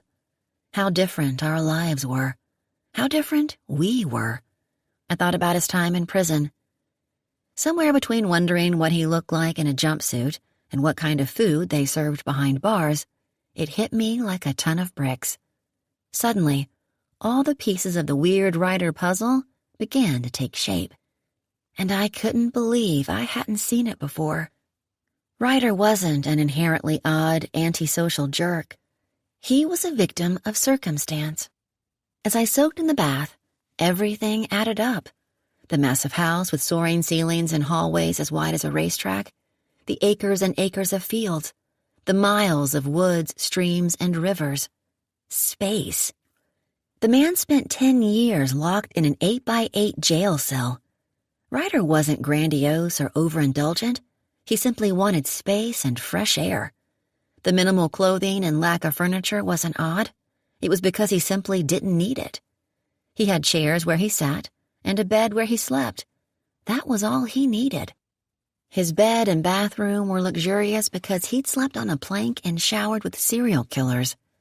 His indulgence in cooking, quality food, and expensive booze was because he didn't have a bit of good food or a drop of alcohol in 10 years.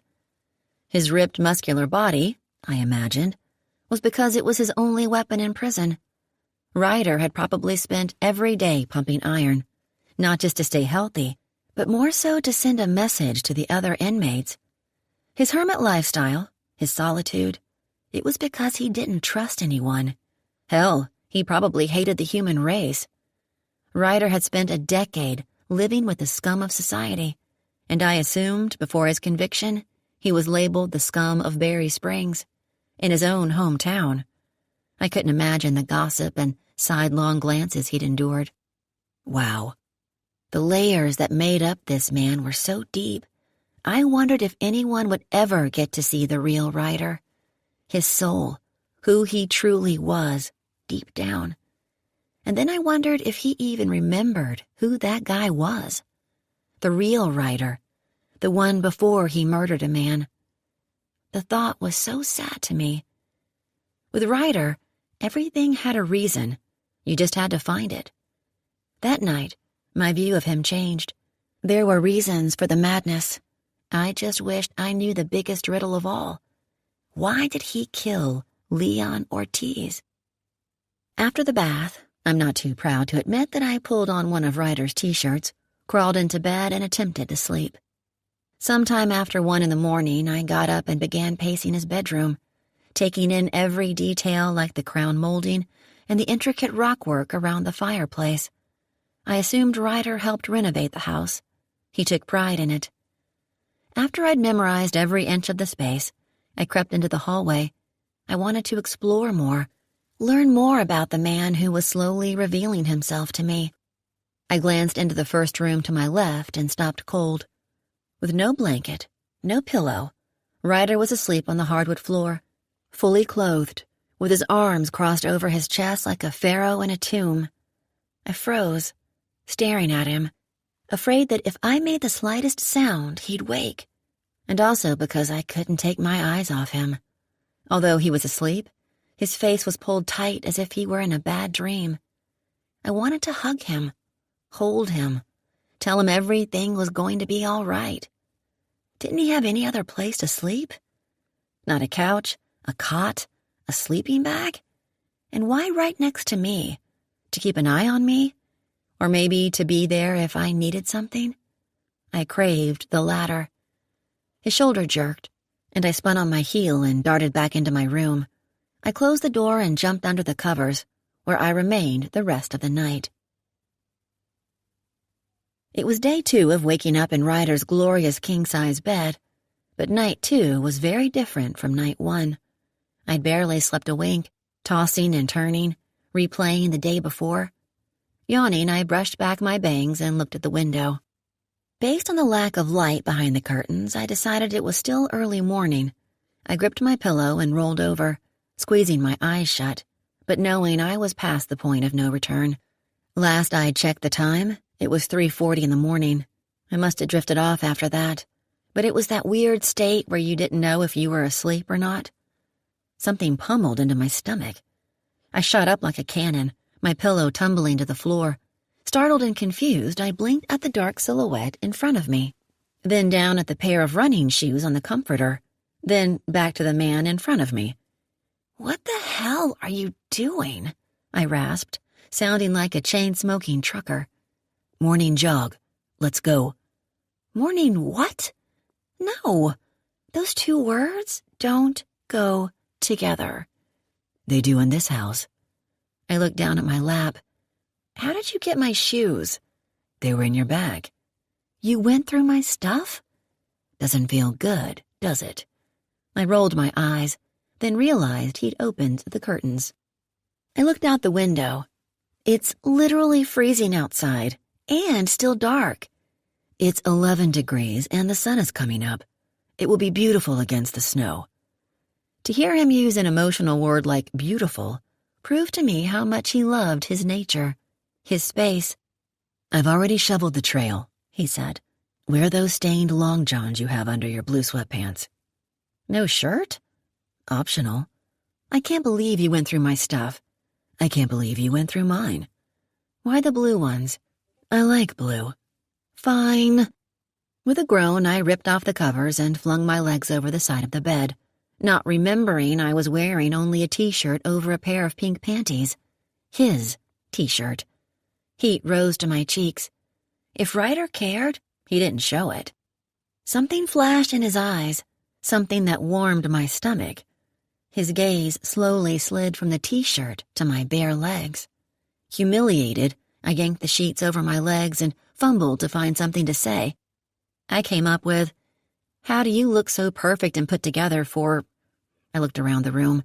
"And why the hell don't you have a clock in this room?" "It's 5:37, and I have good genes. Let's go." I sighed, then nodded. A moment passed. "Can I have some privacy, please? Or is that something else that doesn't happen in this house?" He turned and started for the door. "Hey, Ryder," I called out after him. "Coffee first, then jog, just so we're clear." "Jog first, then coffee." "No way! I can't." "It'll be the best damn coffee you've ever had. Get dressed. I'll meet you outside in 3 minutes." 5. 4. "I'm growing to hate you as much as you hate me." "Doubtful." He strode out of the room. "Hey, Ryder." "What?" he hollered from the hallway without breaking his stride. "It was fruit punch." "What was fruit punch?" "The stains on my long johns." "I wasn't going to ask. Believe me." Exactly 10 minutes later, I stepped out the front door to a winter wonderland and the sight of Ryder stretching his quads. Thighs as big as tree trunks stretched a pair of thin jogging pants. He wore all black, shoes, pants, and a pullover that draped over his muscular shoulders like silk. A black beanie was pulled low over his head, revealing wisps of that shaggy brown hair that curled out from underneath. No layers or jackets for him. Of course not. He looked up, alert and gorgeous. I threw my arms out wide. Gray sweatshirt and blue sweatpants, long johns underneath, per your request, Captain. I like it. Thanks. Your approval means everything to me. I meant you calling me Captain. Don't get used to it. What the hell is around your waist? A fanny pack. Straight off the discount aisle at Walmart. He blinked. I fisted a hand on my hip. They're so convenient.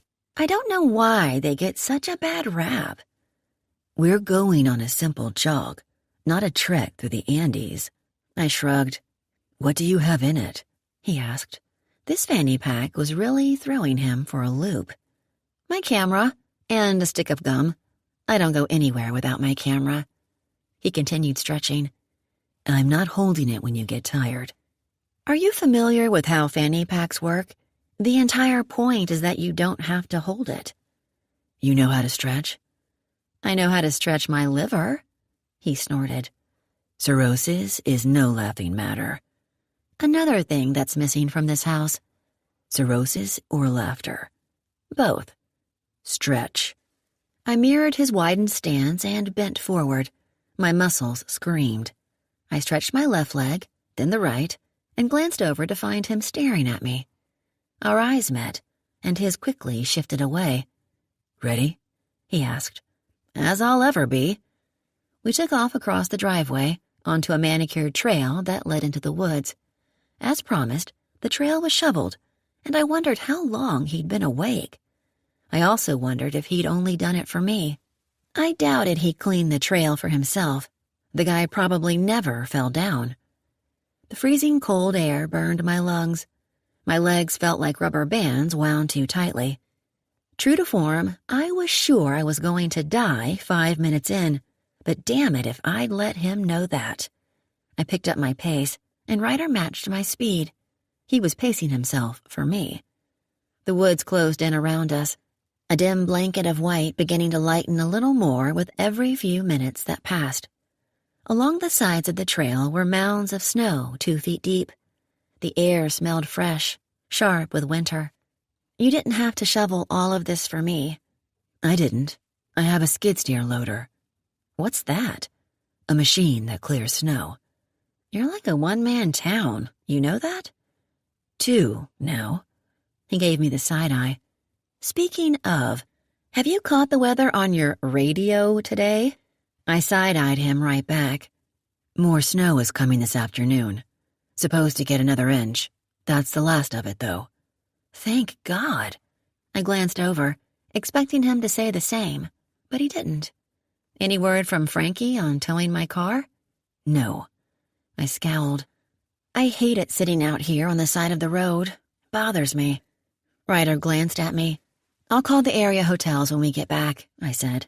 Assuming you have a phone that isn't in a million pieces. There's got to be a room somewhere. Where are your friends staying? They're at the Towering Pines Inn. They booked longer than I did. Thinking ahead. Another eye roll. Anyway, I considered asking Miles if I could crash with him. Is he your boyfriend? No. What about the other guy? Austin. You have a good memory. I just met Austin. I've known Miles for years. I'm sure he wouldn't mind. No, Ryder said quickly. It's fine. I looked at him, but he stared ahead. We ran in silence. My quads felt like someone had taken a blowtorch to them, and I realized we were jogging upward. The sun was rising, a blazing orange invading the stars and igniting the tree trunks in sparkles of gold. Ryder was right. It was beautiful. The churning in my stomach, on the other hand, was not. Do not puke, do not puke, do not puke. We crested the mountain, and I stumbled as the view opened up. My pace slowed as my lips parted with a gasp. I looked over at Ryder. He was staring into the rising sun, and for the first time, His expression was soft. "It's beautiful." I planted my feet, my chest heaving, a bead of sweat rolling down my temple. "I need to take a picture." He stopped but kept jogging in place. As I pulled my camera from my fanny pack, he shifted to the side, out of the frame. I took pictures from 3 different angles, capturing the streaks of color against the snow. "Wow," I said softly. "I don't get a lot of sunrises." "Why not?" "I'm kind of a night owl." "Mornings are the best part of the day." I winked. "Nights can be pretty good, too." "Come on, your muscles are going to tighten up. Let's keep up the pace. Your focus right now is fitness, not pictures." Focus on fitness, focus on fitness, focus on fitness. 15 pounds, 15 pounds. I shoved the camera back into my fanny pack, clenched my teeth, and pressed on. The breeze stopped giving me a rush of renewed energy. Ryder wasn't even breathing heavily. We descended the hill, a much-needed reprieve, and I was awestruck at the beauty around us. A creek ran through the bottom of the mountain, ice clinging to its sides. We took a cute little curved bridge over it that appeared to have been built recently. My muscles had warmed, my breath evening out, and it seemed that the farther I ran, the easier it was. Perhaps if I would have pushed past that miserable first 10 minutes in the past, maybe I would have become a real runner. Maybe I still can. We jogged along the fence line of the pastures. The horses, covered in plaid blankets, meandered through the field. One bucked as we passed, enjoying the rising sun shining on its back. Cows roamed the opposite pasture. I was drenched in sweat when we finally made it back to the driveway. While Ryder paced a bit, hands on his hips, I doubled over, catching my breath. "You did good," he said. My brows raised as I glanced up, still gulping air. "Thanks. I'm going to be paying for this for days, though. Not if you stretch good enough." His hands were suddenly on my lower back, his groin against my ass. I tensed, my eyes popping as I remained bent over. "Take a deep breath." His hands gripped my hips, yanking them back, against him. "Bend through your hips, not your back." My heart beat faster, and that's saying something. He released one hand and laid it on the small of my back, then pressed. "Bend deeper, like a hinge, from here." With his other hand, he squeezed the crease in my hip, and I did as he asked, feeling myself open up to him. A rush of warmth and wetness pooled between my legs. I wasn't sure if it was endorphins from the run, or because I hadn't had sex since fanny packs were in style. But if Ryder wouldn't have taken a step back at that moment, I would have climbed him like a spider monkey, right there in the driveway. At that moment, I wanted nothing more than to feel him inside me. All that intensity, all that man. I wanted to be on the receiving end of all that pent-up madness, because somehow I knew the pleasure would be explosive. "Ready for coffee?" His voice came out gruff, low, as if he'd been thinking the same thing. I slowly raised from the bend, my back still to him. "You promised me the best." "It'll be nothing like you've had before." The sexual innuendo heating my cheeks, I followed him inside. The house was warm, the sunrise framed in the sweeping windows overlooking white pastures. I pulled out my camera and took a few pictures as Ryder made the coffee.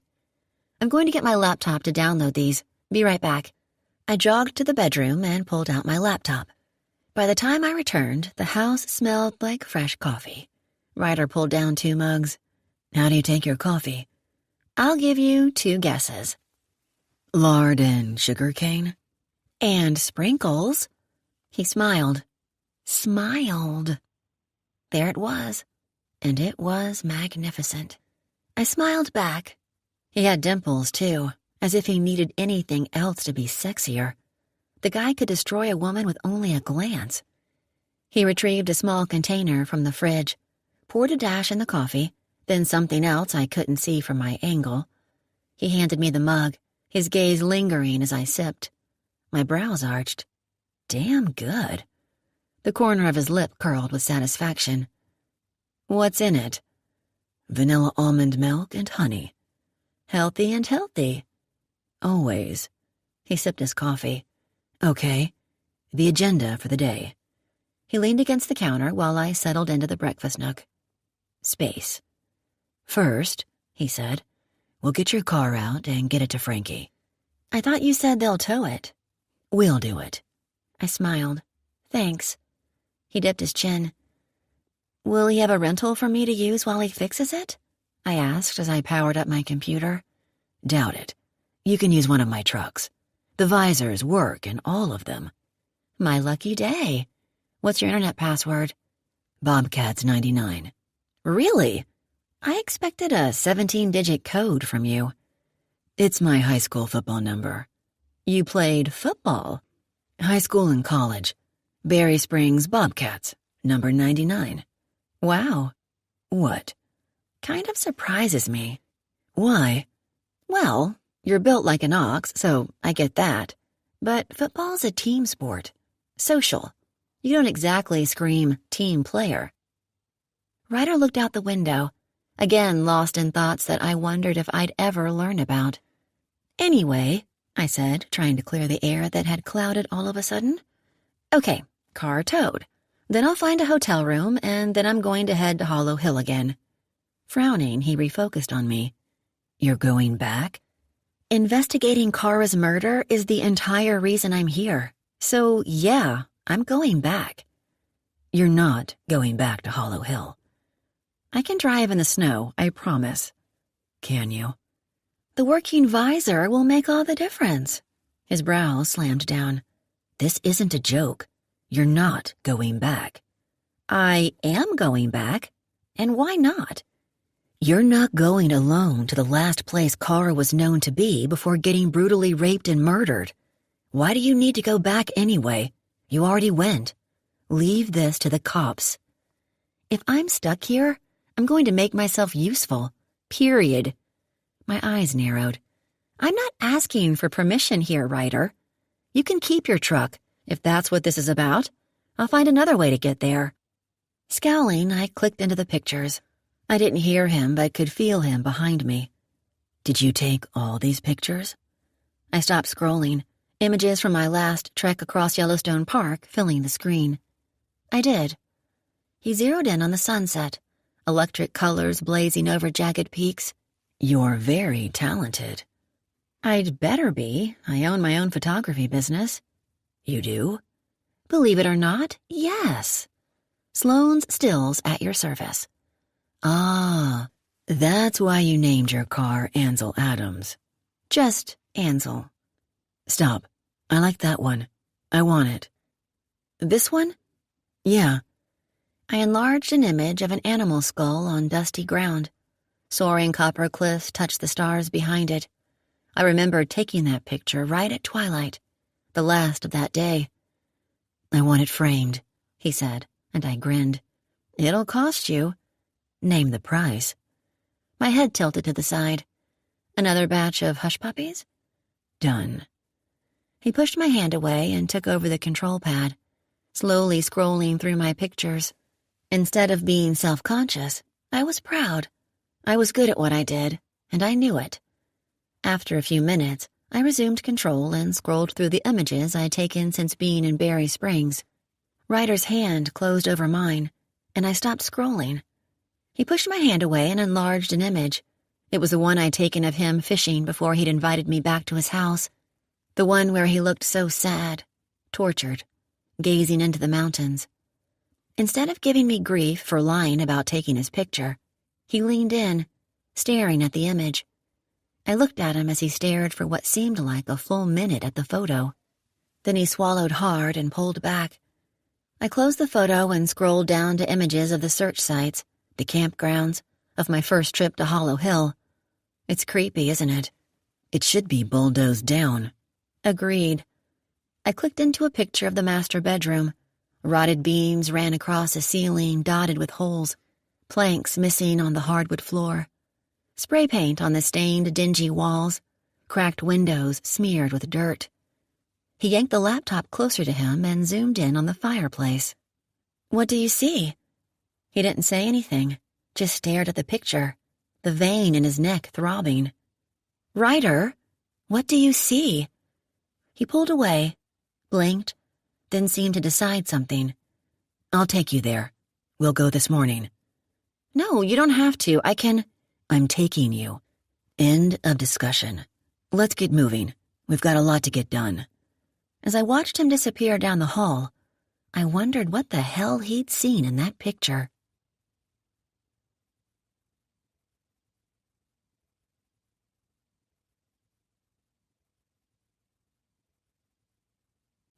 "19. Louise." It was noon by the time Ryder had shoveled the snow away from Ansel, pulled him from the ditch, and loaded him onto the trailer. I'd helped where I could, but Ryder truly was a one-man show. There was nothing he couldn't handle on his own. The snow had started again, its last hurrah, but this time bringing with it a blustery wind that could cut through steel. The drive to Ansel wasn't as bad as anticipated, thanks to the cherry-red diesel dually Ryder had chosen for the occasion.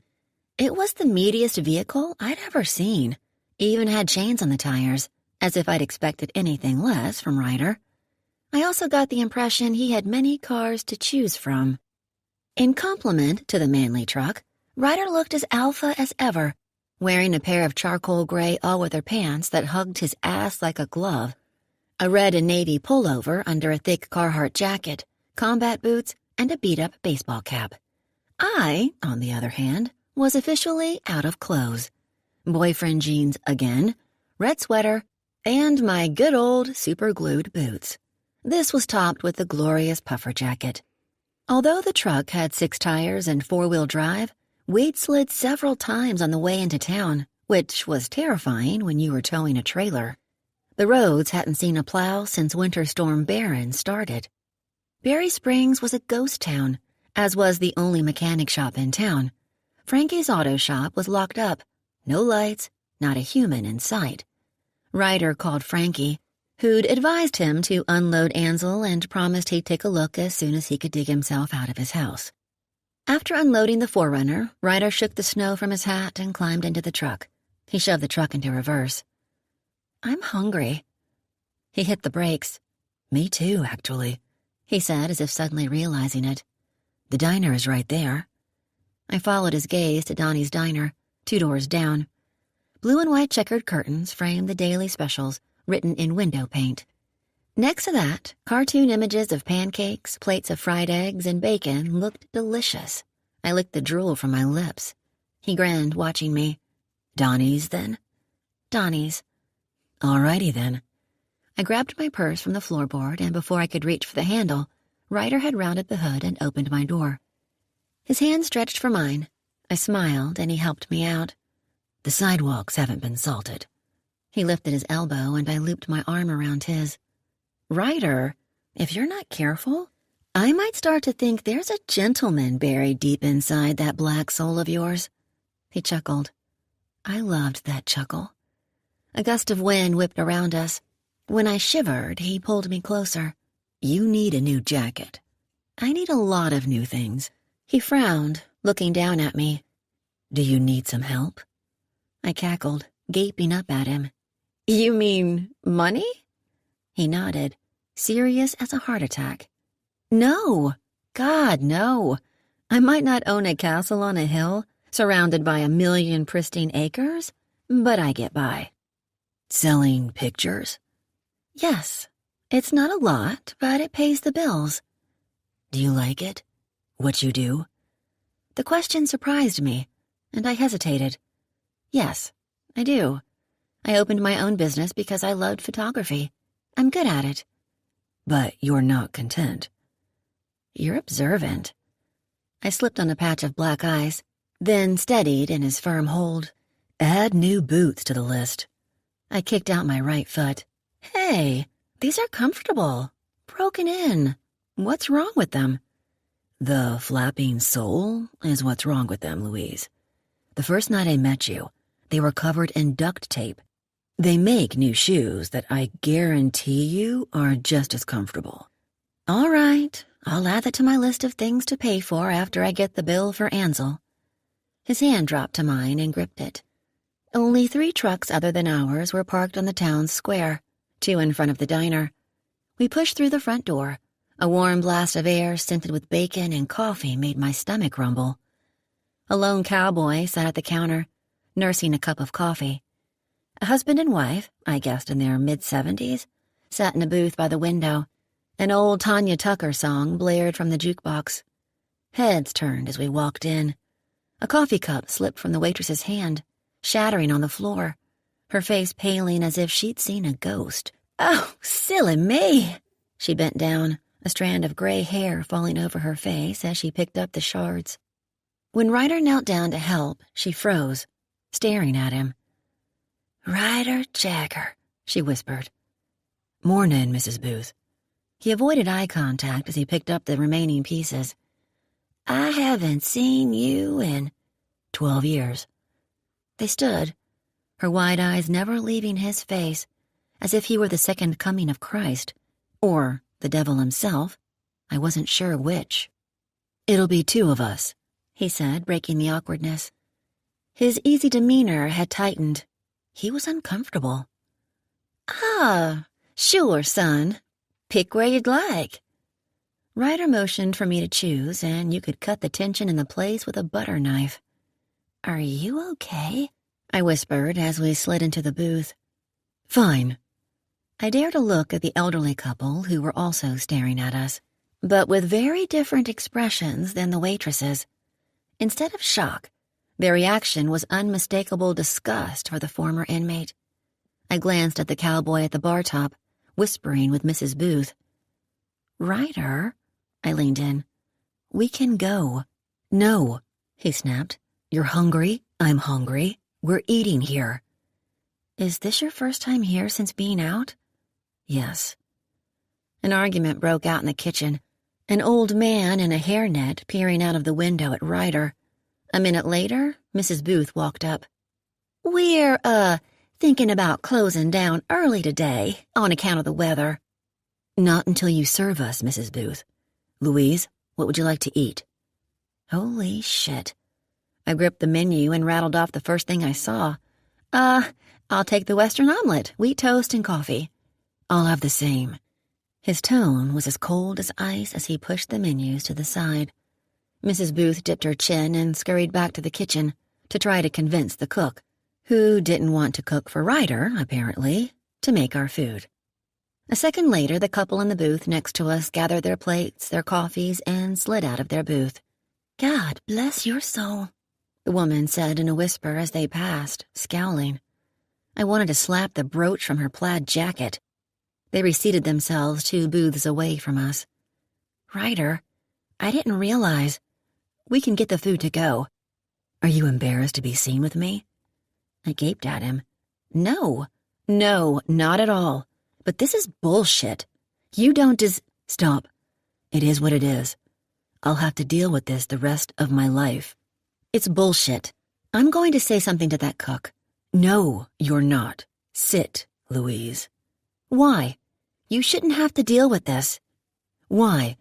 Because if that man says one cross thing to you, I'll bust out his teeth. And guess why that's not a good idea? I blew out a breath. You're still on parole. Exactly. I shook my head, frowning at the waitress who was staring at us. The cowboy at the counter paid his bill and left. My heart broke for Ryder. I felt defensive on his behalf, protective. He sat stoic, expressionless. For the first time, I wondered if he was embarrassed. I slid out of the booth and he grabbed my hand. Tugging out of his grip, I said softly, "I'm going to the bathroom." I didn't go to the bathroom. I paid our tab and asked good old Mrs. Booth to box up our food to go. 5 minutes later, our grease-stained paper bags were delivered to us. I winked at Ryder, grabbed the bags, and slid out of the booth. "What did you—" "Let's go. Come on." As we pushed out the doors, I glanced back at the table where Ryder had left the waitress who'd asked him to leave. A $100 tip slid beneath the salt shaker. We stepped onto the sidewalk, and Ryder grabbed my hand. Although he tried to hide it, I heard him take a deep breath. I now completely understood why he avoided all human contact. When he pulled me off the sidewalk and onto the street, I glanced up at him. "Where are we going?" "Pit stop." We crossed the street without bothering to check for cars. The town was dead. All the storefronts on the square were dark, except for a flashing open sign on a small store on the corner. The sign above the door read, "Damsel in Address." Cowbells jangled as Ryder opened the door for me. "Howdy there," a woman's voice called out from the back. "Be right out." The store was warm, scented with spicy cinnamon and leather. Racks of cowboy hats lined the back wall behind a cabinet filled with turquoise jewelry. To the right were rows of coats, sweaters, pants, and dresses. To the left, a wall of shoes. A saddle on a wood-carved horse sat in front of the window. In the center of the store were 2 rocking chairs and a table over a Navajo rug. This was no discount thrift shop. A woman, 5 feet tall and maybe 100 pounds, shuffled out of the back. She was dressed in a cashmere sweater, skinny jeans, and ski boots, her glasses perched on the end of her nose. Her gray hair was pulled into a messy bun on the top of her head. She smiled, lines creasing around friendly blue eyes. I liked her instantly. "Well, I just lost a bet with myself. Didn't think I'd get a soul in here today. I live above the store," she said, pointing to the ceiling. "I open no matter the weather. My name's Mary Ann. What can I help y'all with?" I assumed she didn't know or recognize Ryder. Ryder grabbed my hand. "We're going to need everything in your store, Mary Ann." Her face lit up and her eyes sparkled. "Sir, that I can do." I squeezed Ryder's hand. "What are you doing?" I mouthed between gritted teeth. Ignoring my question, he said to Mary Ann, "Louise here is a little shy. Can you help get her started?" "Oh, yes, my pleasure." Mary Ann grabbed my arm and pulled me away as I mouthed obscenities to Ryder, who grinned and took a seat in the center of the store. 10 minutes later, the dressing room was a tornado of shirts and pants being tossed in, then tossed out. Dresses, sweaters, slacks, a suit that I'd never wear, all came over the curtain. I recognized half the brands from fancy magazines I'd perused while waiting in line at the grocery store. Expensive brands.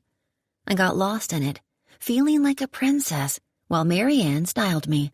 Reminding myself I needed new clothes, I quit looking at the price tags. You only live once, right? Ryder left us alone, taking no interest in 2 women chatting about fabrics. Instead, he sat patiently in the chair, buried under stacks of National Geographic. An hour later, I met Mary Ann behind mounds of clothes and coats stacked on the counter. Boxes of shoes sat on the floor. My hand trembled as I handed her my credit card. "Oh, no, it's already been paid for. Go sit up front and I'll bring out your food." "What?" "It's been paid for, dear. I'll get your food." "What? And food?" "The food y'all came in with. Your husband asked me to put it in my oven upstairs until you were done. Made you 2 a fresh pot of coffee, too. Stay as long as you'd like." She beamed up at me. "You guys just made my year. Literally." Speechless, I smiled back. "And ma'am, if you don't mind me saying, he is one looker. Wowee." The shop owner fanned her face. My smile widened. "He sure is, isn't he?" "You're a lucky girl." With that, Mary Ann scurried off to get our food. I met Ryder in the center of the store. "You didn't have to do that." "You didn't have to do what you did in the diner." I smiled, staring down at him as he grinned up at me. "Thank you, Ryder." "Thank you. Let's eat." Surrounded by piles of shopping bags, we ate our Western omelets peacefully in the rocking chairs, watching the snow fall outside. Mary Ann waited on us hand and foot, thanking Ryder profusely for coming in. She even sent us on our way with a homemade apple pie she'd baked hours earlier. Ryder took the bags to the truck, then came back for me. As my hand slid into his, I savored the closeness, the feel of his skin against mine, the warmth of his hand, of him. I was lucky, if only for one more day.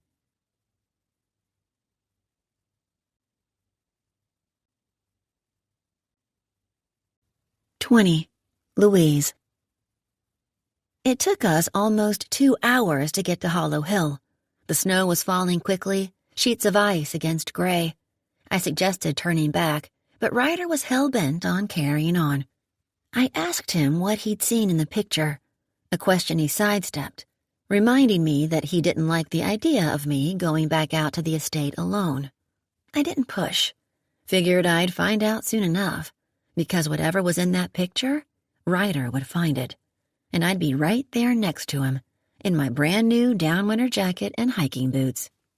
"Turn here." I leaned forward, squinting. "I think this is it." "Nope. Next road." "You sure? I think—" "It's the next road. I've been here before." "Yeah, but I was here days ago." "It's the next right. I checked the map before we left." "Why can't men take directions from a woman?" "Why can't women read maps?" I rolled my eyes and looked out the window, pretending he wasn't right. I was the worst at directions. Obviously. We turned onto a narrow dirt road with sagging trees overhead. Dead, ice-covered branches littered the unplowed road. There were a few tracks, from coyote or deer, but no tire tracks. When we rounded a curve, the house came into view, and a chill snaked up my spine. In contrast to the sparkling snow around it, the house looked darker and more menacing than the first time I'd seen it. Dead trees pressed in on the old colonial-style mansion, built in the late 1800s. 4 columns stretched from a decrepit porch to a crooked roof pockmarked with holes. A balcony hung over the front door, several slats of wood missing. At some point, someone had painted the house white, but the color had faded to varying shades of browns, mounds of snow piled along the sides. The house must have been luxury at its finest when it was built. Not anymore. Ryder parked next to the front steps, careful to avoid the trees and their weak branches. I zipped up my new coat, secured my camera into the pocket, and hopped out, my boots sinking 6 inches into the snow. The heavy snowfall created a hush around us. I yanked up my fur-rimmed hood. Ryder was already on the porch by the time I made my way around the truck, and I met him at the front door. "Tell me again why Cara was here," he asked. Her friend said she wanted to check it out while she was here camping, like a tourist attraction. "And still no idea who Cara was meeting to go camping?" "Nope." The door creaked loudly as Ryder pushed it open. The house was dark, but with enough daylight to see your way around. We stepped inside. It smelled old and musty, worse than I remembered. An iron chandelier lay broken in the middle of the floor, covered in spider webs.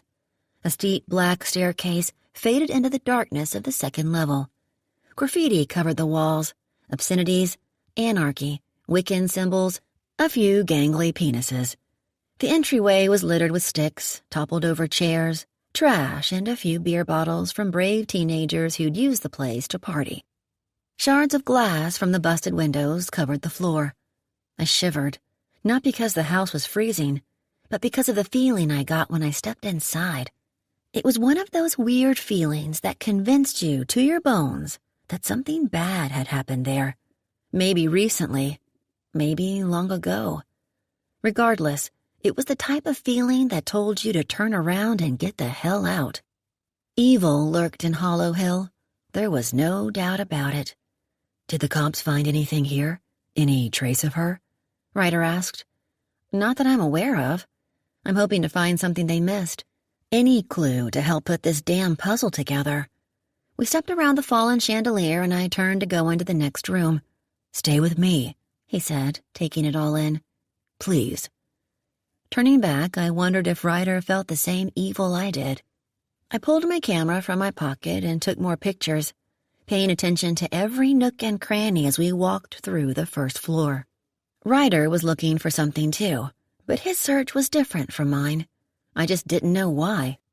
The staircase creaked and groaned as we walked up it. Ryder reached back and grabbed my hand. Midway up the stairs, my heart beat faster. Irrationally, I had the urgent compulsion to turn and run. I gripped his hand tighter as we took the curve in the stairs and stepped onto the second floor. Mounds of snow from the holes in the roof littered the hardwood floors. There was little trash and graffiti upstairs, as if the partygoers knew to avoid it. I wondered why. Gripping my hand, Ryder quickened his steps. He pulled me along, glancing into each room until we came to the master bedroom at the end of the hall. The room was large with a fireplace and a small balcony, There were only a few holes in this part of the roof, and most of the floor was still intact, along with the 2 windows. It was warmer, too, and I noticed the faint smell of ash. He dropped my hand and scanned the room. "Ryder, you have to tell me what you're looking for. Maybe I can help." Laser-focused, he ignored my question as he clicked on his phone, using it as a flashlight. He walked to the fireplace, crouched down, and leaned forward. I squatted next to him, following his gaze into the ashes. Something small and colorful sparkled in the beam of light. "What is that?" His eyes widened as he stared at it. "Ryder?" "It's a pendant. From a necklace," he whispered, his tone chilling me to the bone. We both stared at the dirty oval blown glass pendant with a rainbow of colors swirling inside. It was beautiful, like 1,000,000 flower petals had been captured in glass. The pendant was caught under the corner of the iron grate, as if it had been tossed and forgotten. I put my hand on his shoulder. "Is this what you saw in the picture this morning?" He looked toward me. Not at me so much as through me. He seemed to be somewhere else. "Ryder, you're kind of freaking me out. Are you okay?" He blinked, shook his head as if shaking away memories, then pulled a baggie from his pocket that he must have brought from his house. I watched him carefully remove the pendant from the ashes and zip it in the bag. "What are you doing? Do you think that's Kara's? If so, we need to call the cops." "It's not Kara's." "How do you know? This could be evidence. You have to leave it. It could be Kara's." "It's not Kara's." "Whose is it then?" "It's mine."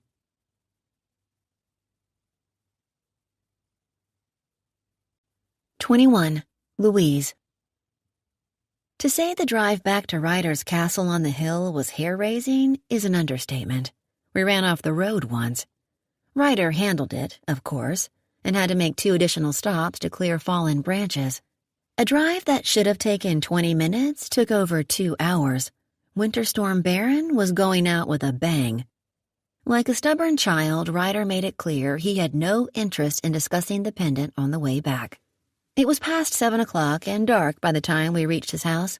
Once inside, he immediately disappeared into the library. I didn't follow. Whatever the story was around that pendant put him in a vile mood.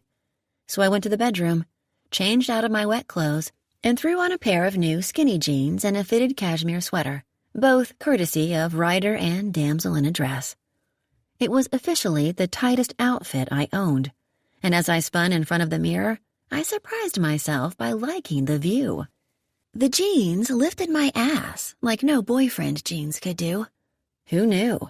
After that, I journeyed to the kitchen, glancing into the library as I passed. Ryder was gone. The house was dark. I bypassed the wine and made myself a cup of tea, contemplating if I should wait for Ryder for dinner or not. Minutes ticked by, becoming an hour as I stood, leaning against the kitchen counter, watching the snow outside, and waiting for the master of the house. At 9 o'clock, I set down my tea and decided to go on the hunt. He was nowhere in the house or in view of the windows. Finding a flashlight handy in the utility closet, I stepped out the front door. Faded boot tracks in the snow disappeared around the side of the house. I grabbed one of Ryder's coats from the coat rack, zipped up, and followed the tracks. Leaving the house in the distance, I made my way along the fence line of one of the pastures. The footprints led me to a stable where Liberty was missing. Prudence snorted as I walked inside. "Hey, girl. Made any good decisions today?" I rubbed her white-striped nose. "Have you seen the king of the castle? Did he come in here?" I asked, as she nuzzled against my hand. I looked around. Liberty's saddle was missing. Prudence's hung in the back of her stall. Considering, I tilted my head to the side. "Want to go for a ride?" Prudence let out a snort that I took as a solid yes. It took 30 damn minutes to figure out how to strap on the saddle, and I had no idea if I'd done it correctly. Then I grabbed the bridle and convinced her to take it, arranging the reins on her neck. Thank goodness she knew what she was doing. Stepping back, I studied my work. Looks right to me. I grabbed the saddle horn and tested my weight on the stirrup. When it held, I figured it was good enough, and I pulled myself on. It took a few deep breaths to settle my heart. I grabbed the reins. You probably remember me clinging onto your neck for dear life during our first moments together. Not anymore. I'm going to be strong, and you're going to walk as smoothly as you did the first time. Got it? The horse dipped its head. Good, because something is wrong with your master, and we need to figure it out. I tapped my heels against her sides, and as slow and steady as before, Prudence stepped out of the barn. Gripping the reins with one hand, I pulled the flashlight from my pocket and aimed it into the darkness with the other. Hoof tracks led into the woods. We're going to follow these tracks, okay? I tugged to the right and tapped my heels again. We set off, following the tracks along the field, and eventually onto the trail that led into the trees. The woods were an inky black and icy cold. The beam from my flashlight illuminated only a few feet ahead, just enough to continue following the tracks. What the hell is Ryder up to? Upward, upward, upward we climbed, and I realized it was the same mountain he and I had jogged that morning. Finally, we crested the top. A thin beam of yellow light penetrated the darkness in the distance. Ryder. I pulled Prudence to a stop, slid off, and tied her reins to a nearby tree. Keeping my light low, I slowly stepped through the snow, following the hoof tracks as my heart raced. Liberty was also tied to a tree, and I ran my fingers along his side as I passed him. The hoof tracks turned into boot prints. Whatever Ryder was doing, he obviously meant to be alone. I had no idea what I was about to walk up on. I followed the prints through the clearing where I'd captured the sunrise on my camera hours earlier. The prints cut through a small patch of trees to a smaller clearing, this one with the unobstructed views of the surrounding mountains. I froze. With the light of a single flashlight behind him, Ryder sat in the snow in front of 2 gravestones, his legs folded underneath him, holding his head in his hands. His shoulders shook. My instinct was to turn and run back to the house, pretending that I didn't see him. But I couldn't. I couldn't move. My feet were pinned to the ground. He lifted his head, and I held my breath. Slowly, he looked over his shoulder. I will never, ever forget that moment. The moment our eyes locked, and we stared at each other with snow and darkness between us. At that moment, I saw the real Ryder. A broken man. A lost soul. He turned back to the gravestones. I slowly walked forward, stopping behind him to silently pay my respects to the 2 souls I didn't know, but somehow knew had shattered this man's life. I put my hand on his shoulder. He didn't flinch, didn't move. We stood that way for a few minutes until Ryder broke the silence and told me the story that gives me nightmares to this day. I asked her to marry me 12 years ago. She said yes. His voice was raw, weak. Her name was Macy. The next day, she moved in with me. The day after that, I left for a job in Colombia. I remember smiling the entire flight, feeling like my life was finally mapped out. I was one of those guys, those old souls, who always wanted to be married, have kids, the white picket fence. To me, the idea of a family was the key to success in life. That, I thought, would be real happiness. I felt lucky, relieved, happy. I felt like I had something to build on, if that makes sense. Something bigger than me. When I came back from Colombia, things were different. She'd rearranged my house, thrown out half my stuff, redecorated. We started arguing. He paused. We'd only dated 6 months before I asked her to marry me. It wasn't long before I left for another trip. This time I was gone for 3 weeks. I came back and found her in bed with the guy she dated before me. I kicked the guy's ass and told him if he ever touched her again, I'd kill him. She groveled, begged me to stay. So I did. I wanted to make it work. I wanted the dream of a wife, kids, dogs. I wanted it all, and I thought she did too. I took time off away from Astor to try to make things work between us. Things were good for a while. 5 months. We even set a date. Then we started arguing again. All the time, non-stop. I couldn't take it. I broke the engagement hours before I left for another job. Told her we'd discuss our relationship and living situation when I got back. I didn't want to throw her out with nothing. The job was in Venezuela. I called her when I landed, but lost reception not long into the trip. That mission was tough. I spent 6 nights in the jungle, tracking the leader of a militia group who was plotting an attack on the U.S. The mission was successful, and after a week, I was on the next flight out. Called her from the airport before I left, but didn't get an answer. It was late, though, so I assumed she was asleep. It wasn't until she didn't answer when I landed that I remember something in my gut twisting, an instinct that something wasn't right. I called her over and over the entire drive home, each mile feeling like 10. It was exactly 9:14 when I pulled up to my house. His head dipped. The door was unlocked. She always locked the door. I raced up the stairs to the bedroom. He paused, his shoulders rising and falling with deep breaths. She was on the floor, in front of the bed. Her skin was ghostly pale. Her eyes were open, but there was no life in them. Her head was turned toward the door, like she'd been waiting for me to save her when she took her last breath. Her nightgown was around her waist. She was naked underneath, her legs spread apart. Her neck was covered in purple bruises, and so were her fucking hips. Macy had been raped and strangled to death in my bedroom. My entire body froze as my heartbeat roared in my ears. I checked for a pulse. He shook his head. Stupid. Anyway, I had checked for a pulse and called the cops. The rest is kind of a blur. I remember watching Jessica, the medical examiner, check her over, so methodically as if Macy weren't even human, just an object to search.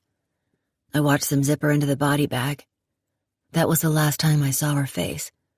Exactly 12 years ago today.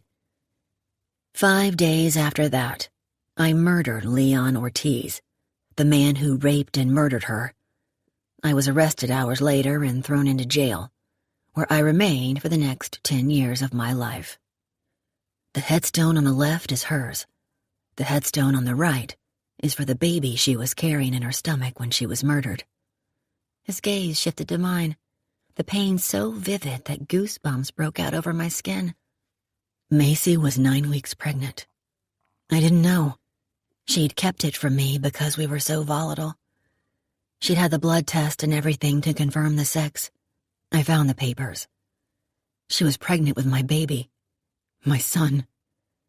Uncontrollable tears rolled down my cheeks as I looked at the small gravestone that honored Ryder's baby boy. The night I asked her to marry me, I gave her a ring and a necklace. The ring is in my safe.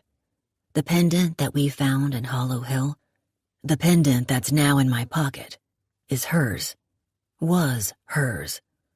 I gave it to her.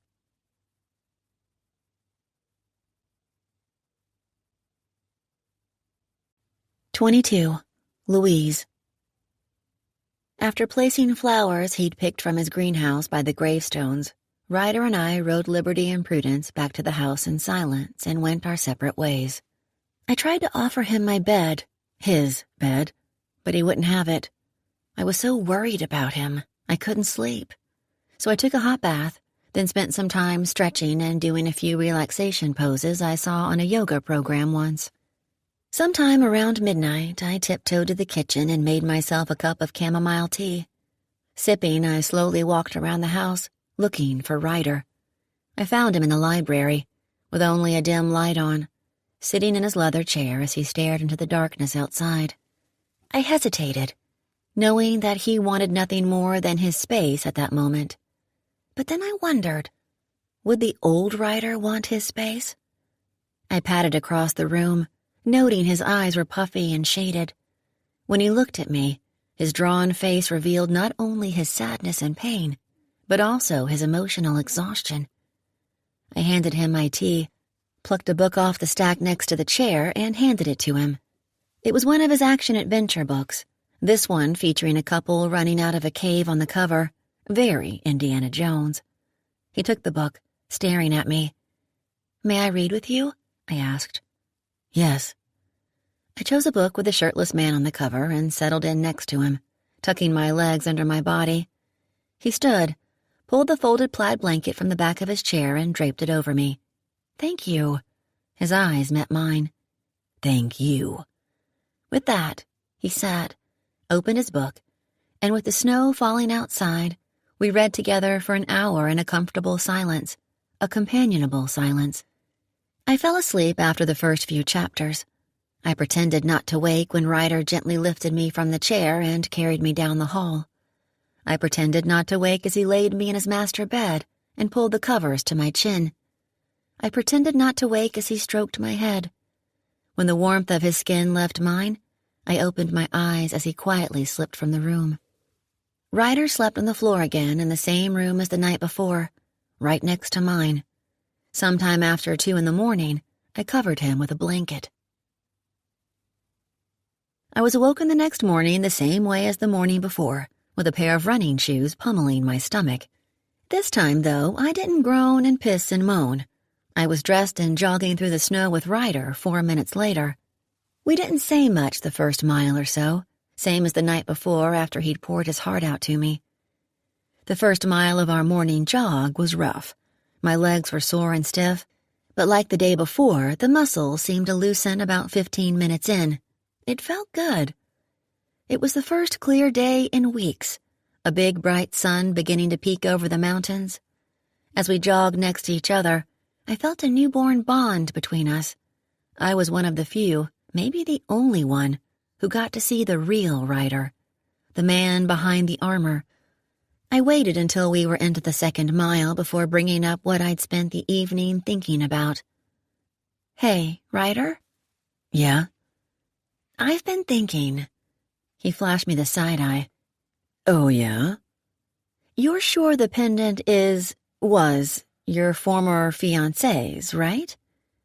A moment passed as he seemed to mull over the question, as if he'd thought about it all night, too. "I bought it at a little art shop in town called Magic Maven's. It was one of many, so technically I can't guarantee the one we found was the one I gave to her, although it was exactly like I remembered when I picked it out, and each one was a little different." "Was she wearing it when you found her?" "No." "Do you remember finding it in your house after you packed up her things? Assuming you did?" "Yes, I packed up her things and sent everything to her folks, and no, the necklace wasn't there." "Could she have lost it?" "She wore it every day."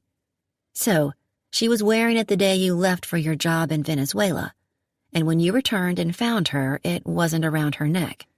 "Right." I looked at him. "Ryder, you can't ignore the coincidence here. We found the pendant you gave Macy in one of the last locations we knew Kara to be, and Kara was raped and strangled to death by a string, like Macy." I cringed at my bluntness. "Sorry, that was insensitive." "No, it wasn't. It's a fact." "Yeah, but I should have chosen my words more carefully. I need to think before I speak more." "I like it." "You do?" "Yeah. Never was a fan of people who beat around the bush or don't say what they mean, or vice versa. Just say how it is." "Okay then, buckle up. Here I go. You asked for it." "Go for it. Say what's on your mind." "I think we should consider the idea that Kara's murder and Macy's might be connected. I know they were 12 years apart, but you can't ignore the fact that the women were killed the same way, and that your pendant somehow made it to Hollow Hill. I killed Macy's murderer, Louise. It's the entire reason I spent a decade in jail." "You're sure you killed the right guy?" He planted his feet, stopping on a dime. I stumbled as I halted. "Yes, I am 100% sure I killed the man who killed Macy. And don't ever question that again, all right?" "Okay, but lay it out for me. Let's talk about it." He began pacing. "Lay what out?" "How you found out it was him. How it was confirmed that Ortiz killed Macy." Ryder stopped pacing and aggressively flicked the snow from a branch. They found his pubic hair inside her. He wore a condom and also gloves, but they were still able to pull his DNA from the hair. The hair was found during the autopsy and was sent to the state crime lab, where they got the hit. Ortiz was already in the system for multiple offenses. It was a slam-dunk case. But how did you get his name before it was released? According to the gossip, you killed Ortiz before the cops even had a chance to arrest him. I drove my ass to the crime lab and slept in the parking lot until the tests from the autopsy were completed. After a little asking around, I found out the lab tech's name who recorded the results. I paid off the man's house and his child's college tuition, in return for being the first to see the results. Glancing at me, he said, "Close your mouth." My mouth snapped shut. Does anyone know? Nope, only me and the lab tech. Didn't the police ask how you knew before them? I waited until literally the minute the tech emailed the results to the chief. We communicated through burner phones. When the cops asked, I told them they had a leak in the department. They didn't ask who the leak was? Of course they did. I didn't talk. I was already going to be convicted of first-degree murder.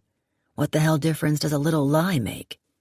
He began pacing again, clumps of melting snow falling around us. Is that why you killed him the way you did? Ryder's gaze narrowed as he looked at me. Yes, Louise. That's why I cut off his balls, so he could never rape another woman in his life. So he knew his most prized fucking possession was gone. And that's why I watched him choke on them before strangling him to death, like he did to her. I don't blame you. I want you to know that. Let's keep jogging. I nodded and we took off together again, this time at a slower pace. Okay, so considering you definitely killed the right guy, there's something else we need to consider. I looked at him, the clenched jaw telling me he knew exactly what I was about to say. We need to consider if there was another person involved in Macy's death. The man who took the necklace. My thoughts? It's the man who would become the string strangler. The timing adds up.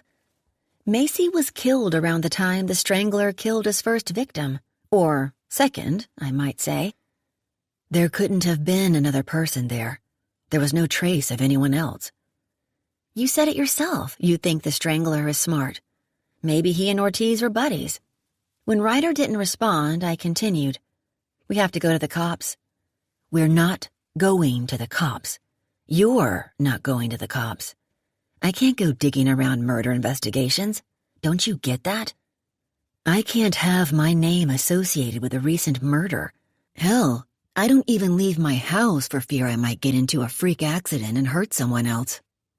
Even if it wasn't my fault, it could easily get pinned on the ex-con who's still on parole. I'm not going back to jail. His voice shook. I'm not fucking going back to hell. Yeah, but there could be a link somewhere that might help us find Kara's murderer. We have to explore it. If these cases are somehow connected, that means we're close to the strangler. If we don't explore this, he's going to keep raping and murdering young women. Which is exactly why you need to drop this, Louise. The woods opened up and we skirted the fields, the snow beginning to melt with the rising sun. I'm not dropping it. How can you drop it? The guy who raped Macy was taken care of. That's all I care about. And I paid for it. For 10 goddamn years. His debt was paid, as was mine. But what about Kara? Where's her justice? Not my problem. Not your problem? How the hell can you say that? You need to stay out of this, Louise. But what about the pendant?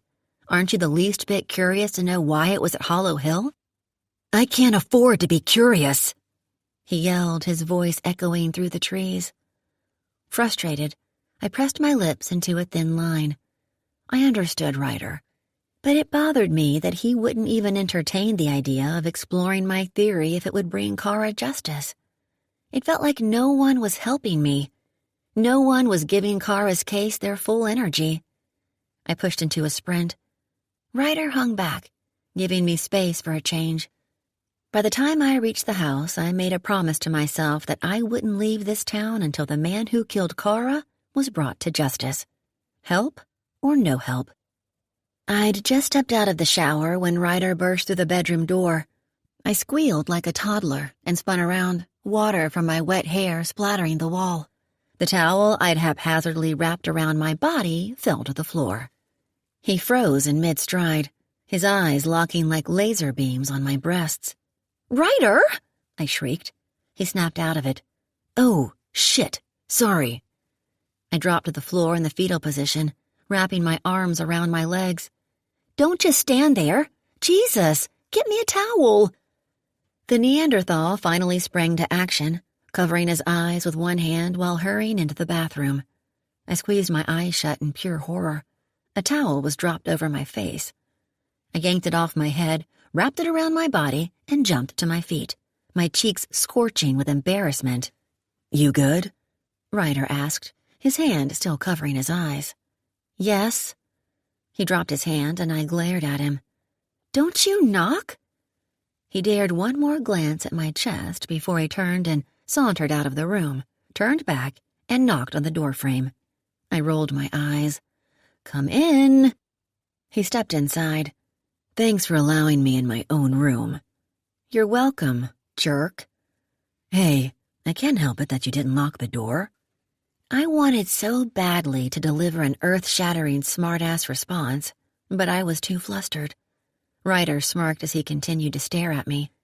He liked me flustered. And in a towel, I think. "Well," I casually swiped my hand through my hair, gathering the last shred of dignity I had in me. "What did you want, anyway?" "Get dressed." "I'd planned on it. What else you got?" "I mean, we're leaving. Come on." "Is this how you operate? Waking me up by hurling shoes at my forehead, demanding morning jogs, demanding that I do this or don't do that, demanding that I leave with you without giving me the courtesy of telling me where we're going?" "Yep." "Where are we going?" "A few places. Come on." "Does this have anything to do with Kara's murder?" "Maybe. Come on." "Tell me where we're going first." "To talk to some friends." "You don't have any friends." "You coming or not?" "Give me 10 minutes." 5. "Ryder, a woman needs 10 minutes. I'm not asking. You will give me 10 minutes. You can't control everything on the planet." His brow slowly lifted, and after one more scan of my body, he left the room. But this time, he left the door open.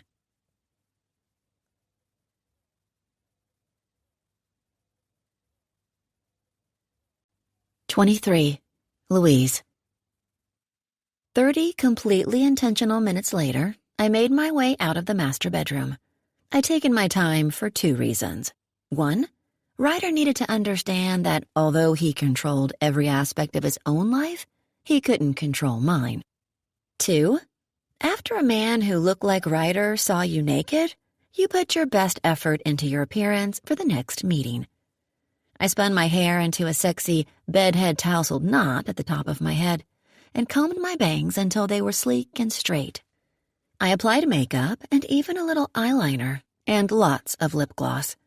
After considering my new clothes, I pulled on a pair of damsel-in-a-dress skinny jeans and another cashmere sweater, which was quickly becoming my favorite fabric.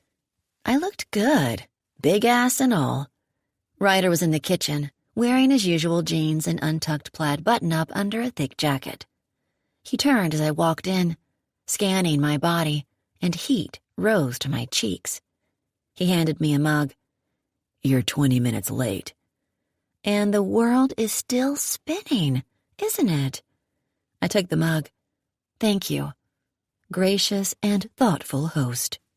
I expected a smart-ass response, but instead, he continued to stare at me with a look that had me shifting my weight.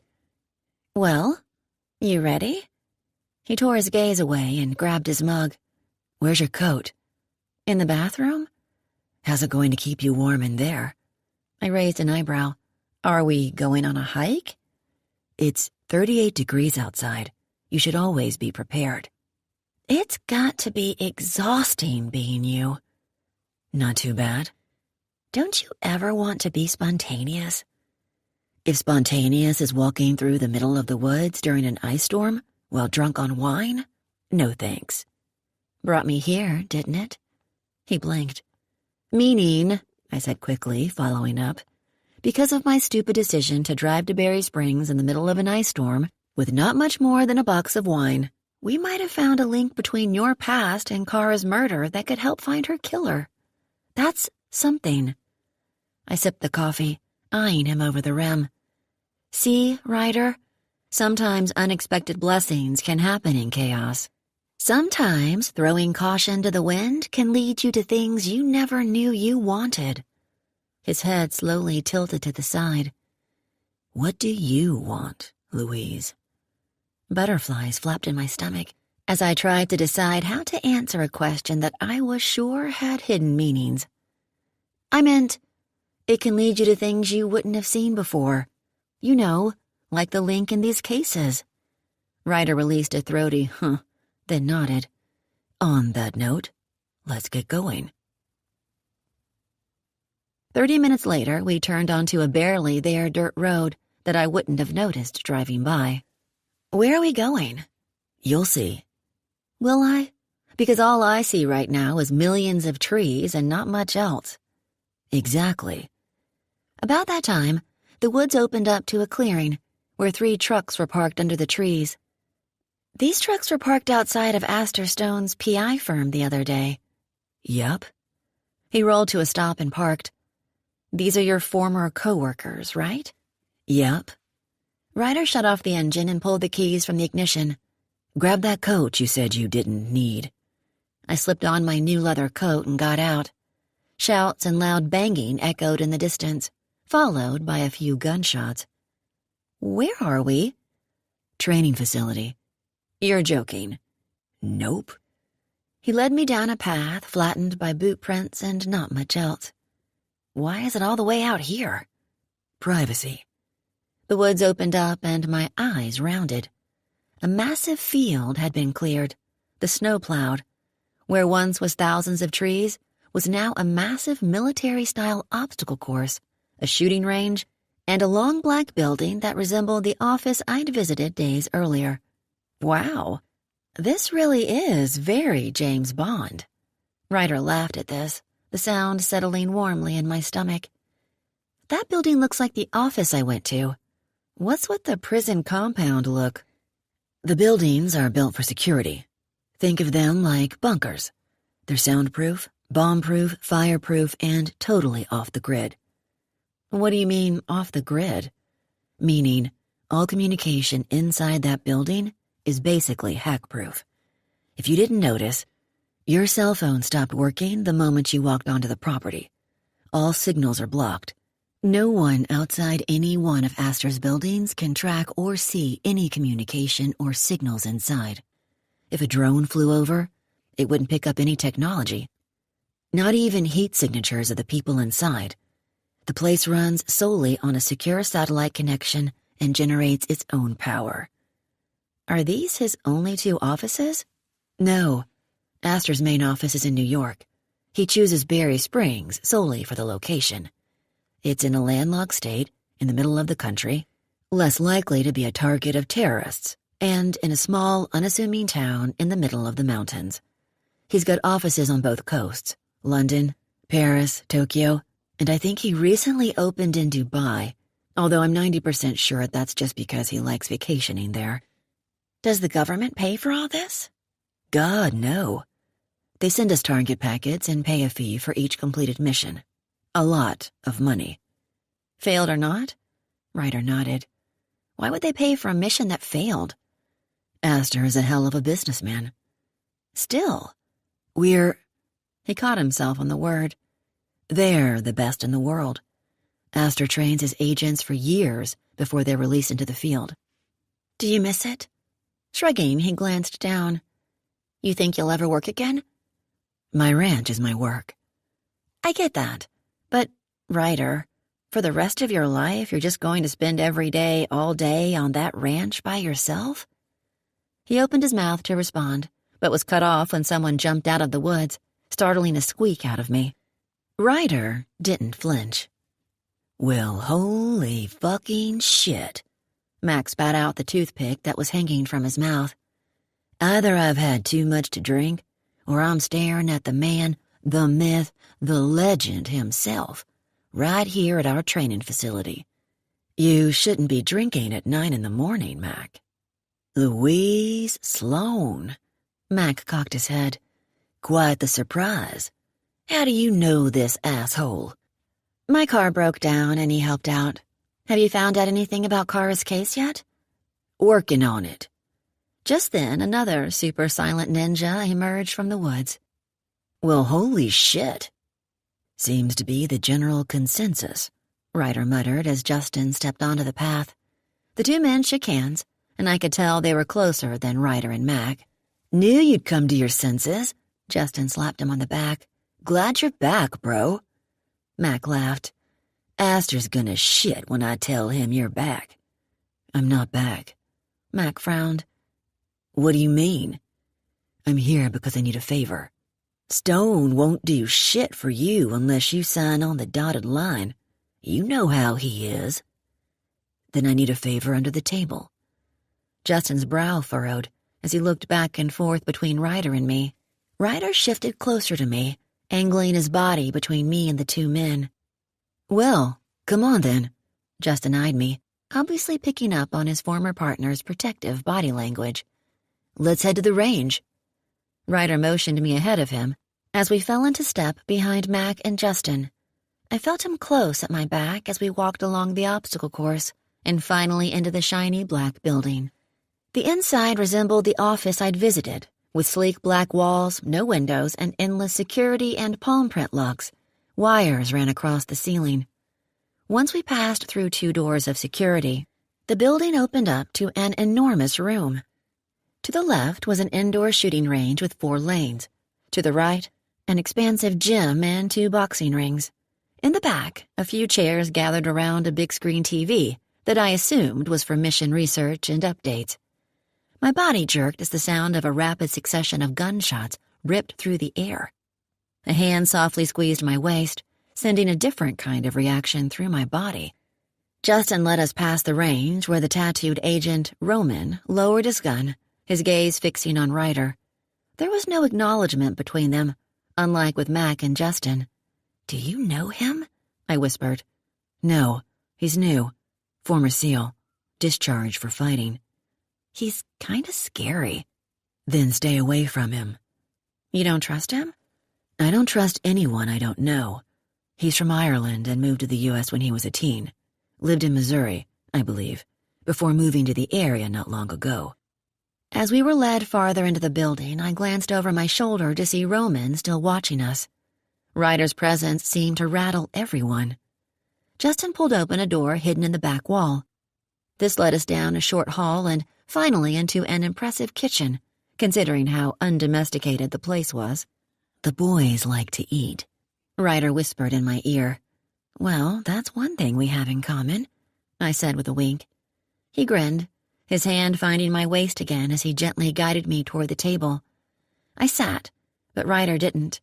Instead, he stood a few inches in front of me, again angling his body where I was shielded from the constant glances. He was like a drug dealer guarding his loot, or a king guarding his queen. "Coffee?" Mac asked as he poured a cup for himself. Ryder looked at me and I shook my head. "No," he said. Justin sank into the chair across from me, while Mac leaned against the counter in front of Ryder. Both men eyed me, their curiosity palpable. "Okay, talk." Justin crossed his arms over his chest. "What do you need?" "I need you to pull Macy's files from BSPD. The crime scene photos, the official report, interview transcripts, autopsy report, forensic reports, everything. Everything the cops have." "Why?" Mac demanded. "I think there might be a connection to the recent murder on Summit Mountain." 4 eyes shifted to me. "Ah," Mac said. "So, that's where little Louise here comes into play."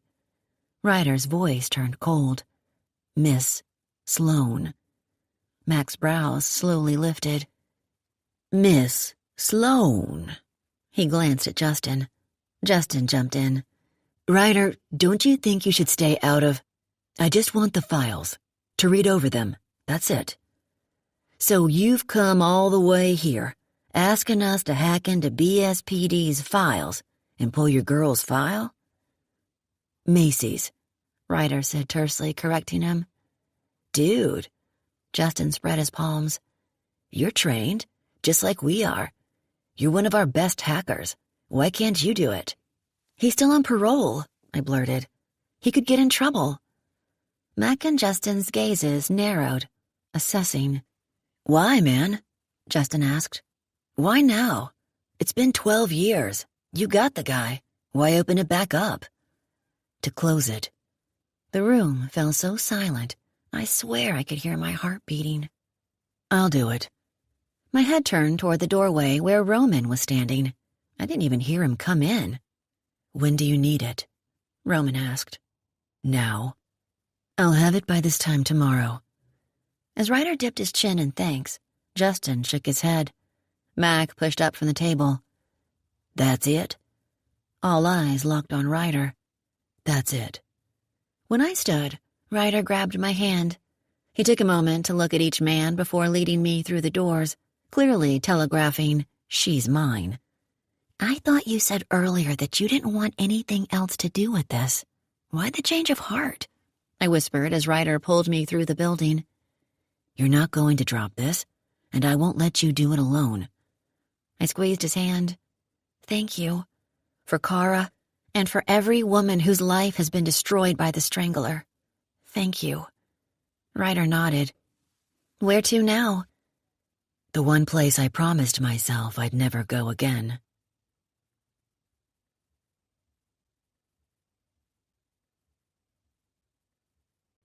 "24.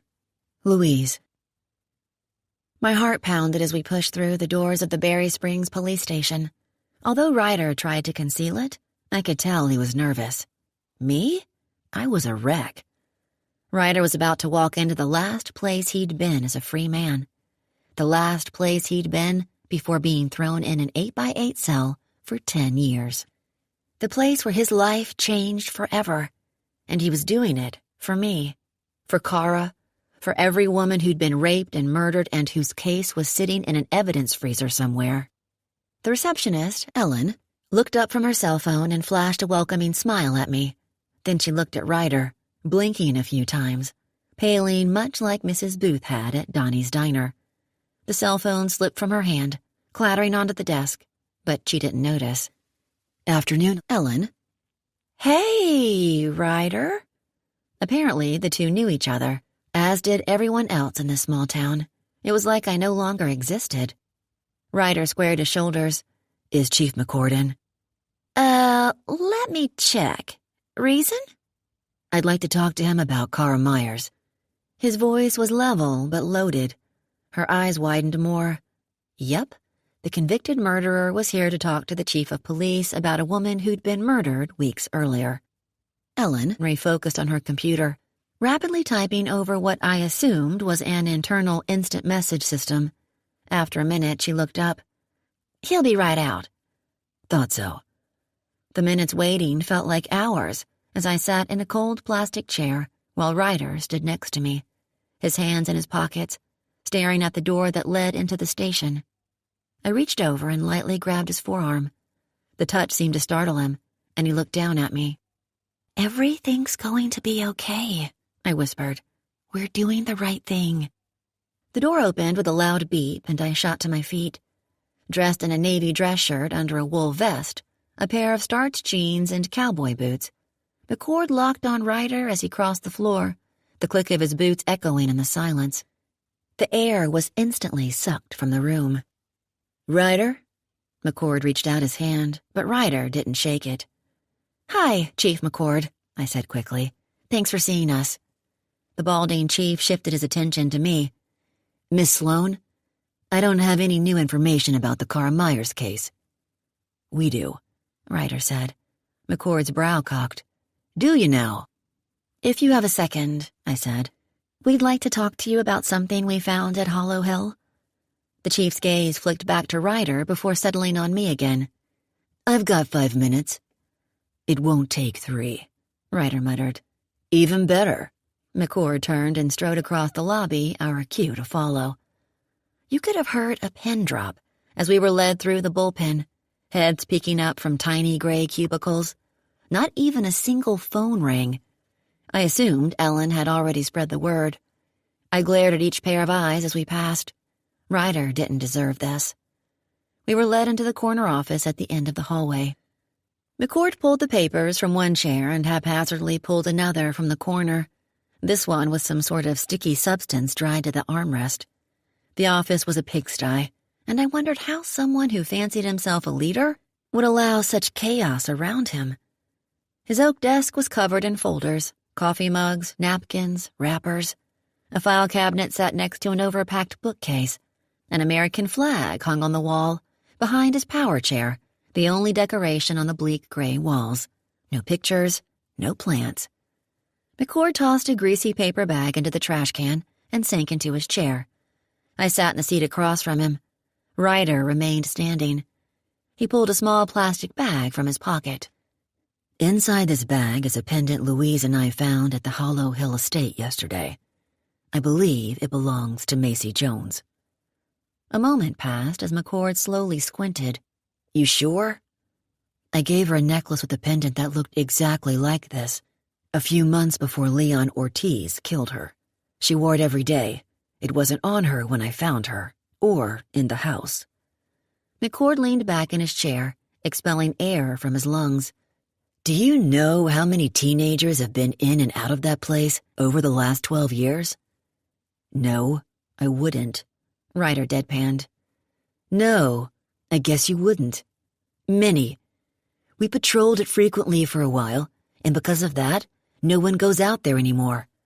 But before we kicked up patrols, countless locals and tourists partied and did God knows what out there. No telling what you could find if you searched every corner." "Didn't you?" I asked. "When you were looking for Kara, didn't you search every corner?" "There was no sign of her there, or anyone else. As I told you, 7 times. Both Kara and Macy were raped, beaten, and murdered with a string, and it's widely assumed the string strangler lives in the area. I think there's a connection here that's worth checking into. Have you contacted the FBI about the similarities between Kara's murder and the other girls murdered by the strangler?" "I have, and that's all I'm obliged to tell you about that, Miss Sloane." He looked at Ryder. "And regarding the pendant, Macy's killer was already taken care of." "Right, but it shouldn't be discounted," I said. "I mean, how would Macy's pendant end up there? Maybe there was a second person involved in her murder, and he took the necklace. You could check—" "I want it scanned for fingerprints," Ryder said impatiently, cutting in. "If nothing turns up, fine. If you get a hit, that gives you a lead to chase in Kara's case that I hear has gone cold." A solid minute passed as the chief stared at us, and we stared back at him. McCord slapped his palms on his thighs and stood. "I'll see what I can do, kids." He took the baggie from Ryder. "I expect that back after you're done with it." McCord nodded and stepped around his desk, knocking a stack of papers onto the floor. He pulled open the door. "Good to see you again, Ryder." This time, I grabbed Ryder's hand and led him outside.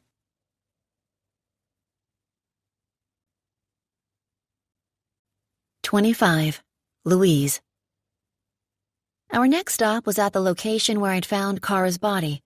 We parked next to the same pine tree I'd parked under days earlier, hours before I found her body. Ryder opened my door and helped me out of the truck. My stomach knotted the moment my boots hit the snow-covered ground. The silence and the stillness of the woods reminded me of that night. "Can you remember exactly where you found her?" "I wish I could forget. Trust me." Understanding, he nodded. "Zip up. It's cold." I zipped my coat and narrowed my sights. "All right, this way." We took off through the woods, the sunlight shimmering off the snow and ice. The temperature stubbornly hovered at around 40 degrees, but between the sun reflecting off the snow, my heavy coat, and our brisk pace, I was toasty warm. I had a feeling it had something to do with the man next to me, too. "You were good in there," I said. "Where?" "McCord's office." "McCord's an ass. Been at that desk too long and the entire town agrees. He's complacent, sloppy, and bored with his job." "I can see that. How do you know Ellen?" Ryder frowned as he looked at me. "She looked like she'd seen a ghost when I walked in, didn't she?" So he'd noticed. He sighed as if resigned to the fact that he'd likely get that reaction for the rest of his life. I disagreed with that. "You know the saying, time heals all wounds?" He nodded. "Time also helps fade memories. Not erase completely, but lessen the blow, so to speak." "Where are you going with this?" "Everyone has a strong reaction to you now because it's their first time seeing you. What I'm saying is, if you get out more and force yourself back into society, everyone's initial shock will fade. They'll remember the writer that I am assuming ran the town growing up. Don't give them a reason to remember your time in jail. Be happy, polite, kind.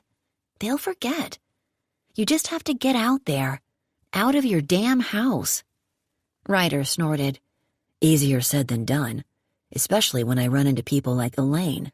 We went to high school together and ran in the same crew. She was a cheerleader. She even decorated my football locker a few times." "I still can't believe you played football." He stepped in front of me, held back a branch, and motioned me past. "Well, brace yourself. I was also voted class comedian in high school." "Is that a joke? Did I just witness your first joke since prison?" "Nope. Serious." "No, I don't believe it for 2 seconds." "And most athletic. I got both." "No best looking?" "They didn't have that category." "Politics." "Are you being serious?" "Dead." "Class clown and most athletic." I shook my head. "Hard to believe. Tell me more. What were you like in high school?" "I got in trouble a lot." I feigned surprise. "No, I'm shocked." He laughed. "I guess I was your normal, run-of-the-mill, rowdy, ADHD kid. I lived for football, loved everything about it. The early morning workouts, the strategy, the smell of the grass, the camaraderie." "Do you keep in touch with any of those guys?" "No." His gaze dropped to the snow. "When you go away, people tend to forget about you." "No one visited you while you were in?" "Aside from my brother and getting a few marriage proposals, no." "Marriage proposals?" "Oh, yeah. I got a lot of letters from women all over the country who'd seen the story when it went national. A few came to visit. Unsettling, really. Women do love a bad boy." "Do you?" "I tend to go for underachievers." "There it is. All that forethought." I laughed. "Exactly. All crashed and burned, of course." "When was your last boyfriend?" I scratched my chin. "When was the last solar eclipse?" Ryder looked at me, tilting his head. "You undervalue yourself, Louise." I flicked my hand in the air, dismissing what he said, because in reality, I knew it was true. How did this turn around on me so quickly? "Back to you. Seriously, no one visited you while you were away?" "Seriously, no one visited me. I get it, though.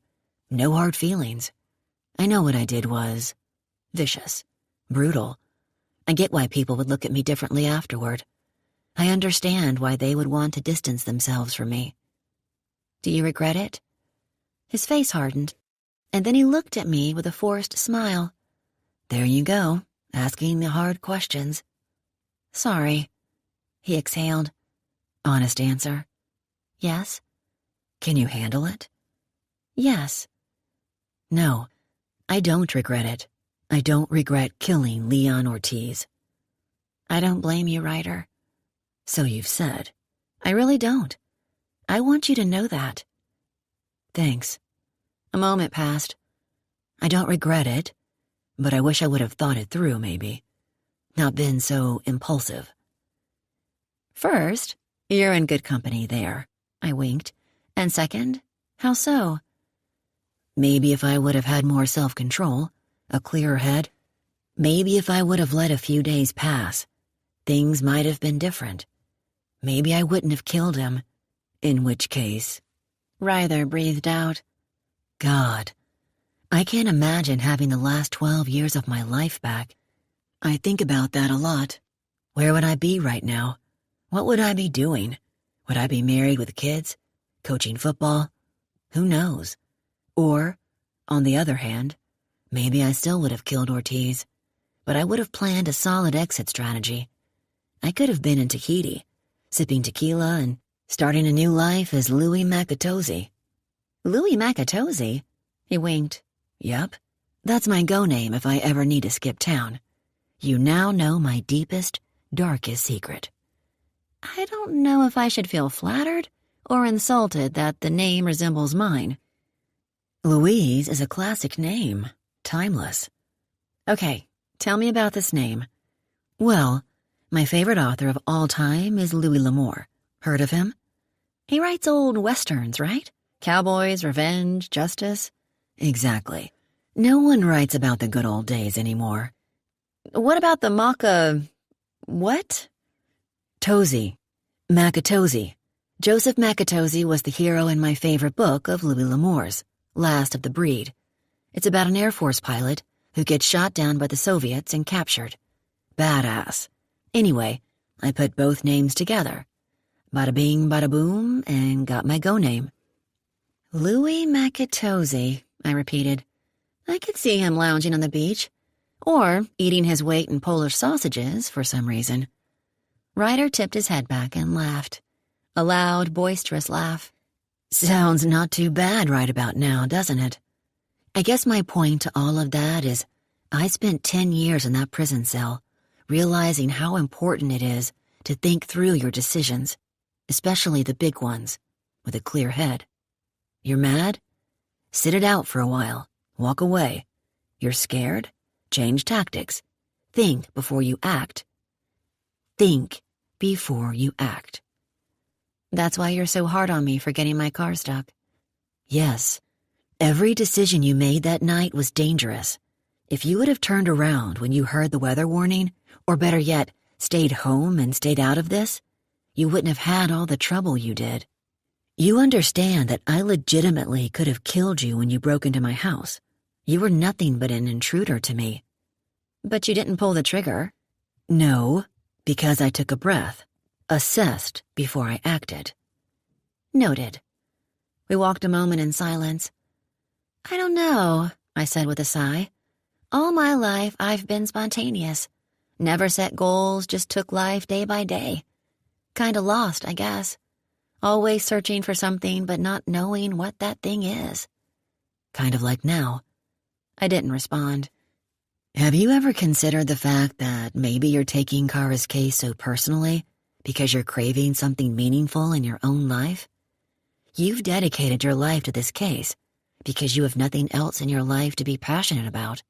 To fill that space, I'm taking it personally because I want to get Kara justice. I'm the only one who will press the cops. Ryder gave me an assessing look.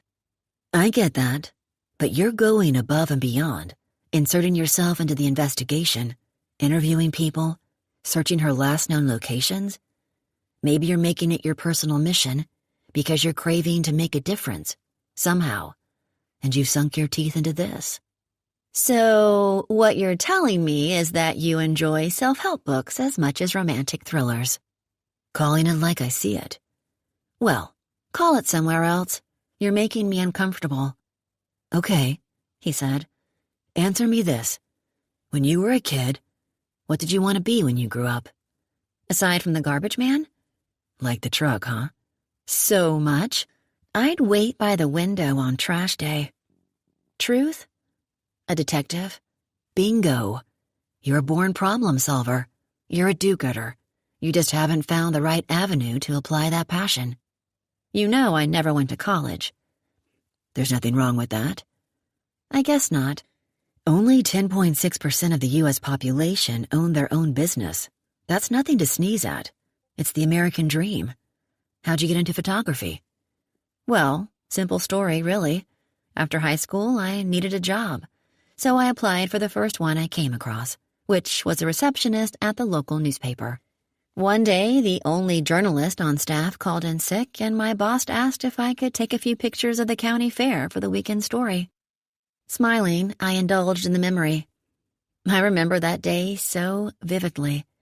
The sun was setting, glittering streaks of fuchsia and gold over brightly colored tents and giggling children.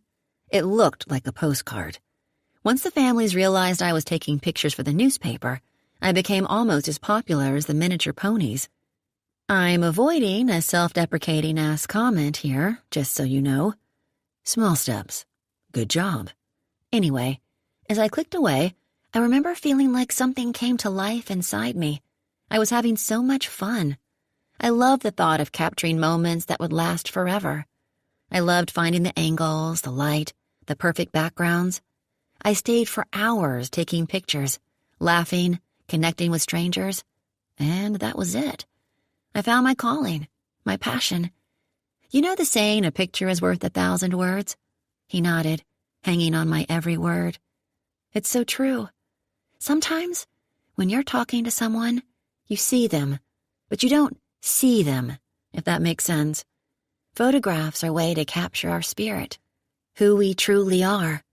They give us a tangible way to reflect, to remember, to appreciate. Capturing a family's most intimate moments is an honor. Seeing their smiles when they see the pictures. There's that do-gooder in you. Guess so. What made you stick with it? Make that step to turn it into a business. I smiled. A woman named Magnus Archer. Sounds like a firecracker. I laughed. She was. Magnus hired me to photograph one of her homes that she intended to sell. She was a widow, very wealthy, who'd spent her life painting. She was an artist. We took a liking to each other, and for reasons I'll never understand and will always be grateful for, Magnus offered to become my guinea pig while I fine-tuned my craft, allowing me to photograph her land, her house, her horses, pets, and even herself. I'd take pictures during the afternoon, then we'd sit down with tea in the evenings, go through each one, and talk about what I could have done to make it better. She's the reason I had the confidence to take the next step and start my business. She believed in me. A total stranger believed in me. The day she died, I decided to pay that forward. I signed up to be a sponsor at the Sunshine Club, a local program for underprivileged children. And that's how you met Cara? I nodded. 8 years later, I found her murdered in the mountains of Berry Springs. I blew out of breath, shaking my head. Cara reminded me a lot of myself. A drifter, spontaneous, no real direction. I felt a kindred spirit with her. Could relate to her. Louise, this isn't your fault. I know, but I feel like maybe if I would have mentored her better. Stop. It's not your fault. No one could have stopped me the night I did what I did. You can't control everyone. My eyebrows arched. You need to say that in the mirror. Message received. But seriously, you've got to let the authorities handle it. This isn't your job. Oh no, no. You don't get to lecture about jobs. Why won't you go back to work at Astor Stone? It's obvious they want you back, and you told me how much you loved it. Why don't you fulfill your dream of doing something that matters? Nodding, I swallowed. Ryder and I were both in a rut, in a weird state of limbo in this thing called life, trying to figure out our next move, but not knowing how to take the next step, or perhaps not courageous enough to. What was it like? I asked after a beat. Prison? Yeah. Hot. Hot? It was the least expected response. Yeah. You'd probably think cold, right? Nope. Hundreds of felons packed behind concrete walls, restless, constantly moving. I went to bed every night drenched in sweat. The epiphany hit me. That's why you keep your house so cold. He nodded.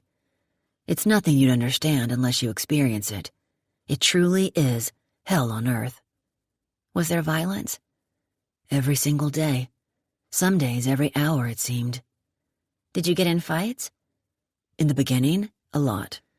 My first day, an asshole jumped me. I laid him out, Broke his jaw, a few ribs, spent 3 days in solitary confinement. After that, a few more. I won each fight, and eventually I earned some respect. Did you make any friends? No. In 10 years, you didn't make a single friend? No. I'd go days without speaking a single word. What did you do to pass the time? He looked over, a grin brightening his solemn face. I read romance novels. I laughed. Seriously, I read so much, every kind of book I could get my hands on. Anyway, every new guy who came in had something to prove. You'd have to be on your toes until he kicked someone's ass or his ass got kicked. Then you'd relax until the next new guy. 10 years of new guys. And you were constantly shuffled around. So as soon as you'd feel like your current cellmate wasn't going to kill you, you'd be moved somewhere else and go through it all again. Every sickness or virus in those places spread like the plague. So gross. The nights were the worst. Most of the guys couldn't sleep, so they'd pace in their cells, screaming the craziest shit you've ever heard. Insane, raging screams, or groans like they were dying. They'd bang on the walls, rattle the bars. It was terrible. Didn't they get in trouble for it? Ryder's laugh answered the question. I was in a cell with 2 other guys once for a few weeks. Overcrowding is a huge problem in prisons, by the way. Anyway, they took a liking to each other. Every night, they fucked while I pretended to sleep 3 feet away.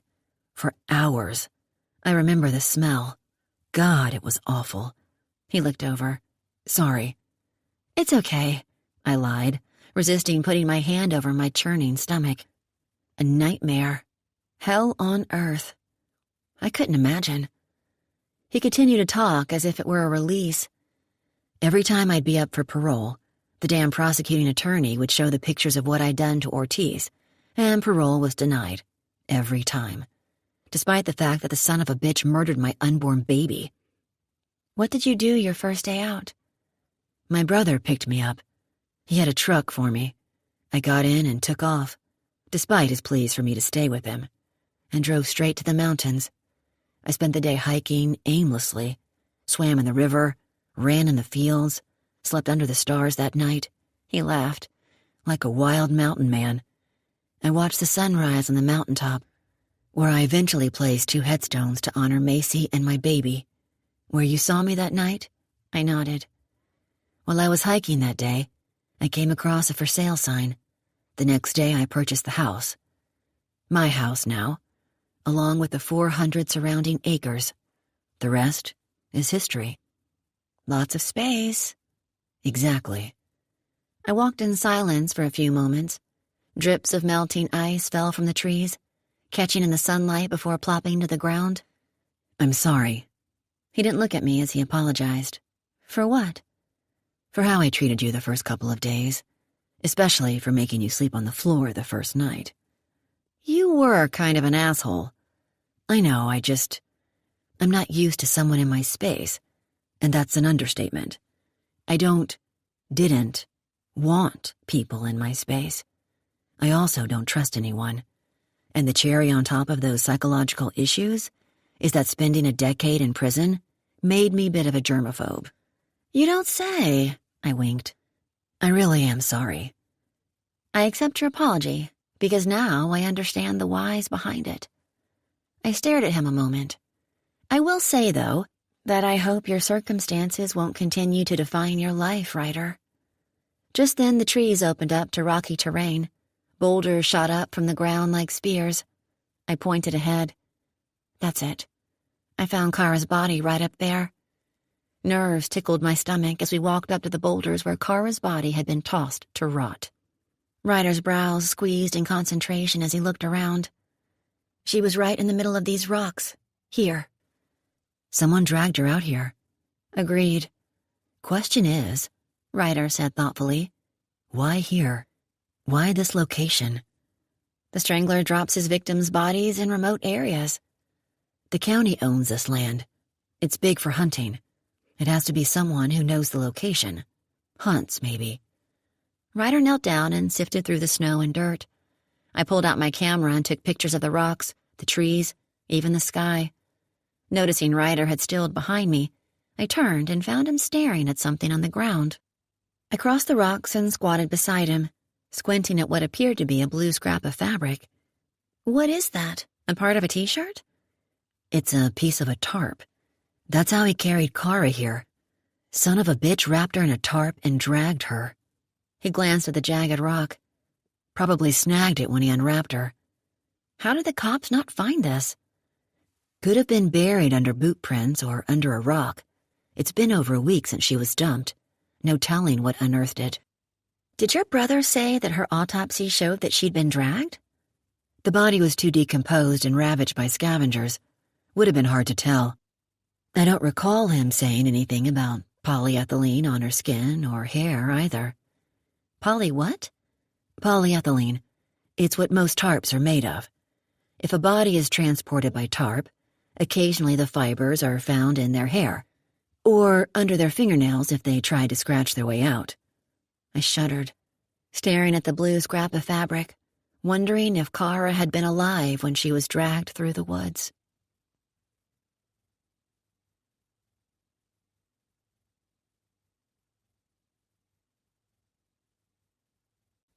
"26. Louise." My phone beeped the moment we stepped out of the woods and into the clearing where Ryder had parked his truck. Stopping by the truck, I listened to the first voicemail. "Miss Sloane, this is Frankie up at Frankie's Auto. Calling to let you know your car is ready for pickup." Then the second. "Miss Sloane, this is Paula from Shadow Creek Resort returning your call. We have one room just opened up. Call me back as soon as possible if you'd still like me to reserve it for you."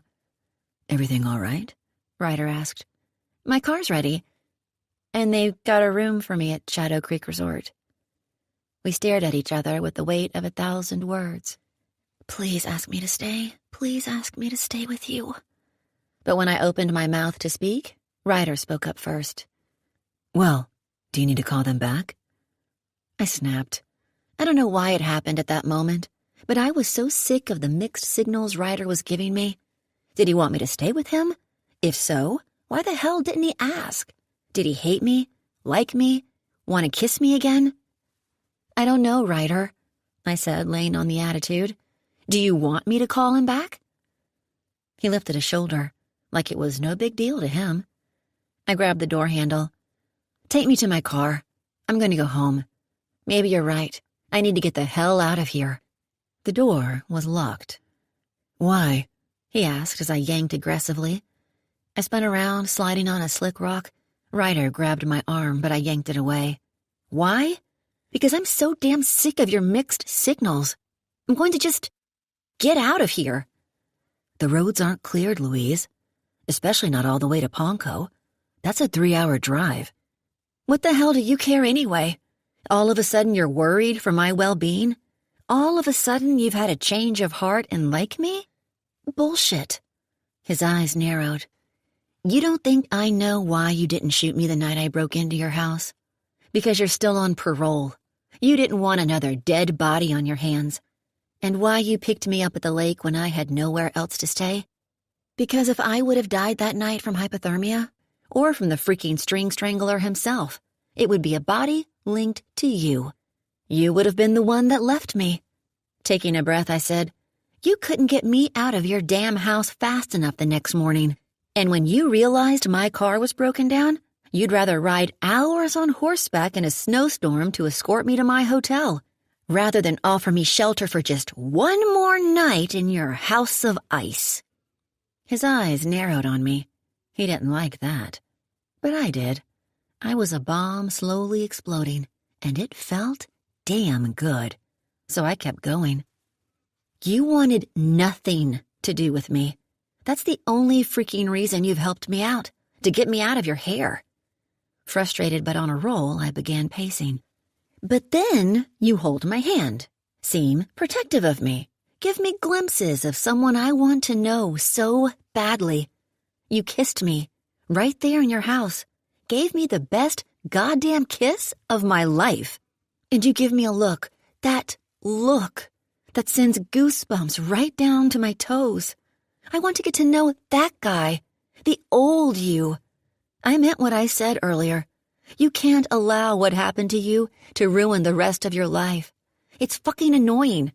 You are not a victim in life. You're an asshole. You're selfish. You're a jerk. You're so fucking gorgeous. His lips were on mine before I could finish my tirade. His hands cupping my face gently, disarming me. My head spinning, I melted into the snow and my camera slipped from my fingers. Ryder's hand wrapped around the back of my head, fisting my hair as we kissed in the snow with drips of melting ice falling on our shoulders. He released me and pulled back, taking several steps, his chest rising and falling heavily. He opened his mouth, then closed it again, as if searching for the perfect words. "Do you know why that tile by the front door is busted?" he asked. I shook my head because forming a complete sentence was an impossibility at that moment. "Because I had to get rid of you.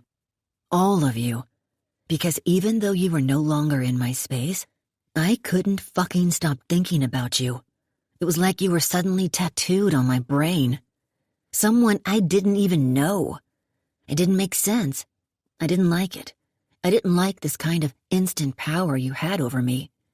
He took a step closer. "You are, Louise Sloane, the most mesmerizingly beautiful disaster of a woman I've ever met in my life. Your lips, your eyes, those little freaking dimples when you smile. You're so beautiful and don't even realize it.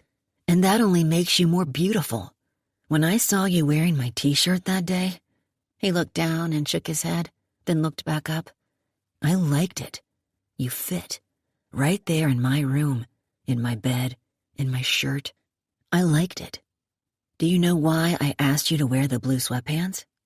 "No," I whispered. "Because they were the smallest size you had. I wanted to see you, every gorgeous curve of you." As color rose in my cheeks, heating them, he looked away, scrubbing his hand over his mouth. "You said a picture is worth 1,000 words. Louise, when I saw that picture you took of me at the lake while I was fishing, I didn't recognize myself. I looked so depressed, old. It was shocking. You're right.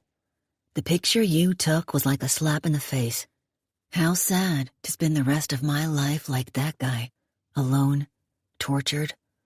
God, I could see it on my fucking face." His hands curled to fists at his sides.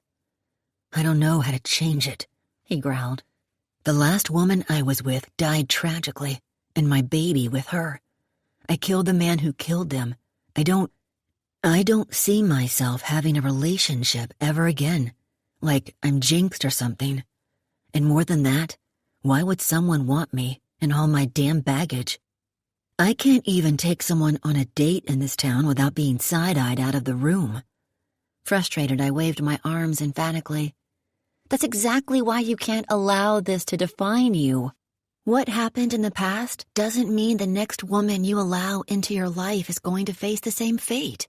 You, the old writer, didn't want to be alone. I see it in your eyes.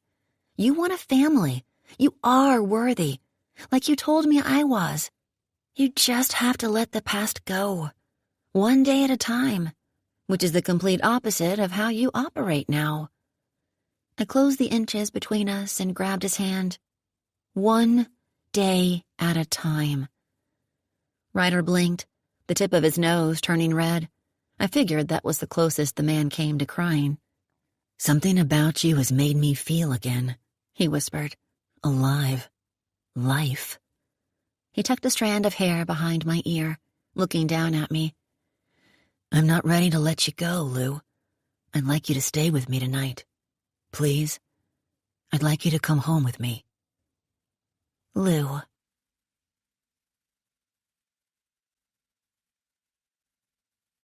"27.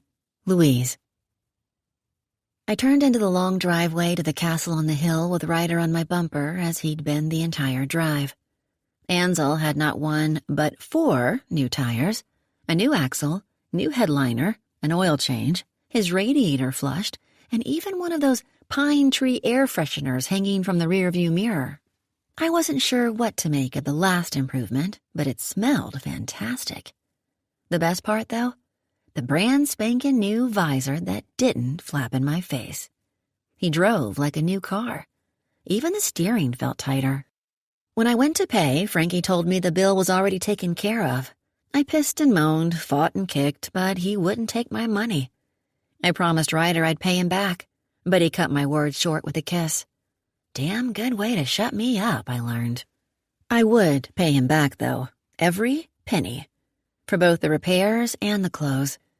It would take a budget and some planning, which would pretty much be an entire life change, which was probably long overdue. As I crested the driveway, I frowned. A shiny black Escalade was parked in front of Ryder's house. The hermit had company? Ryder didn't even have friends. I glanced in the rearview mirror as he gunned it around me, cutting me off, noticing the car as I did. He blocked in the SUV and jumped out, his hand sliding to the gun on his belt. Shit. Wide-eyed, I hit the brakes.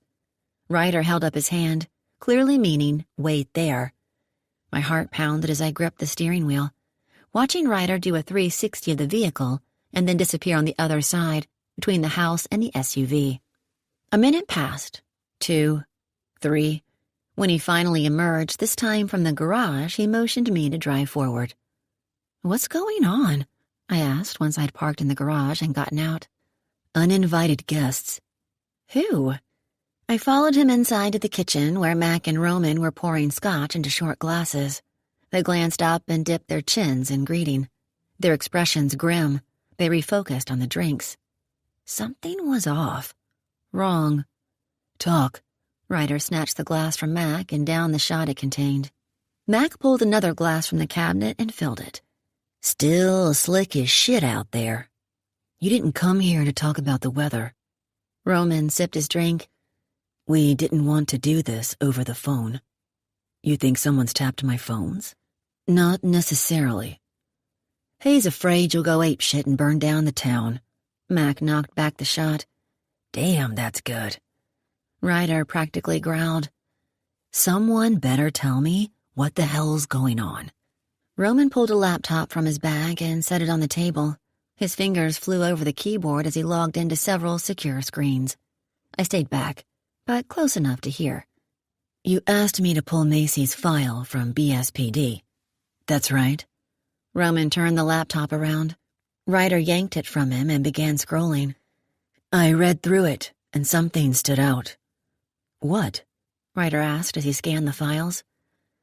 First, let me make sure I'm clear.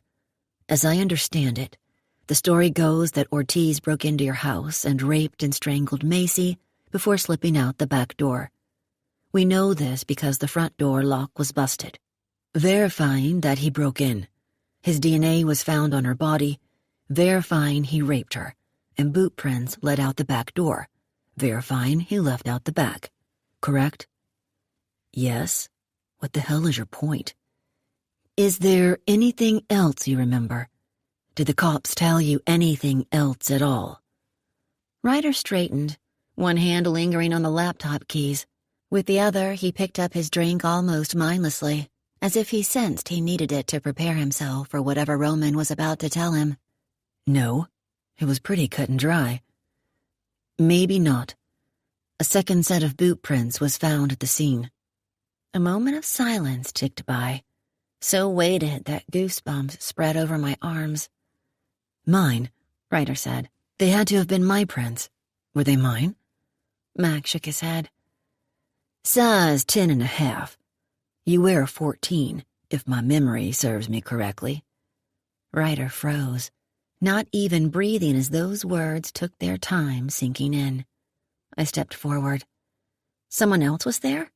It specifically says that in the report? Roman nodded. Who? Ryder demanded, his eyes a little wild. According to the official report, the cops never identified the second person. They knew it wasn't Ortiz because the tread on the print was different. The report says they scoured Ortiz's social media accounts, pulling the height and weight of his closest friends to determine shoe size. Interviewed most of them. You were already in jail at this point. One of Ortiz's acquaintances wore a size 10 boot, but was out of town during the murder. His airline and hotel confirmed this. That was it. That was as far as they got. Why the fuck don't I know this? Confidential report of the incident. They had no obligation to tell you. And as I said, you were already convicted and locked up at this point. Mac set down his scotch. And besides, even if they were inclined to tell you or ask you about it, you'd already lost your shit and killed Ortiz. You killed him before they could even shake him on it. Ryder lunged across the counter. I stumbled backward, my heart jumping into my throat. Roman sprang into action, tackling Ryder to the floor and pinning his hands behind his back before I could even take a breath. You fucking son of a bitch, Ryder growled from the tile. It's not his fault, I blurted. Roman murmured something in Ryder's ear. Mac stared down at them, his arms crossed over his chest. A second passed, and when Roman finally released Ryder, he jumped to his feet. I held my breath. Mac bowed up, then sighed. Facts are facts, but I should have chosen my words better. Ryder turned away in what I assumed meant he was accepting an apology that was never quite verbalized, and began pacing. This makes sense. Whoever was there with Ortiz that day took Macy's necklace. Maybe they were worried it had DNA on it, or maybe they just fucking liked it. Whoever did this disposed of the pendant in Hollow Hill, years ago, based on the grime it had all over it. Probably thought no one would find it, or it being there would frame the high school kids who went there. What pendant? Roman asked. Ryder filled in Mac and Roman on the story of Macy's necklace. That Cara girl was strangled, right? Mac asked, and Ryder nodded. Macy was strangled 12 years ago, right around the time the first victim of the string strangler was reported. Cara was strangled with a thin ligature, Ryder muttered as if thinking out loud. Macy's pendant was found in the estate that Cara said she was going to visit, but we found no string. He stopped abruptly and stared at me. The fucking string. Mac shook his head in disbelief and huffed. Fucker's been using Macy's necklace to strangle his victims. Maybe he took them all to Hollow Hill, I said slowly. Maybe that's his little murder den. Maybe that's why the pendant was there. Where is this pendant? Roman asked. McCord has it. Said he'll scan it for prints. Can you keep a beat on the reports that come through his desk? Roman nodded. Not a problem. He shifted back to the laptop. The report's in your email. Hated being the one to tell you this. Show me exactly where it is in the report. As Ryder and Roman hovered over the computer, Mac nodded at me, beckoning me to the corner of the room with him. Louise, can I call you Lou? Sure. Lou, I don't know much about you, but I know that my boy here has taken a liking to you. I frowned. Your boy has an interesting way of showing it. He's out of practice. Jaded. Mac grinned. But you're still in the house, aren't you? Hell, we've never even been in this house before. He's never invited us. My point is, he's made it clear to me Justin and Astor aren't welcome here. He doesn't know Roman, so that one makes sense at least. But he likes you. He's protective of you. I can see it, and so can Justin. And I need you to make sure he doesn't do anything stupid. A crease formed in his tanned forehead. I don't know this Ryder, but I still love him. Take care of him, will you? Ryder's not good at taking orders. Mac laughed. Ryder took orders from Astor and the government for years. No questions asked. He's just a bit out of practice. He'll listen to who he respects. The words hit me like a brick. He'll listen to who he respects. Mac slapped me on the back, sending me stumbling forward. And keep your head on a swivel, little lady. Nothing good comes from hunting a serial killer. Alone, anyway. Ryder's hand clamped on Mac's shoulder. Something I can help with here? Mac grinned at me. Protective, see? Possessive, too. He turned to Ryder. Nope, not a thing. Ryder stepped next to me, blocking Mac. Guess that's my cue. Mac nodded at Roman. Let's hit the road. Our attention was pulled to a chorus of knocks at the front door. Mac cocked a brow. Little Mr. Social here having a party we don't know about. Frowning, Ryder looked at me. Another knock came, and when I shrugged, he strode across the living room and pulled open the door. A minute of silence ticked by, and then I heard, is Lou here?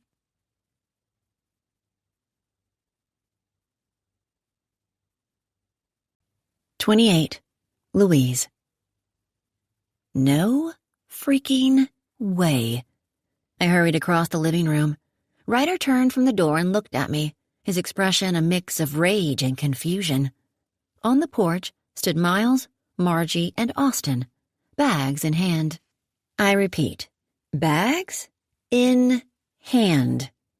Miles looked confused and Austin looked wary. Margie, on the other hand, gawked at Ryder like a love-struck sophomore would look at the quarterback of the football team, and I didn't like it. Not one damn bit. As usual, she was freshly showered and wearing full makeup, dressed from head to toe in the latest duct-tape-free designer duds. I ignored the pang of jealousy as well as the possessiveness that settled like coal in my stomach. Grabbing the door, I stepped in front of Ryder, whose eyes were burning holes through the side of my face. "Hey, I'm so sorry," Margie whispered, the authenticity of her apology fading with the grin creeping to her face as her attention flicked to Ryder. "We checked out of the Talrim Pines to head home, but slid on a patch of black ice a few miles into the trip. My dad said the roads to Ponco were still bad, so we decided to wait it out until tomorrow. Thing is, all the hotels are still booked.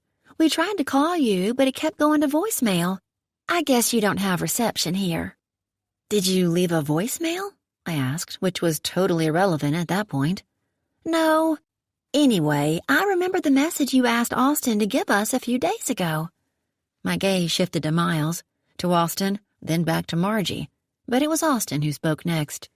"And Margie here suggested we should crash at your friend's house at the, quote, Castle on the Hill down County Road 2355.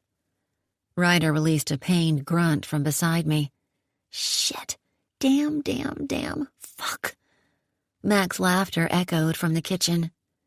"Oh, well, I glanced at Ryder, who turned and walked away without a word. I turned back to the crew. Sure. Okay. There's plenty of room. Come on in." Margie wiggled her brows as she stepped past me. "Oh my God, he's so hot." Mac and Roman muttered something to Ryder, then breezed out the front door chuckling. Teasing him, I'd guess, based on the shit-eating grins on their faces. After a quick survey of the place, Miles turned to me with a questioning frown. "He just moved in," I lied. "Oh, okay. So, yeah, come on in." Bags were dropped by the doorway. My anxiety hit the roof. Margie, totally comfortable in a stranger's house, sauntered into the living room and walked right up to Ryder, who was glowering at me with his hands on his hips. "Beautiful place you got here." She thrust out her hand with its long, delicate fingers. "I'm Margie." "Ryder," he muttered, ignoring her hand. Not seeming bothered at all by his rudeness, she dropped her hand and smiled up at him. "All this land yours?" "Yes, ma'am." "Ma'am," she giggled. I rolled my eyes. "Are you sure you don't mind us staying?" she asked, her southern drawl suddenly twice as thick. Ryder's gaze shifted to Miles and Austin. When Ryder didn't respond, Margie took that as a yes. "Thank you. You know, I used to—" "Louise, why don't you introduce me to your friends?" Ryder stepped around Margie, his focus fixed on the two other men in the house. I made introductions and hands were shaken. I swear I heard Miles wince. "This is the crew from Ponco who came over to help with the search for Kara." A minute of silence passed, feeling more like a year, and I clapped my hands. "So, you guys want a drink? Food?" "Yes," said three voices in perfect unison. Ryder walked closely next to me as we headed to the kitchen. "I just moved in, huh?" I groaned. "I'm sorry, but you do need to get some furniture." When Ryder didn't offer the crew anything, I stepped in. I couldn't take another second of the brutal awkwardness. "So, what would you guys—" "Holy shit! Is that Pappy Van Winkle?" Miles gawked at the bottle on the counter, where Mac and Roman had helped themselves. Ryder nodded. 15-year. "Want some?" I asked. Miles nodded, beaming. "Do I want a glass of $2,000 bottle whiskey? Make it a double." $2,000? Margie gasped. I want some. "Austin," Miles said, "you gotta try some." Austin reluctantly stopped his visual inspection of the house, stared at Ryder a moment, then nodded. "Sure." I raised my brows at Ryder. He was watching Austin closely, and that was about it. I shook my head, grabbed 5 highball glasses, and poured us each a shot. After passing them around, Ryder included, we settled into the kitchen, me leaning against the counter, Margie and Miles at the breakfast nook, and Austin pacing a bit, glancing out the window as if scanning his new digs for the evening. The guy reminded me of Ryder, always hyper-alert. I wondered why. "So, how do you two know each other?" Margie asked. "Ryder hired me to photograph his horses once," I said, quickly coming up with a lie. Ryder's brow raised slightly as he sipped. "Oh, I love horses. Grew up riding them. My grandma and grandpa had an Appaloosa." Margie scanned the walls. "Where are the pictures you took?" "Storage," Ryder said dryly. "I just moved in, remember?" I cleared my throat. It was going to be a long night. As expected, I led the small talk as Ryder slowly sipped his drink, only inserting himself into the conversation when addressed. I noticed his gaze raking over everything the crew touched, undoubtedly plotting his cleanup the moment they went to bed. The liquor had done its trick. Margie's voice had reached a high-pitch range. Miles wouldn't shut up about catfish the size of Volkswagens, rumored to be in the local lake, and even Austin said more than a few words. "Well, guys, you hungry?" I asked. "Yes." Margie dramatically slapped her hand over her stomach. I glanced at Ryder, again giving him the opportunity to play host. When he didn't bite, I took over again and yanked open the fridge. "Oh my God!" Margie pushed up from the chair and gawked as she made her way across the kitchen. "That's the biggest fridge I've ever seen." "That a Sub-Zero?" Miles asked. Ryder nodded. Everyone except Ryder gathered around the fridge. Margie wrinkled her nose at the stacks of Tupperware. "What is this stuff?" All heads turned to Ryder. "Food." "Ryder likes to eat organic," I said. "Why?" Ryder pushed past me and grabbed a container from the fridge. "Burgers okay?" "Sounds great." "Works for me." He turned, stumbling into Miles. "Sorry." Margie stepped back. "Ow!" Austin grunted as she stepped on his toe. "Sorry." I heard Ryder exhale deeply as he set the meat on the counter. When he grabbed a few tomatoes, I grabbed a head of lettuce and set it on the counter next to him. The chatter picked up, settling into a hot debate about the validity of the supposed benefits of organic food. Ryder disappeared into the pantry. A few seconds passed, so I began preparing the ground beef that I was sure had been locally raised and butchered. A minute passed. Then another minute. I washed my hands and, after ensuring no one was looking, slipped into the pantry. Ryder's back was to me, his palms braced against the shelves, his head bowed in misery. "Hey." I quietly closed the door behind me. He looked over his shoulder and dropped his hands from the shelves. "You okay?" I asked. "Yeah." "I'm really sorry." He shook his head. "No, it's fine." "I didn't invite them out here, I promise." "I know you didn't." He raised his palms. "It's okay. And even if you did, it's okay. It has to be okay." "You don't seem okay." He sighed, his shoulders sagging.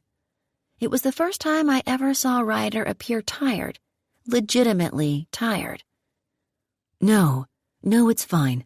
It's just, with everything Roman and Mac told me about the boot print, and now this, the unexpected company, it's just a lot. God, I'm fucked up, Lou. I know I am. I'm so sorry. Don't be sorry, and I can handle this, Ryder. The second boot print? Maybe not, but this unexpected company I can handle for both of us. Really? I smiled, closing the short distance between us.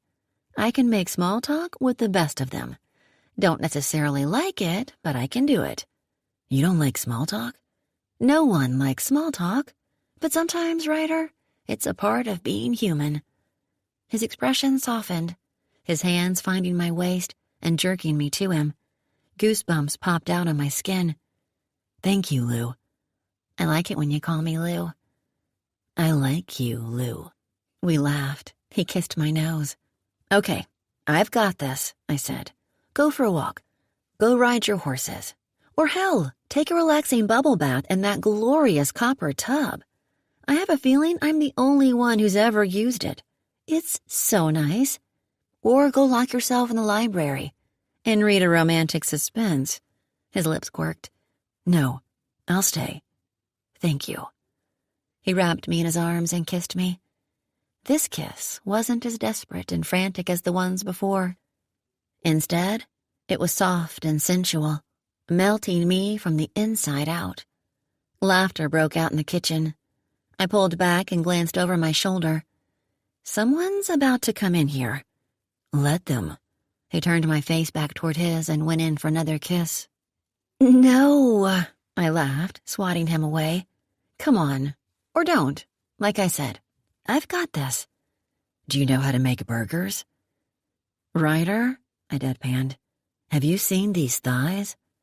He grabbed my ass, sending a zing up my spine. I'd like to get a closer look.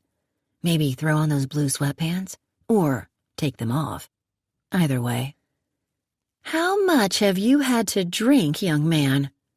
Not nearly enough to make it through this night. Oh, this horrific night of being social? Dear Lord, how are you going to survive? I've got you, he winked. Smiling big, I said, Okay, come on. Let me handle everything. You go drink your rich kid scotch. It's whiskey. What? It's not scotch. It's whiskey. What's the difference? Don't. I can't. With that, I pulled Mr. Antisocial out of his comfort zone and into the laughter. He followed me, for a change, across the kitchen to the stove. As promised, I carried the conversation for both of us while Ryder picked up where I left off on the burgers. He didn't leave, as I'd suggested. Instead, we cooked together, side by side, exchanging glances, grins, and a few ass pinches. Comfortable. Just him and me.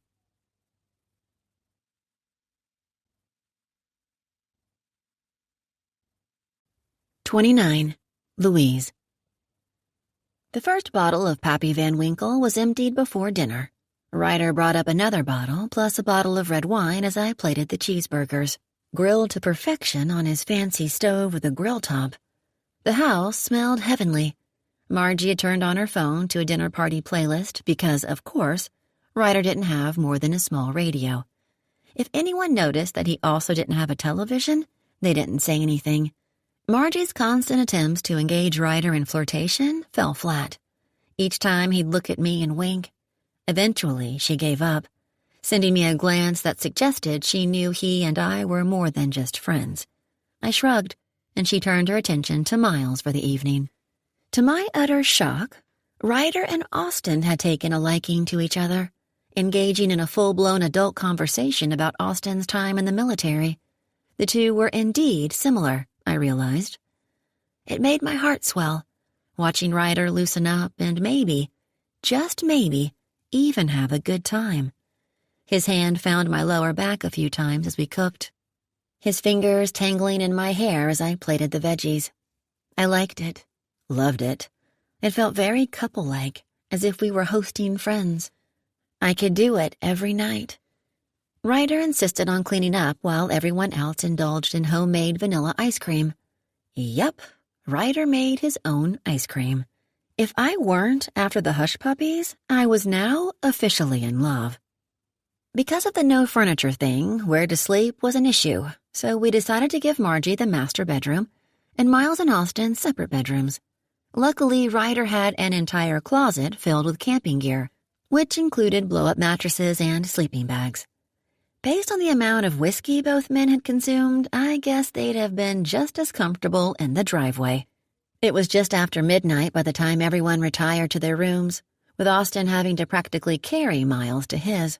The guy couldn't handle his expensive booze, apparently. The only question that remained was where Ryder and I were going to sleep. Lights were turned off, and Ryder grabbed my hand and tugged me across the living room. "Where are we going?" "You'll see." The light from the full moon pooled on the floor, bathing the pastures outside in a silvery glow. He pulled me into the library, awash with moonlight. "This room, it's so beautiful." I was led to the end of the library to a small door tucked between two bookcases. Ryder pulled open the door, silent on its hinges, to reveal a steep, narrow staircase. "How many secret rooms do you have in this place?" "A few." The stairs were sturdy and silent beneath us as we climbed them. Ryder turned to me just before we reached the top of the stairs. "Close your eyes." "Seriously?" "Yep." Grinning, I squeezed my eyes shut. He caught me peeking through the slits. "Cheater." "Okay, fine." I slapped my hand over my eyes. His fingers swept down my arm and wrapped around my free hand. My heartbeat sped up. "Step," he said, guiding me. "Step, step, last one." My feet landed on solid flooring. The scent of fresh lumber filled my nose. Two hands rested on my shoulders, turning me to some exact position. "Okay, open." I dropped my hand along with my jaw. 1,000,000 stars twinkled under a domed glass ceiling that enclosed a small, round room. A large telescope tripod sat at the front of the room, facing the moon. In the center were piles of blankets and pillows. "Oh, my God, Ryder, it's—" I ran out of words as I gazed at the night sky so close I felt like I could touch it. "I call it the observation room." Standing next to me, he stared up at the stars. "I had it built about 6 months ago. The lumber is from my land. I sleep up here a lot." "I don't blame you. I want pictures." "There'll be time for that." He repositioned the blankets and pillows, and we sat together on the floor. A few moments passed, and I could tell he wanted to say something. Finally, he did. "You know how you said sometimes unexpected blessings can happen in chaos?" His dark eyes twinkled in the moonlight. "Yeah?" "That was tonight. For me, with you. When Roman told me about the second boot print, I was halfway out the door, planning to barge into McCord's office and demand answers. There was no question. When your friend showed up, my immediate response was to slam the door in their faces. But then there was you. You handled it. You handled everything, including me and my neurotic ass. You kept me from driving to BSPD, losing my shit, and no telling what else would have happened. If your friends wouldn't have shown up, if you hadn't have been here, tonight might have gone differently." My hand slid over his. "Do you think there's any way you can let it go? It's been 12 years. According to Roman, they tried to find the guy and couldn't. 12 years. Can you let it go?" "Kind of like how you're letting this whole car thing go?" I sighed. "Maybe I need to let it go too. Not let her go, of course, but leave the investigation to the people who are actually trained to deal with it." A moment passed and Ryder exhaled deeply. 6 months. Knowing what he meant, I said, 6 more months of parole. Then peace, Ryder. Peace. Let everything go. Live on your land. Make friends. Organize a weekly poker night. Try to get back to a normal life. It's time to let it all go. His hand squeezed mine. My boy would be almost 12 now, becoming a man. "You can still have that," I whispered. "There's still hope." "I want to have hope." He looked away. "I want to believe again." I pulled his chin toward me. "Then believe." This time I kissed him. We fell to the blankets with hungry kisses, complete with fingers tangled in hair. He rolled on top of me, cupping my head in his hands, stroking, kissing as if it were his last breath of air, eager, desperate. My stomach swirled, goosebumps spreading under the intensity of his touch. "You," he whispered between kisses. "You make me crazy, Lou." "I make you forget," I whispered back. He pulled away at the words and stared at me for a moment, before crushing his lips again to mine. My clothes were ripped from my body and strewn across the room. Next came his. His touch was frenzied, demanding, with so much energy and ache. There was nothing for me to do but let him take me. He wouldn't have it any other way. A groan escaped my lips as he took my nipple into his mouth, massaging the other with his hand. I gripped at the blankets to anchor myself as he worked his way down my stomach. His hands cupped my ass and squeezed. He looked up, a twinkle in his eye, a smirk on his lips. He likes my ass. I parted my knees for him, inviting. He lifted my ass from the blanket and slid his mouth over me. Unlike his kisses, he took his time between my legs, melting into me, his tongue exploring my folds. He groaned, throaty, and licked some more. Fisting the blankets, I pulled at them, yanking, a feeble attempt to release the electricity spiking through me. His tongue circled my clit, his movement soft, slow, and steady, as if he had all the time in the world. Tingles spread across the delicate skin, and a warmth pooled between my legs. Just as I was about to lose control, he lifted and positioned himself over me. Our chests heaving, we stared at each other. My heart skittered in my chest. The wild lust was gone from his eyes, replaced by an awareness, as if he just realized something for the first time. He searched my face, his gaze lingering on my lips. My heart pounded. He lowered himself, his tip pressing against my opening. My heart in my throat, I nodded. And with his eyes locked on mine, he speared into me. Our lips parted together and a gasp escaped me. I breathed out heavily. He sucked in. We wrapped our arms around each other, desperately, saying everything with our bodies, our touch. Slow and steady, we moved together, gripping on to each other for dear life, gripping on to whatever was happening between us. He stroked my hair, kissing my lips as we rode the wave. I squeezed around him with each thrust, craving more, knowing there was no going back after this. Sweat beaded on his back and on my forehead. Staring into each other's souls, we came undone together, right there beneath the stars.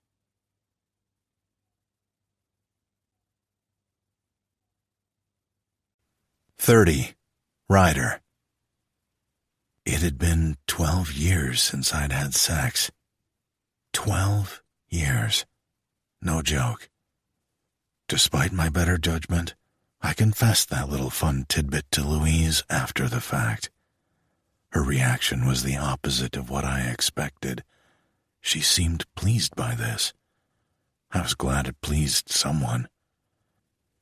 The one thing I didn't confess was that in all the times before, never once, not a single time, did I feel a connection with anyone like I did with her. A deep, visceral familiarity, as if I'd known her all my life. Every line of her face, every curve of that damn body, I suddenly realized I'd seen in my dreams. Louise was in my head before I'd even met her. The fact that I didn't feel this way with the woman I'd proposed to so long ago was jarring. I wondered if this was what the beginnings of real love felt like, and that thought scared the shit out of me. We had sex twice more that night, each time longer than the one before. I couldn't get enough. Having her wrapped around me, submissive, taking me as I came, was like getting hooked on a new drug. I needed that intimacy. I needed to be inside her, to feel that connection to another human being. I'd forgotten that feeling, the part of me that allowed emotions, the part of me that I'd let dissolve to dust. I need her. I needed her to be mine, if only for that moment. Louise had fallen asleep on my chest with my arms wrapped around her tightly, as if holding her captive. She was mine. As she slept, I stared at the stars, wondering what the next day would bring, what the future would bring. Would she leave? Would she stay? If she stayed, could she ever truly accept my past? I was a convicted felon, a murderer, a monster, the former fiancé of a woman who died a tragic death. Did that scare Louise? Did it scare me? Did I believe in chronic bad luck? On top of all that, I wondered if Louise could handle all the looks and whispers from the small-minded rednecks every time we went into town. Or would it get old and she'd leave me? Hell, I wouldn't touch me with a 10-foot pole. I want to make one thing clear here. I knew I was fucked up, knew I had problems. There was no disillusionment there. But the fact is, until you've spent a decade in the deepest depths of hell, you have no idea the effect the experience can have on the human psyche. Looking back at the lives I'd taken while working for Astor Stone, my targets, and at the life I took as revenge for my unborn baby, I realized those events weren't what short-circuited my brain, weren't what broke me. It was having my freedom stripped away, living in an 8x8 cell, locked in a cage like an animal with no privacy. No freedom, no escape. Claustrophobia had nothing on those 10 years. I hope your circumstances won't continue to define your life. Louise's words echoed in my head as I lay next to her. My circumstances had undoubtedly shaped me into the man I was. I knew that. And for the first time, I wondered if that made me weak. Was I acting like a victim, allowing my past to take over my life? When I got out of jail, I continued building walls around me in the form of my house, my land, my space, by restricting human interaction as little as possible. Why? Because I didn't trust anyone. Because I didn't trust myself. And that was it, I realized. I didn't know who the hell I was anymore.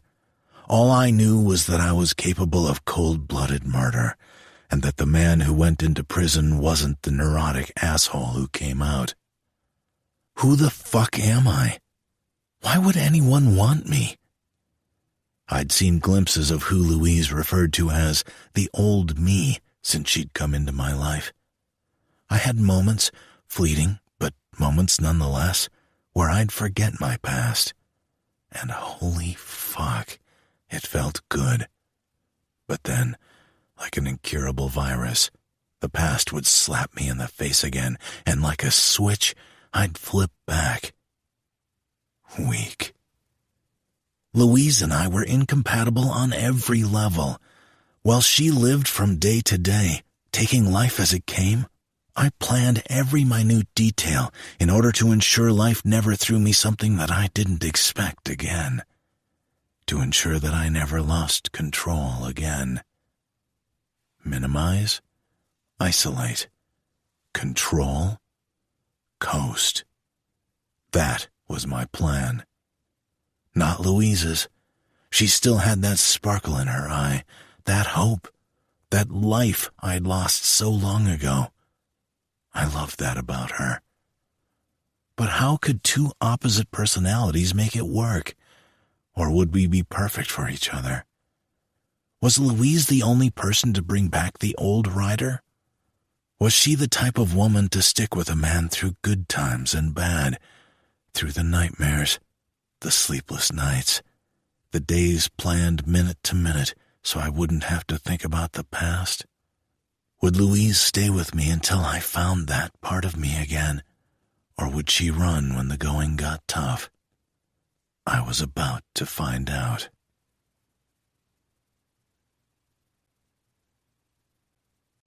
31. Louise. I awoke in the trees. That's what it felt like, anyway. Like I was floating in the air, secure in Ryder's arms. "Good morning," his husky voice whispered in my ear. I snuggled into his chest, one eye gazing up at the muted orange, beginning to push into a star-speckled indigo. Beautiful. Peaceful. I inhaled deeply, smelling that scent that was Ryder. God, I love the way he smelled. "What time is it?" "I'd say 6. I wrapped my arms around his waist, nestling. He squeezed me tighter and kissed the top of my head. What would this day bring? The roads would be clear enough for me to leave, but I didn't want to. Does he want me to leave? Will I ever see Ryder again? The thoughts made my stomach sink. "Ready for a jog?" My worry faded into a smile. Shockingly, yes. That's my girl. My girl. After dressing, we crept downstairs, my hand in his. About halfway through the living room, I realized I had a stupid grin plastered on my face. Languid bliss from the night before. Ryder must have caught it because, grinning too, he halted, pulled me back into his arms, and kissed me again. Whatever I was feeling at that moment, I knew it was love. I knew it in my heart, my soul. We tiptoed into the master bedroom where Margie was still passed out cold, her messy hair fanned out over the pillow, a puddle of drool under her mouth. "I'm burning those sheets," Ryder murmured softly, and I stifled a laugh. We stepped into the closet, quickly changed clothes, a few kisses, grabs, and nips along the way, and then made our way outside. The cold air was exhilarating. My energy level rivaled what I'd normally experience with a triple shot of espresso. I made a mental note to have orgasms on a regular basis going forward, Ryder or not. We started out at a brisk pace. In our normal routine, we would remain mostly quiet for the first mile or so, until our minds and bodies awoke fully enough to have a conversation. That day, though, Ryder talked my ear off. He told me about his plans for the land, what he wanted to do to the house. He pointed out things in nature as we passed. He told me stories about how he and his brother grew up in the woods and all the animals they'd seen, including black bears and mountain lions. Ryder talked and talked and talked, and I listened, my heart doubling in size. It was as if the intimacy, the bond, the surrender between us, that experience had unlocked his armor. He was suddenly a man who couldn't shut up. Or perhaps he wanted to talk about anything that didn't involve murder or me leaving.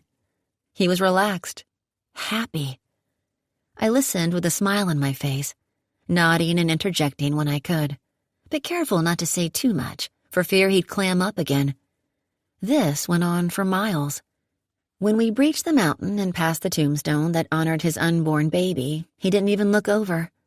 My body felt good, as well as my muscles and my head. Funny how quickly you can crave a good workout, a release of all those endorphins. I swear I'd even lost a little weight. It felt good. Everything about that morning felt good and right, as if everything was exactly how it should be. Honestly, I could have jogged in those woods listening to Ryder talk for the rest of my life. But 45 minutes later, the trail brought us back around and we were back at the house. To our surprise, everyone was still sleeping. "What should we do?" I asked. "Let them sleep. I've got to go into town for a bit. I'm assuming you can entertain?" He winked. "Where are you going?" "Find out what I can about that pendant." "I thought you were going to drop it." "I am. The boot print, my past. But I know you're not going to drop Kara's case, and I'm not letting you go it alone." "I want to go." He looked toward the master suite, considering, and then he shrugged. "I guess there's nothing here they can steal. I've got my guns and computer locked in the safe." "What about your secret room and all that money?" "Added 3 locks the day you found it." I laughed. "Of course you did." "Get dressed. I'll get the coffee." We turned onto Main Street a few minutes before 8:30. The roads were still streaked with fingers of ice, but would clear by mid-morning. The ghost town was crawling with activity, the citizens of Berry Springs eager to shovel their way out of the snow and back into civilization. Donnie's Diner had a line out the door. Still, not a word was said about my leaving. I'd left a note for the crew on the kitchen island, next to the coffee condiments and a bottle of ibuprofen, telling them to help themselves before setting out, and to give me a call when they arrived back in Ponco safely. We pulled up to a long brick building with a single window in the front, its shades drawn. Leafless bushes lined the brick, and bare tree branches reached for the roof. A few fallen branches littered the parking lot. A small wooden sign read Carroll County Medical Examiner. A run-down black Tahoe, with a Rosie the Riveter sticker on the back, was parked to the right of the sign. Ryder pulled the keys from the ignition. "Ready? To hang out with a bunch of dead people at 8 a.m? You bet. You can go kick the cook's ass at Donnie's if you'd rather." I thoughtfully tilted my head. "Tempting, but no. I'm coming with you, Detective Magoo." After Ryder opened my door, a new habit that I could easily get used to, we crossed the asphalt. The front door was locked, so we rang the doorbell, but there was no answer. Again, and one more time. "Just a freaking minute," a gruff, husky female voice called out from the speaker. Yikes. 2 minutes later, the door flung open. I recognized her immediately from the night I found Kara's body. Jessica Heathrow was a short, stocky woman with flaming red curls and tattoos peeking out from beneath her lab coat. She looked at me, then at Ryder. Recognition flickered and those green eyes rounded. Ryder Jagger. Holy shit. "Good to see you too, Jess." By the use of a nickname, I assumed the two were friendly. Jessica opened the door wide, giving Ryder the once-over. "Jesus, Mary, and Joseph. Prison did you well." I grinned. "Jess, this is Louise Sloan. Lou, this is Jessica Heathrow, the county medical examiner, and the only woman this side of the Mississippi to beat me at arm wrestling." Jessica laughed. "To be fair, he'd had a pint of moonshine and had 2 women on his lap." Ryder grinned. "Damn it, man, it's good to see you. Welcome back to civilization. How does it feel?" "Quiet." She smiled, nodding. "Good. You deserve quiet." Her curious gaze shifted back to me. "What can I help y'all with?" Chief McCord was supposed to drop off a pendant from a necklace yesterday to be scanned for prints or DNA. Did he? She thought for a moment. "Ah, yes. Yep, sure did. Have you found something yet?" "I'm busy with a heroin overdose at the moment, which may or may not have been a homicide. And besides, you know I'm not at liberty to share what I find with you regardless." Ryder pulled a stack of cash from his pocket and she raised her brow. "You bribing me, Mr. Jagger?" "Consider it a friend helping another friend with that new house payment you've got." Her other brow lifted. A moment passed as they stared at each other. Ryder rolled his eyes and pulled another stack from his other pocket. Jessica smiled and dipped her chin. "Knew you had it in ya." She grabbed the stacks and stuffed them in her lab coat.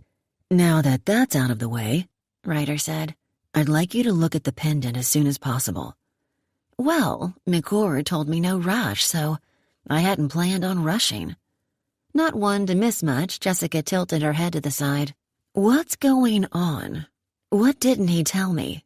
Does this have to do with Kara Myers?" "It has to do with more than that. I think the pendant might link to the string strangler." "What?" Ryder nodded. A darkness clouded Jessica's face, her shoulders tensing. "You know, I've done the autopsies of 3 of his victims, the first 3 before the FBI got involved." Her voice lowered. "It's every woman's worst nightmare. The women were alive during the rapes and beatings. Noses broken, cheekbones shattered. He'd focus on their faces. A disdain for women, no doubt about it. Probably wronged in the past, or a messy divorce under his belt. Maybe a few. After he's had his fun, he strangles them to death."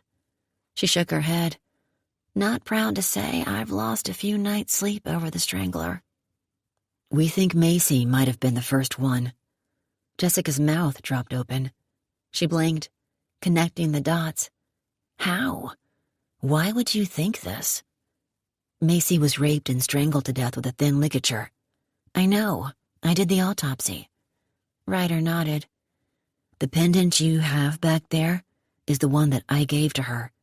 Somehow, it ended up at Hollow Hill, where, it's presumed, Kara visited before she was murdered. You don't say. No, McCord definitely didn't tell me this. Pity washed over Jessica's face as she looked at Ryder. Over a decade and it's all getting resurfaced again. I'm sorry, Ryder. Me too. Can you get to it today? Jessica blew out a breath. I'm gonna be honest with you. I haven't even looked at it yet. She hesitated, glancing over her shoulder. Come on back. After keying in a passcode, Jessica led us through a thick metal door that led to the laboratory. The first thing that hit me was the smell. Bleach and putrid rot. The second thing was the dead body on the center table, its gray skin illuminated by a single fluorescent light that dangled from the ceiling. Based on the gray hair, the corpse belonged to an older man, despite the fact that his body resembled a prepubescent boy. From lifelong drug use and extreme malnourishment, I assumed. A Y incision separated the man's chest, exposing his rib cage under puffs of skin. Bile rose in my throat. Ryder glanced back at me with a nod, his expression clearly saying, You okay? I shook my head, feeling saliva pool in my mouth. Oh, sorry, Jessica said, catching the look. So sorry, I forget. She rushed over and covered the body, then handed me a small vial. Here, sniff this. It will help. Can I stuff this directly into my nostrils? My voice was as shaky as my hand. Jessica grinned, as did Ryder. I unscrewed the cap and inhaled a strong eucalyptus peppermint scent. After I took a deep breath and another, my stomach slowly began to settle. Sorry, I muttered. No worries. I barfed my way through my first 10 autopsies. No joke. Totally numb to it now. Okay, come on in here. We followed her to a small side room. Stacks of boxes, folders, and clear containers littered the counters. Reminded me of home. Let's see. Jessica's fingers danced over the boxes. Ah, here it is. She cleared a spot on the counter, then pulled on a pair of blue latex gloves. Next, she retrieved a sterile silver plate. The pendant was placed carefully in the center. It's glass. She straightened, frowning. Is that an issue? Well, maybe. Chewing her lower lip, Jessica clicked on the lights and slid the pendant under a magnifying glass. What environment was it in when you found it?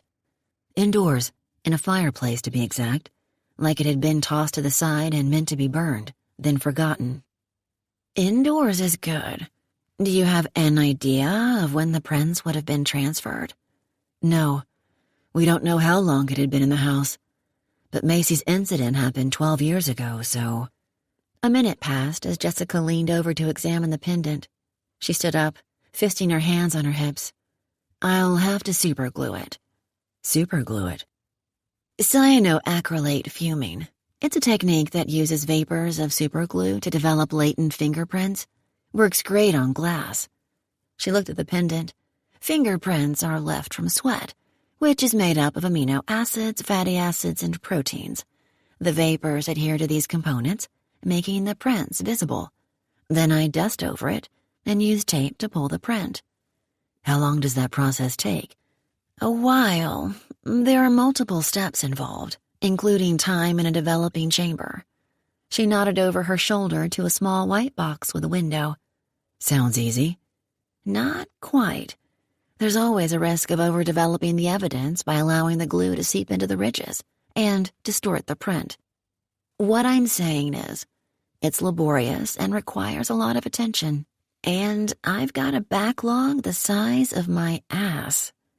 Can you get it done today? Yeah, Ryder, I'll get it done. For you. But you owe me. Your lab coat weighs triple what it did before I walked in. I'd say we're even. Feels good, too. She winked, patting her pockets. But I want something else from you. What's that? A drink. You look like you could use some time with a friend at Frank's bar. He nodded. Done. I smiled. Baby steps. Good. Now remember, I might not get a print or I might get a partial, which won't tell us shit. Or even if I do get a full print, if the guy isn't in the system, you still won't have a name. But if you do get a full print, and the print is in the system, then we've potentially nailed the string strangler, and women in this town can sleep easier. Jessica nodded. I'd like to go the rest of my career without seeing another one of his victims come through my doors. Get it done, then. Yes, sir. Jessica winked, then slid me another glance. All right, scat you two. Hopefully I'll have something for you by the end of the day. My heart skipped a beat. By the end of the day. By the end of the day, maybe this whole nightmare would be over.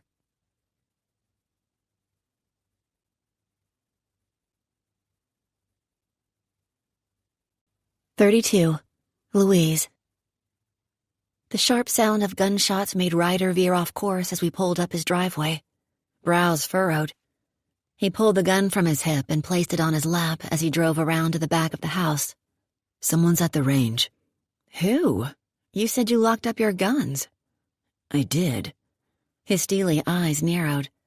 We drove down a gravel road that skirted the fields until a dark figure, gun in hand and aiming at targets in the distance, came into view. That's Austin. I could tell by the tall, lean frame and dark leather jacket. Hearing the truck, Austin lowered his gun and turned. Ryder rolled to a stop, sliding his weapon back into the holster. We jumped out. "Morning." Austin glanced at Ryder's hip. "I saw the targets from the road yesterday when we drove up. Hope you don't mind." "Not at all." Ryder nodded to the gun in Austin's hand. Austin handed it over. "SIG P938. Ryder stepped to the range, set his sights, and fired off 3 rounds. "Very nice. Have 2 myself. It goes with me everywhere." "Where's everyone else?" I asked. "Miles is still passed out and Margie went to, quote, go pet your pretty horses. I told her to wake Miles up, but she said she wanted to wait a bit to get on the road. Make sure the ice melts off." He glanced up at the heavy cloud cover, which was doing little to melt anything. "Don't worry. We'll leave as soon as Miles gets his hangover ass up. I'll drive if I have to. No offense. Your place is great. Just ready to get back home. Feel free to stay down here as long as you'd like," Ryder said, although his offer didn't have much sincerity to it. "Thanks. I think I will for a bit longer. Hell of a place you've got out here." We were almost back to the house when Ryder hit the brakes. I followed his gaze to see Liberty, saddled, walking along the tree line. Guess Margie took him for a ride. "And abandoned him in the woods? He's not in a pasture." A chill sneaked up my spine. A little warning bell. We exchanged a glance that confirmed Ryder felt it too. He hit the gas. "Check the house," he said tersely. "See if she's in there. I'll check the barn." "Okay." My heart raced as I jogged inside, and Ryder disappeared down the hill. I searched every room in the house, even the observation room. As Austin had said, Miles was still passed out. No, Margie. I jogged back outside. When I didn't see Ryder, I took off down the hill. As I slipped through the gate, he emerged from the barn and shook his head. "She's not in there, but she was. She saddled Liberty and took him out." Stomach churning, I looked into the woods that surrounded Ryder's land. Miles and miles of dense underbrush and rock terrain. No telling where she went, or why the horse came back without her. I pulled my cell phone from my pocket. I'll call her. "No reception, remember?" Damn it. "Let's get on horseback. We'll start searching where Liberty is. That gives us a starting point." What about Austin? "Ask him if he's seen her. If not, tell him to put up his damn gun so he doesn't shoot one of us, and to saddle up and help search." 33. Louise. Austin, Ryder, and I sat on horseback at the bottom of the mountain. Ryder was on Liberty, I was on Prudence, and Austin was on a chocolate-brown quarter horse named Bullet. We agreed to split up, search for an hour, then meet back at the base of the mountain to regroup. Ryder took off to the right, I went forward up the mountain, and Austin to the left. Ryder gave each of us a compass.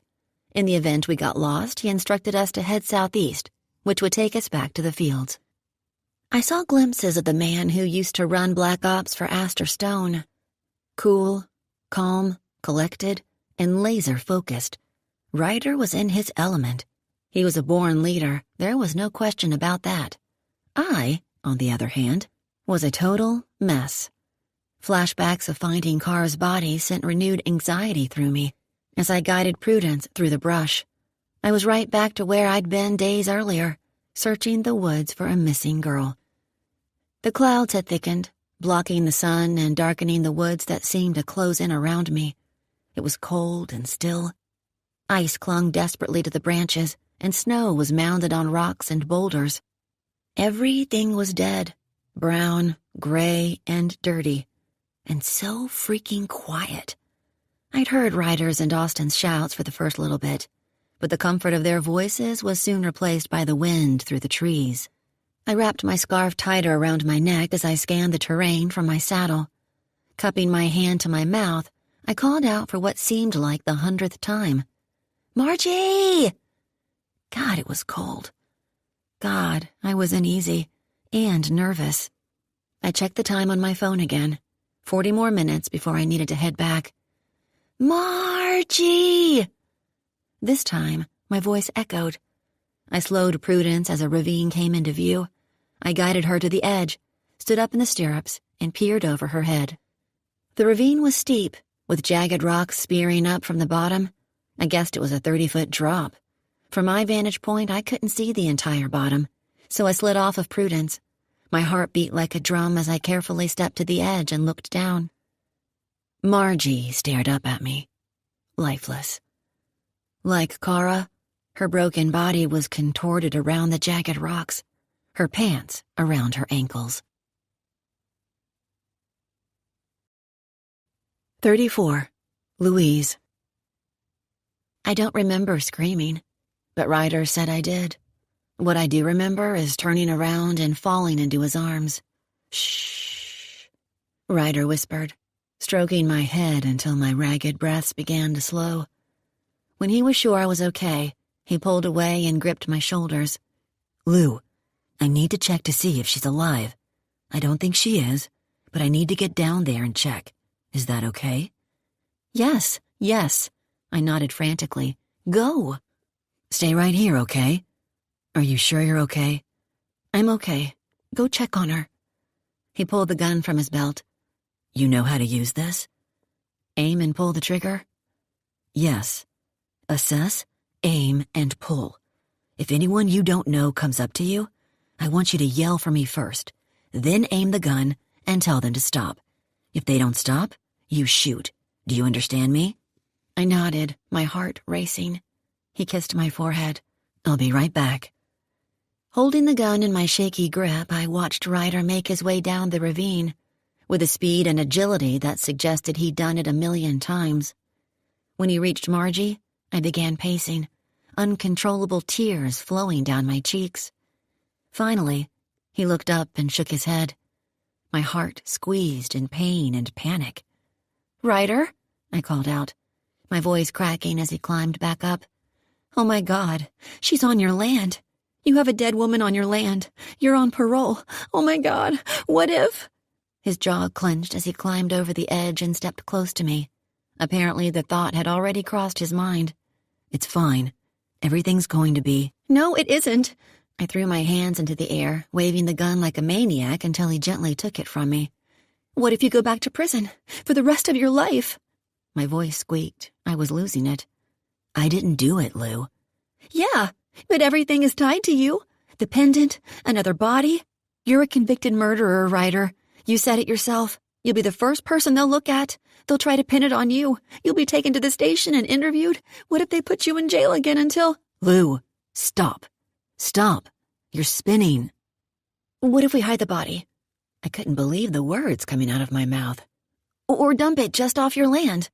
I can carry the feet, and that way it won't be as obviously tied to you. What the fuck was I saying? And exactly how crazy in love was I with this man to consider tampering with a crime scene to ensure he remained safe? Mac's warning echoed in my head. Keep him out of trouble. I'd failed miserably. Margie was dead because of me. If I wouldn't have organized the search for Kara and guilted them into helping, Margie would still be alive. If I would have let the damn authorities handle it, as Ryder had suggested so many times, she would still be alive. And Ryder, his life just got turned upside down. Again. Because of me. I'd dragged him into the case, kicking and screaming. He would have never gone to Hollow Hill and found the pendant if I wouldn't have chosen to drive through an ice storm that first night, pushed my way into his life, and guilted him into helping. He also would have never known about the second boot print. Everything was my fault. Ryder was right. I was impulsive and tunnel-visioned, never looking at the bigger picture. Trademark bad judgment on my part. One person was dead because of me. Another person might go back to prison because of me, and if not, would spend the rest of his life wondering about the unsolved mystery of his unborn baby's murder. Ryder grabbed my shoulders, yanking me from my sickening thoughts. Stop, Lou. You're not thinking straight. We need to get back to the house and call the cops. We're not moving the body. I'm innocent and I'll remain that way. We have one thing to do right now, and that's to call this in. He wiped the tears from my cheeks. I was trembling. Don't do this to yourself. Take a deep breath. You didn't do this. I swatted his hands away, sobbing as I pulled myself onto Prudence. He tried to help, but I slapped him away. I was a complete, total mess. A train wreck. Instead of following me, Ryder mounted his horse, grabbed Prudence's reins, and guided me back down the mountain. I cried the entire way. Austin was waiting in the driveway. Miles was sitting on the front porch, coffee in hand, his hair standing on end. He shot to his feet the moment he saw us. Both men's eyes locked on my teary, swollen face as we dismounted. We found Margie.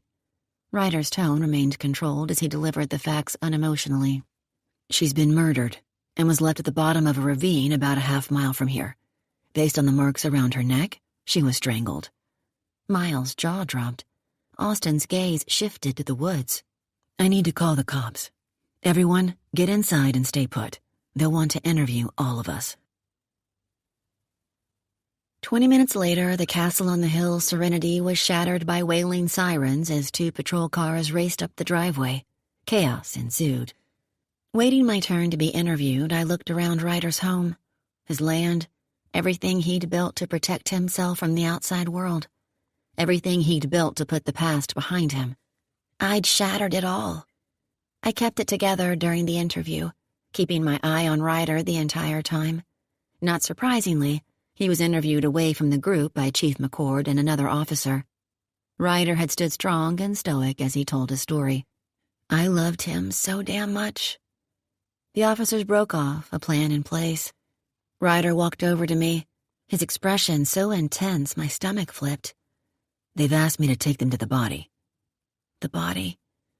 How did everything go? Are you okay? Are you okay? Always. He forced a smile. Tears filled my eyes again. Ryder, I'm leaving, I blurted. What? I'm leaving. They said we could go, that we should go. I think they want us to talk to the FBI, too. I'm going to leave with Miles and Austin. I need to get home. I need to get out of here. I'm so sorry, Ryder. He closed the inches between us, a flash of desperation crossing his face.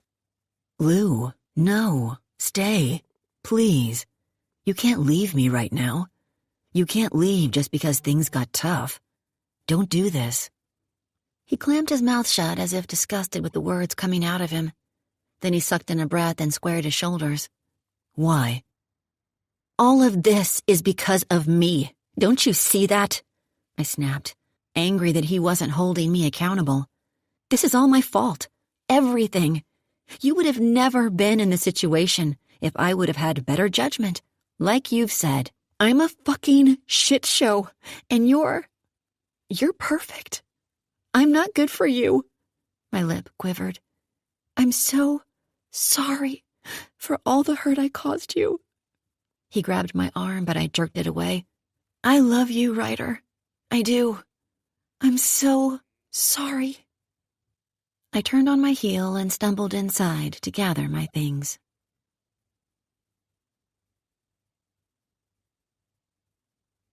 "35. Louise." 2 more officers had arrived while Miles, Austin, and I were packing up our things. We were told not to touch Margie's belongings, that they would be taken care of. Searching for evidence or clues, I assumed. We were also asked to go down to the station to make formal recorded statements and also to meet with the FBI agent who'd arrived that morning to investigate the connection between the string strangler and Kara's homicide. And now, Margie's. Ryder, the chief, and Detective Darby were still at the ravine with Margie's body when we left, Austin in his truck, and Miles and me in Ansel. 3 grueling hours later, we were given the okay to leave town.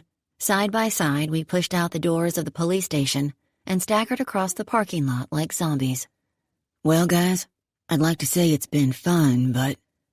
Austin unlocked his truck as Miles and I stepped up to Ansel. Miles snorted. "Call me if you guys need anything." "Will do." Miles shook his hand. Austin turned to me. "I don't usually do this, but..." He opened his arms for a hug and I stepped into his embrace. "They'll find the guy, Lou. They'll find him." I nodded, looking down as I stepped back, feeling that damn sting of tears again. With that final goodbye, Austin fired up his old Chevy and disappeared down the highway. "Keys." Miles turned to me and held out his palm. I tossed the ring to him, noticing the weight as I released it. My key ring had over 2 dozen keys, and 5 or 6 pointless keychain collectibles that I'd had forever. One a faded plastic taco and another a bejeweled kitten with one eye missing. Even my keys were a disorganized mess. I have to change my life. "Thanks for driving and for riding back with me," I said as I climbed into the passenger seat. "Are you kidding? You're a mess. No way was I letting you drive 3 hours alone." I sighed, then looked out the window. I can't believe all of this. "They'll find him." Ansel roared to life. As we pulled onto the highway, I looked over my shoulder at the mountain in the distance, where Ryder was busy convincing the cops he had nothing to do with Margie's death. I wondered if I would ever see him again. Tears stung again. I turned away from Miles so he wouldn't see me cry, and stared out the passenger window, watching the small town of Berry Springs fade to woods. I zoned out for a while, both physically and emotionally exhausted. Sometime later, a bump in the road shook me from my daze. I frowned, sitting up straight as I looked around. The road had narrowed, the trees closing in above us. The sky was dark and brooding. We were on wooded back roads, not the interstate as we should have been. Where are we? Headed home. I'm no MapQuest, but I'm pretty sure we should be on asphalt right now. I figured you'd want to make one last stop at Hollow Hill before we totally close the book on this. My frown deepened, a little tickle of nerves in my stomach. Warning bell number 1. "I was there yesterday," I said. "I've been twice now. Took plenty of pictures. I don't know what else we can look for, and believe me, at this point, I want out of it. The FBI is investigating now. Kara's case is in capable hands." Miles glanced at me. "We came all this way, Lou. I feel like the least we can do is take one more look at the last place Kara was known to be." The SUV hit a pothole, bouncing me out of my seat. "What way is this?" I asked. "I told you, to Hollow Hill." "I swear I went a different way." Warning bell number 2. Miles shrugged, then turned onto another dirt road. Hollow Hill loomed in the distance. We were coming up on the back side of the estate, a route I hadn't taken before, a route MapQuest didn't know about. He rolled to a stop and cut the engine. "Ready for one last look?" I couldn't justify the unease I felt, so, true to Louise Sloane form, I pushed common sense aside for one last time. Slamming the door shut behind me, I glanced up at the darkening sky. We need to get back soon. Miles nodded, sliding the keys into his pocket. I grabbed my camera and followed him up the uneven path that led to the back of the house. Wind rustled through the trees, and a crow called out somewhere in the distance. We walked up the creaky steps, littered with twigs, leaves, and old beer cans. Miles pushed open the back door, which creaked on its hinges. "You go right," he said, "and I'll go left." "Okay." I turned on my camera and took the same path through the house I'd taken when Ryder and I had visited earlier. Miles's footsteps faded behind me. I took a few pictures of the windows from different angles than before, and other shots of the doorways, old cans left behind. Nothing that piqued my curiosity. I took the side staircase up to the second floor, the steps groaning beneath my weight. The hall was dark and quiet as I slowly made my way along it, keeping my head on a swivel. I came to the master bedroom, the room where Ryder had found the pendant. Nerves knotted in my stomach as I stepped inside. I scanned the room, walked over to the fireplace, and took a few more pictures. I made my way to the dirty, cracked window and looked outside. A gust of wind spun dead leaves from the ground, sending them spiraling. I suddenly felt a presence behind me. I wasn't alone. Wrapping my fingers around the camera like a weapon, I shifted my weight to my toes. As I started to turn, a hand came from behind and clamped over my nose and mouth. I screamed, clawing at the arm pinning me. Fingertips pinched my nose as a forearm locked my head in place. I couldn't move, couldn't breathe. The spicy, cool water fragrance wafting from him made me freeze. Miles. "Don't scream.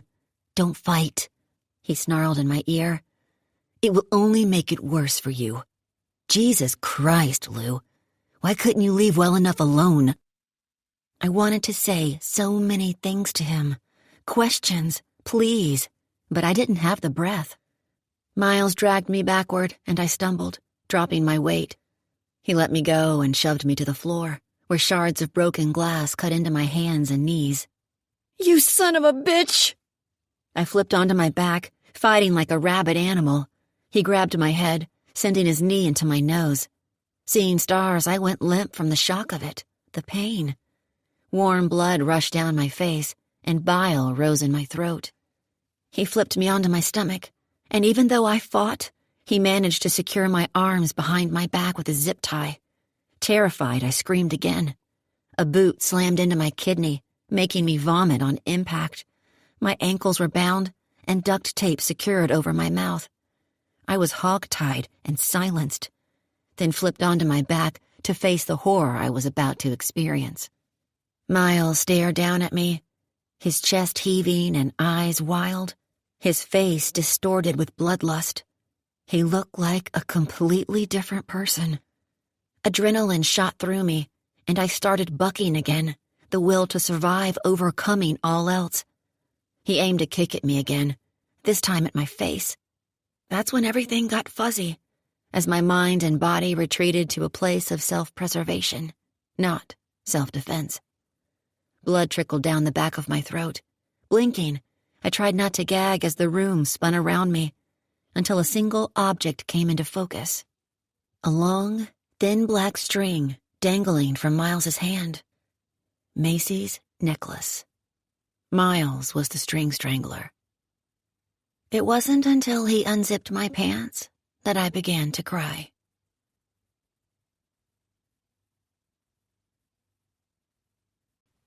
"36. Ryder." I paced the living room, my fists clenching and unclenching with each turn. The cops were gone. The house was empty and silent again, exactly the way I'd intended. Except now everything was fucking different. I wanted Lou, in my space, in my arms, her voice breaking the silence. But she was gone. I ground my teeth, my gaze darting frantically around the house, not sure what to do, where to go. What the hell to do with the tornado of emotions raging inside me? Jessica had bagged up Margie's body to take it to the morgue, where it would rest until its autopsy. When I asked if she'd seen Lou when she pulled up, Jessica told me that Austin left alone in his truck while Miles and Lou left together. I didn't like that. Jessica also told me that she didn't have the fingerprint results from the pendant, but she would soon. McCord told me not to leave town, shocker, and to expect at least one more visit from the cops and another from the FBI. I was advised to stay home and not go anywhere. My hands were fucking tied. The chief had made sure of that. I'd picked up the phone to call Lou 10 times, but never pushed the button. She'd said herself we were no good for each other. Or was it that she was no good for me? I looked at the kitchen where Lou had stood by my side, holding me together while we made dinner for our unexpected guests not 24 hours earlier. I looked at the library where we'd read together after I'd confessed the deepest, darkest secrets of my soul. I looked down the hall toward the observation room where we'd made love under the stars. There's still hope? Jesus Christ, the woman had me. From the moment she turned around in that library, she had me. I just didn't know what the hell to do about it. I was spinning, crazy. My carefully planned environment suddenly tossed on its head, my future up in the air. I closed my eyes and took a deep breath. What would Old Ryder do? Old Ryder wouldn't accept wallowing in uncertainty. Old Ryder would make a plan and act on it. My gaze shifted to my laptop. If I couldn't actively help in the investigation to prove my innocence, I would help behind the scenes. And I was damn good at slinking behind the scenes. I jogged across the room and powered up my computer. First, I reread every document Roman had pulled from BSPD regarding Macy's homicide. There was no mistaking a second person had participated in her death. I leaned back, scratching my chin. Leon Ortiz was 19 at the time he killed Macy and my unborn baby. Assuming his accomplice was close in age, this would put him at around 30 years old now. Around Louise's age. Squinting, I leaned forward and clicked into a folder I'd labeled Stills. Inside were dozens of images I'd copied from Lou's laptop from her investigation here in Berry Springs, without her knowing. I wanted to know everything she did, in case she bulldozed her way down a rabbit hole she couldn't get out of. I clicked through the photos of Hollow Hill, the master bedroom where I'd found the pendant, pictures of the upstairs, the downstairs. She'd been so thorough, capturing every angle, using the best lighting possible. She was a talented photographer, no doubt about it. I scrubbed my hand over my mouth. I couldn't explain why, but I felt like I was onto something. Something was in these pictures that I was missing. I scrolled through the thumbnails until a few caught my eye. They were pictures of the inside of Lou's Forerunner, crooked angles as if taken by accident. Frowning, I leaned forward. I recognized the run-down gas station in the background as being a few miles from the last search location for Kara. I wondered if Lou had pulled over to take pictures of it. Probably so. These pictures, though, were of stacks of bags in what I was guessing was the back seat. Squinting, I zoomed in. I recognized the stonewashed denim wonder as Lou's duffel bag and grinned. The other bag, black leather, was unzipped. It must belong to Miles because Lou told me they'd driven to Berry Springs together. My head tilted as I zoomed in, examining the contents. Folded clothes, a bottle of cologne, a condom, an open wallet. Stuffed partway inside the wallet was a receipt from Tad's tool shop, dated 4 weeks earlier. Among the items purchased were a fishing pole, fishing lures, camping tent, thermos, lighters. My heart froze as I stared at the last item. Poly tarp, blue, item 57392, $12.99. My brain kick-started, scrambling to put the pieces of a puzzle together that I knew were right in front of me. Kara was killed 4 days after this receipt was printed, telling her friends she was meeting someone to go camping. Lou and I had found scraps of a blue tarp where Kara's body was found. Miles was around 30 years old. Miles killed Kara. Miles was the fucking string strangler, and Miles has Lou. As I surged to my feet, the front door was flung open. Mac, Justin, and Roman strode into the house. I didn't blink, didn't break my stride as I pulled my cell from my pocket. 1 bar of reception. I dialed Louise's number. No answer. Mac held up a hand. Whoa, dude, stop. He has her. I dialed again. Miles, a guy from Ponco. He's the fucking string strangler, and Lou left with him hours ago. I grabbed my keys and jogged past them through the front door. Wait, Mac called out after me. Does this have anything to do with the body that was just found on your land? I shoved the phone in my pocket after I got her voicemail again. And how the fuck do you know about that already? I kept moving, and they hurried after me. We know about everything already, Max said. You know that? Thought you could use a helping hand, or maybe a one-way ticket somewhere. No ticket.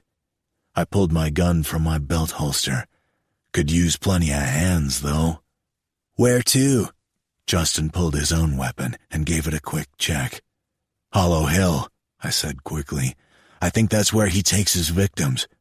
I jumped in my truck as Roman and Justin headed to the black Escalade that was blocking me in, but Max stopped me before I could shut my door. Hey, Ryder, keep a cool head. No matter what happens, don't pull that trigger. Not for 6 more months, man. I slammed the truck into drive and maneuvered past the Escalade by barreling over a stack of firewood I'd chopped earlier that week. Instead of taking a left out of the driveway, I hung a right, taking a gamble on a shortcut to Hollow Hill, but the Escalade turned left.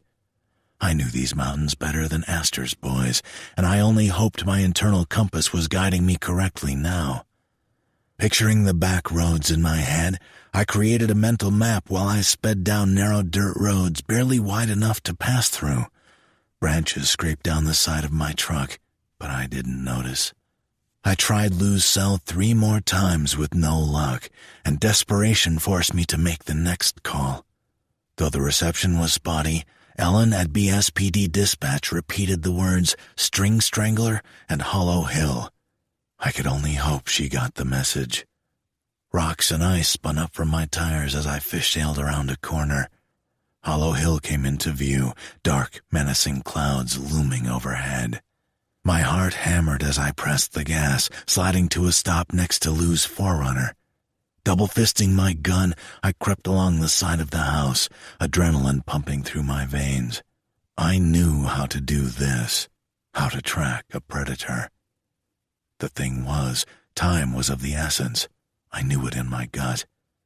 Staying low, I breached the house, sweeping my gun from dark corner to dark corner. And that's when I heard it. Sobs and whispers from upstairs. Lou. I took the stairs 2 at a time, my pulse a steady pounding in my ears. The next sound was a scream that would haunt me for the rest of my life. Stop! I yelled, sprinting down the hall, gun up. I kicked through the door to the master bedroom as Miles was lowering himself onto her. My woman. My Lou. Rage exploded through my veins. I leaped through the air, tackling the motherfucker at full speed. We tumbled, our bodies slamming into the wall. Miles lay face down, not moving, so I spun around and lunged for Lou. Her hands and ankles were bound, her mouth duct-taped and one eye swollen shut, the other wild and red as she processed what was happening. I frantically checked her over, looking for open wounds or anything that needed immediate attention. My focus was on her, only her. "Baby, it's gonna hurt," I said before I peeled the tape from her lips. "Ryder." Tears streaming down her cheeks, she wept. "Are you okay? Are you hurt?" She shook her head. I knew she was hurt in so many different ways, but nothing that appeared to be life-threatening. My attention was pulled to the sound of shuffling behind me. Miles. That rage ignited like a match to gasoline. I bolted to my feet and spun around as Miles was climbing out through the window. Raising my gun, I sighted on him and slid my finger around the trigger. 3 men burst through the door. Roman tackled me while Justin leaped onto Miles's back, sending them both through the window.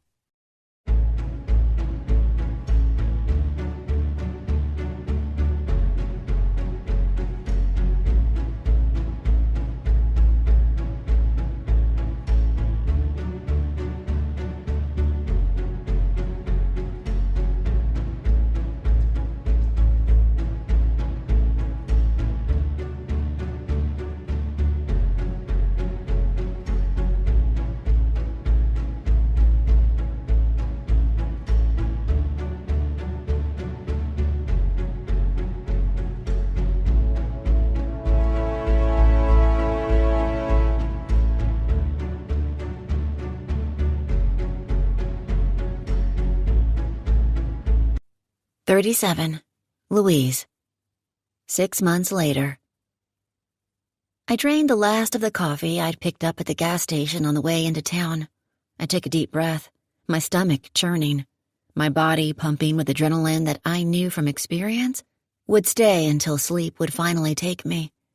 Grabbing my backpack, I zipped up my coat and glanced at the clock glowing from Ansel's dashboard, which read 2:17 a.m. Here we go. I pushed out the door. "Well, well, well. Mornin', sunshine."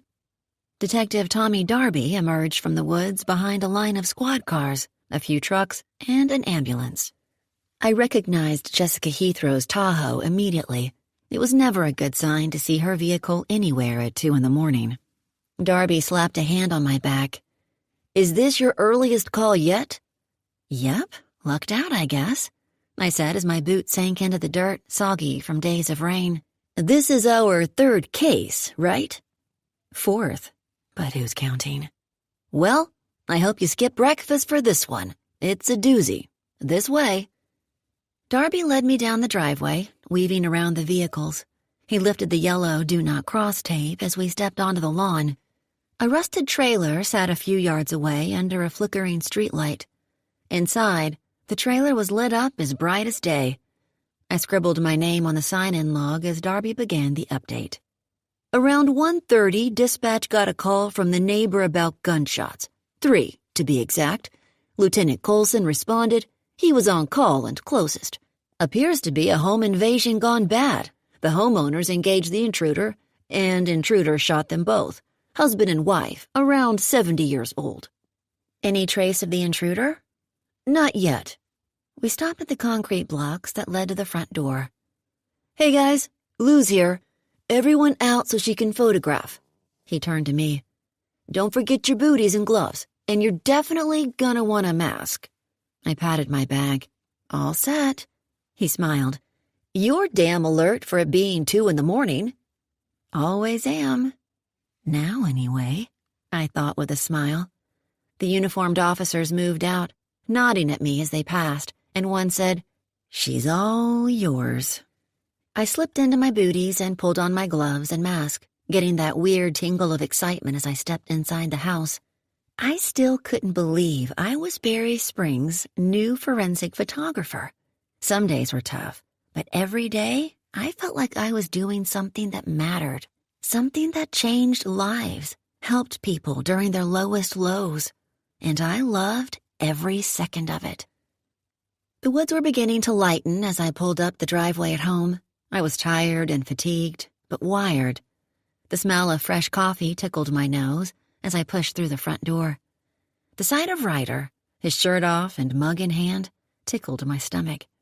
His smile lit the room as he crossed it. As had become habit, he kissed my nose, then fell to his knees, lifted my shirt, and kissed my belly. Growing belly, I should say. Still smiling, he stood and handed me the coffee.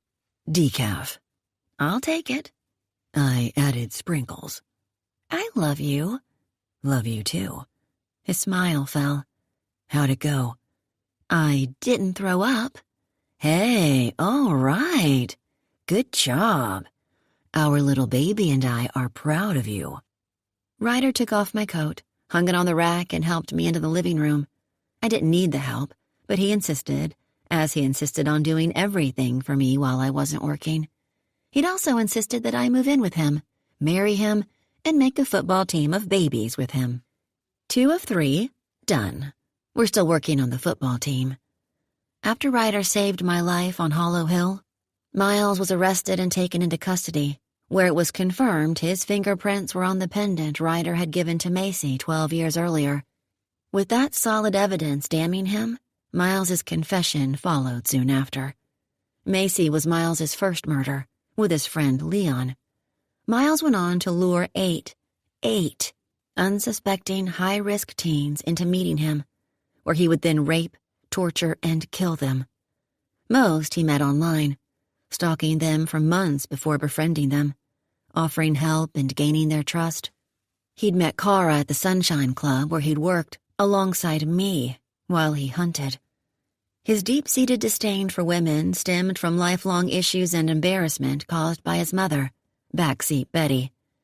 After he was arrested, Miles admitted to following Margie through the woods that day after Austin left for the shooting range, thinking Miles was still asleep, then having his way with her before strangling her to death. Miles was locked in jail where monsters like him should be, waiting for a conviction that would hopefully send him away for life. From that day forward, Ryder never left my side. We'd packed up my apartment together, and I'd moved in with him the next week, and immediately began renovations and decorating with his full blessing. He was a completely different man. Each day a chink of armor falling off. The old Ryder was finding his way back. I was treated like his queen, and he my king. Not a day went by that Ryder didn't tell me how much he loved me, and how grateful he was that I'd pushed my damn way into his life. He'd asked me to marry him in the observation room not long after I moved in. 2 weeks later, we found out I was pregnant. Ryder lowered me onto the couch in the living room, now decorated with dark leather furniture, handcrafted tables, candles, and plants. Warm and homey. He took the seat next to me and asked for all the details about the crime scene I'd photographed, as he always did when I got home. He knew it helped me to relax, to recap everything, talk it out, cry if I needed to. After that, we switched topics. "When do you leave?" I asked, grabbing his hand. "Tomorrow. Max will be by every day to check on you." "I don't need your brother to check on me." "I know." Ryder leaned down and kissed my knuckles. I combed my fingers through his hair. I loved his hair. "Where to this time?" "Mexico. That's all I know. It'll be my last job until after the baby comes." Astor's cool with that? He didn't have a choice. I had it written into my contract when I signed back on. All future babies give me 8 months off. In lawyer terms, of course. I smiled. "You love being back, don't you?" He nodded. "Feel like I'm doing what I'm supposed to do. Just like you feel." "What's in Mexico?" Ryder frowned. "Not Roman, that's all I know." "What do you mean? Did something happen to him?" Ryder shrugged. "Guy took an op and fell off the grid a week later. No one knows why or where he went." He waved a hand in the air, dismissing the subject. "Anyway, I'll find him. Are you hungry?" "Starving." He pushed to his feet. "Organic peanut butter and jelly sandwiches coming up. Grape or strawberry this time?" "Apricot." "Oh, feeling saucy. All right, be right back." As I watched Ryder stride into our kitchen, my gaze shifted to the framed picture on the wall of our first kiss, captured when I dropped the camera in the snow. Home. Home with my husband. Home with our baby boy in my belly.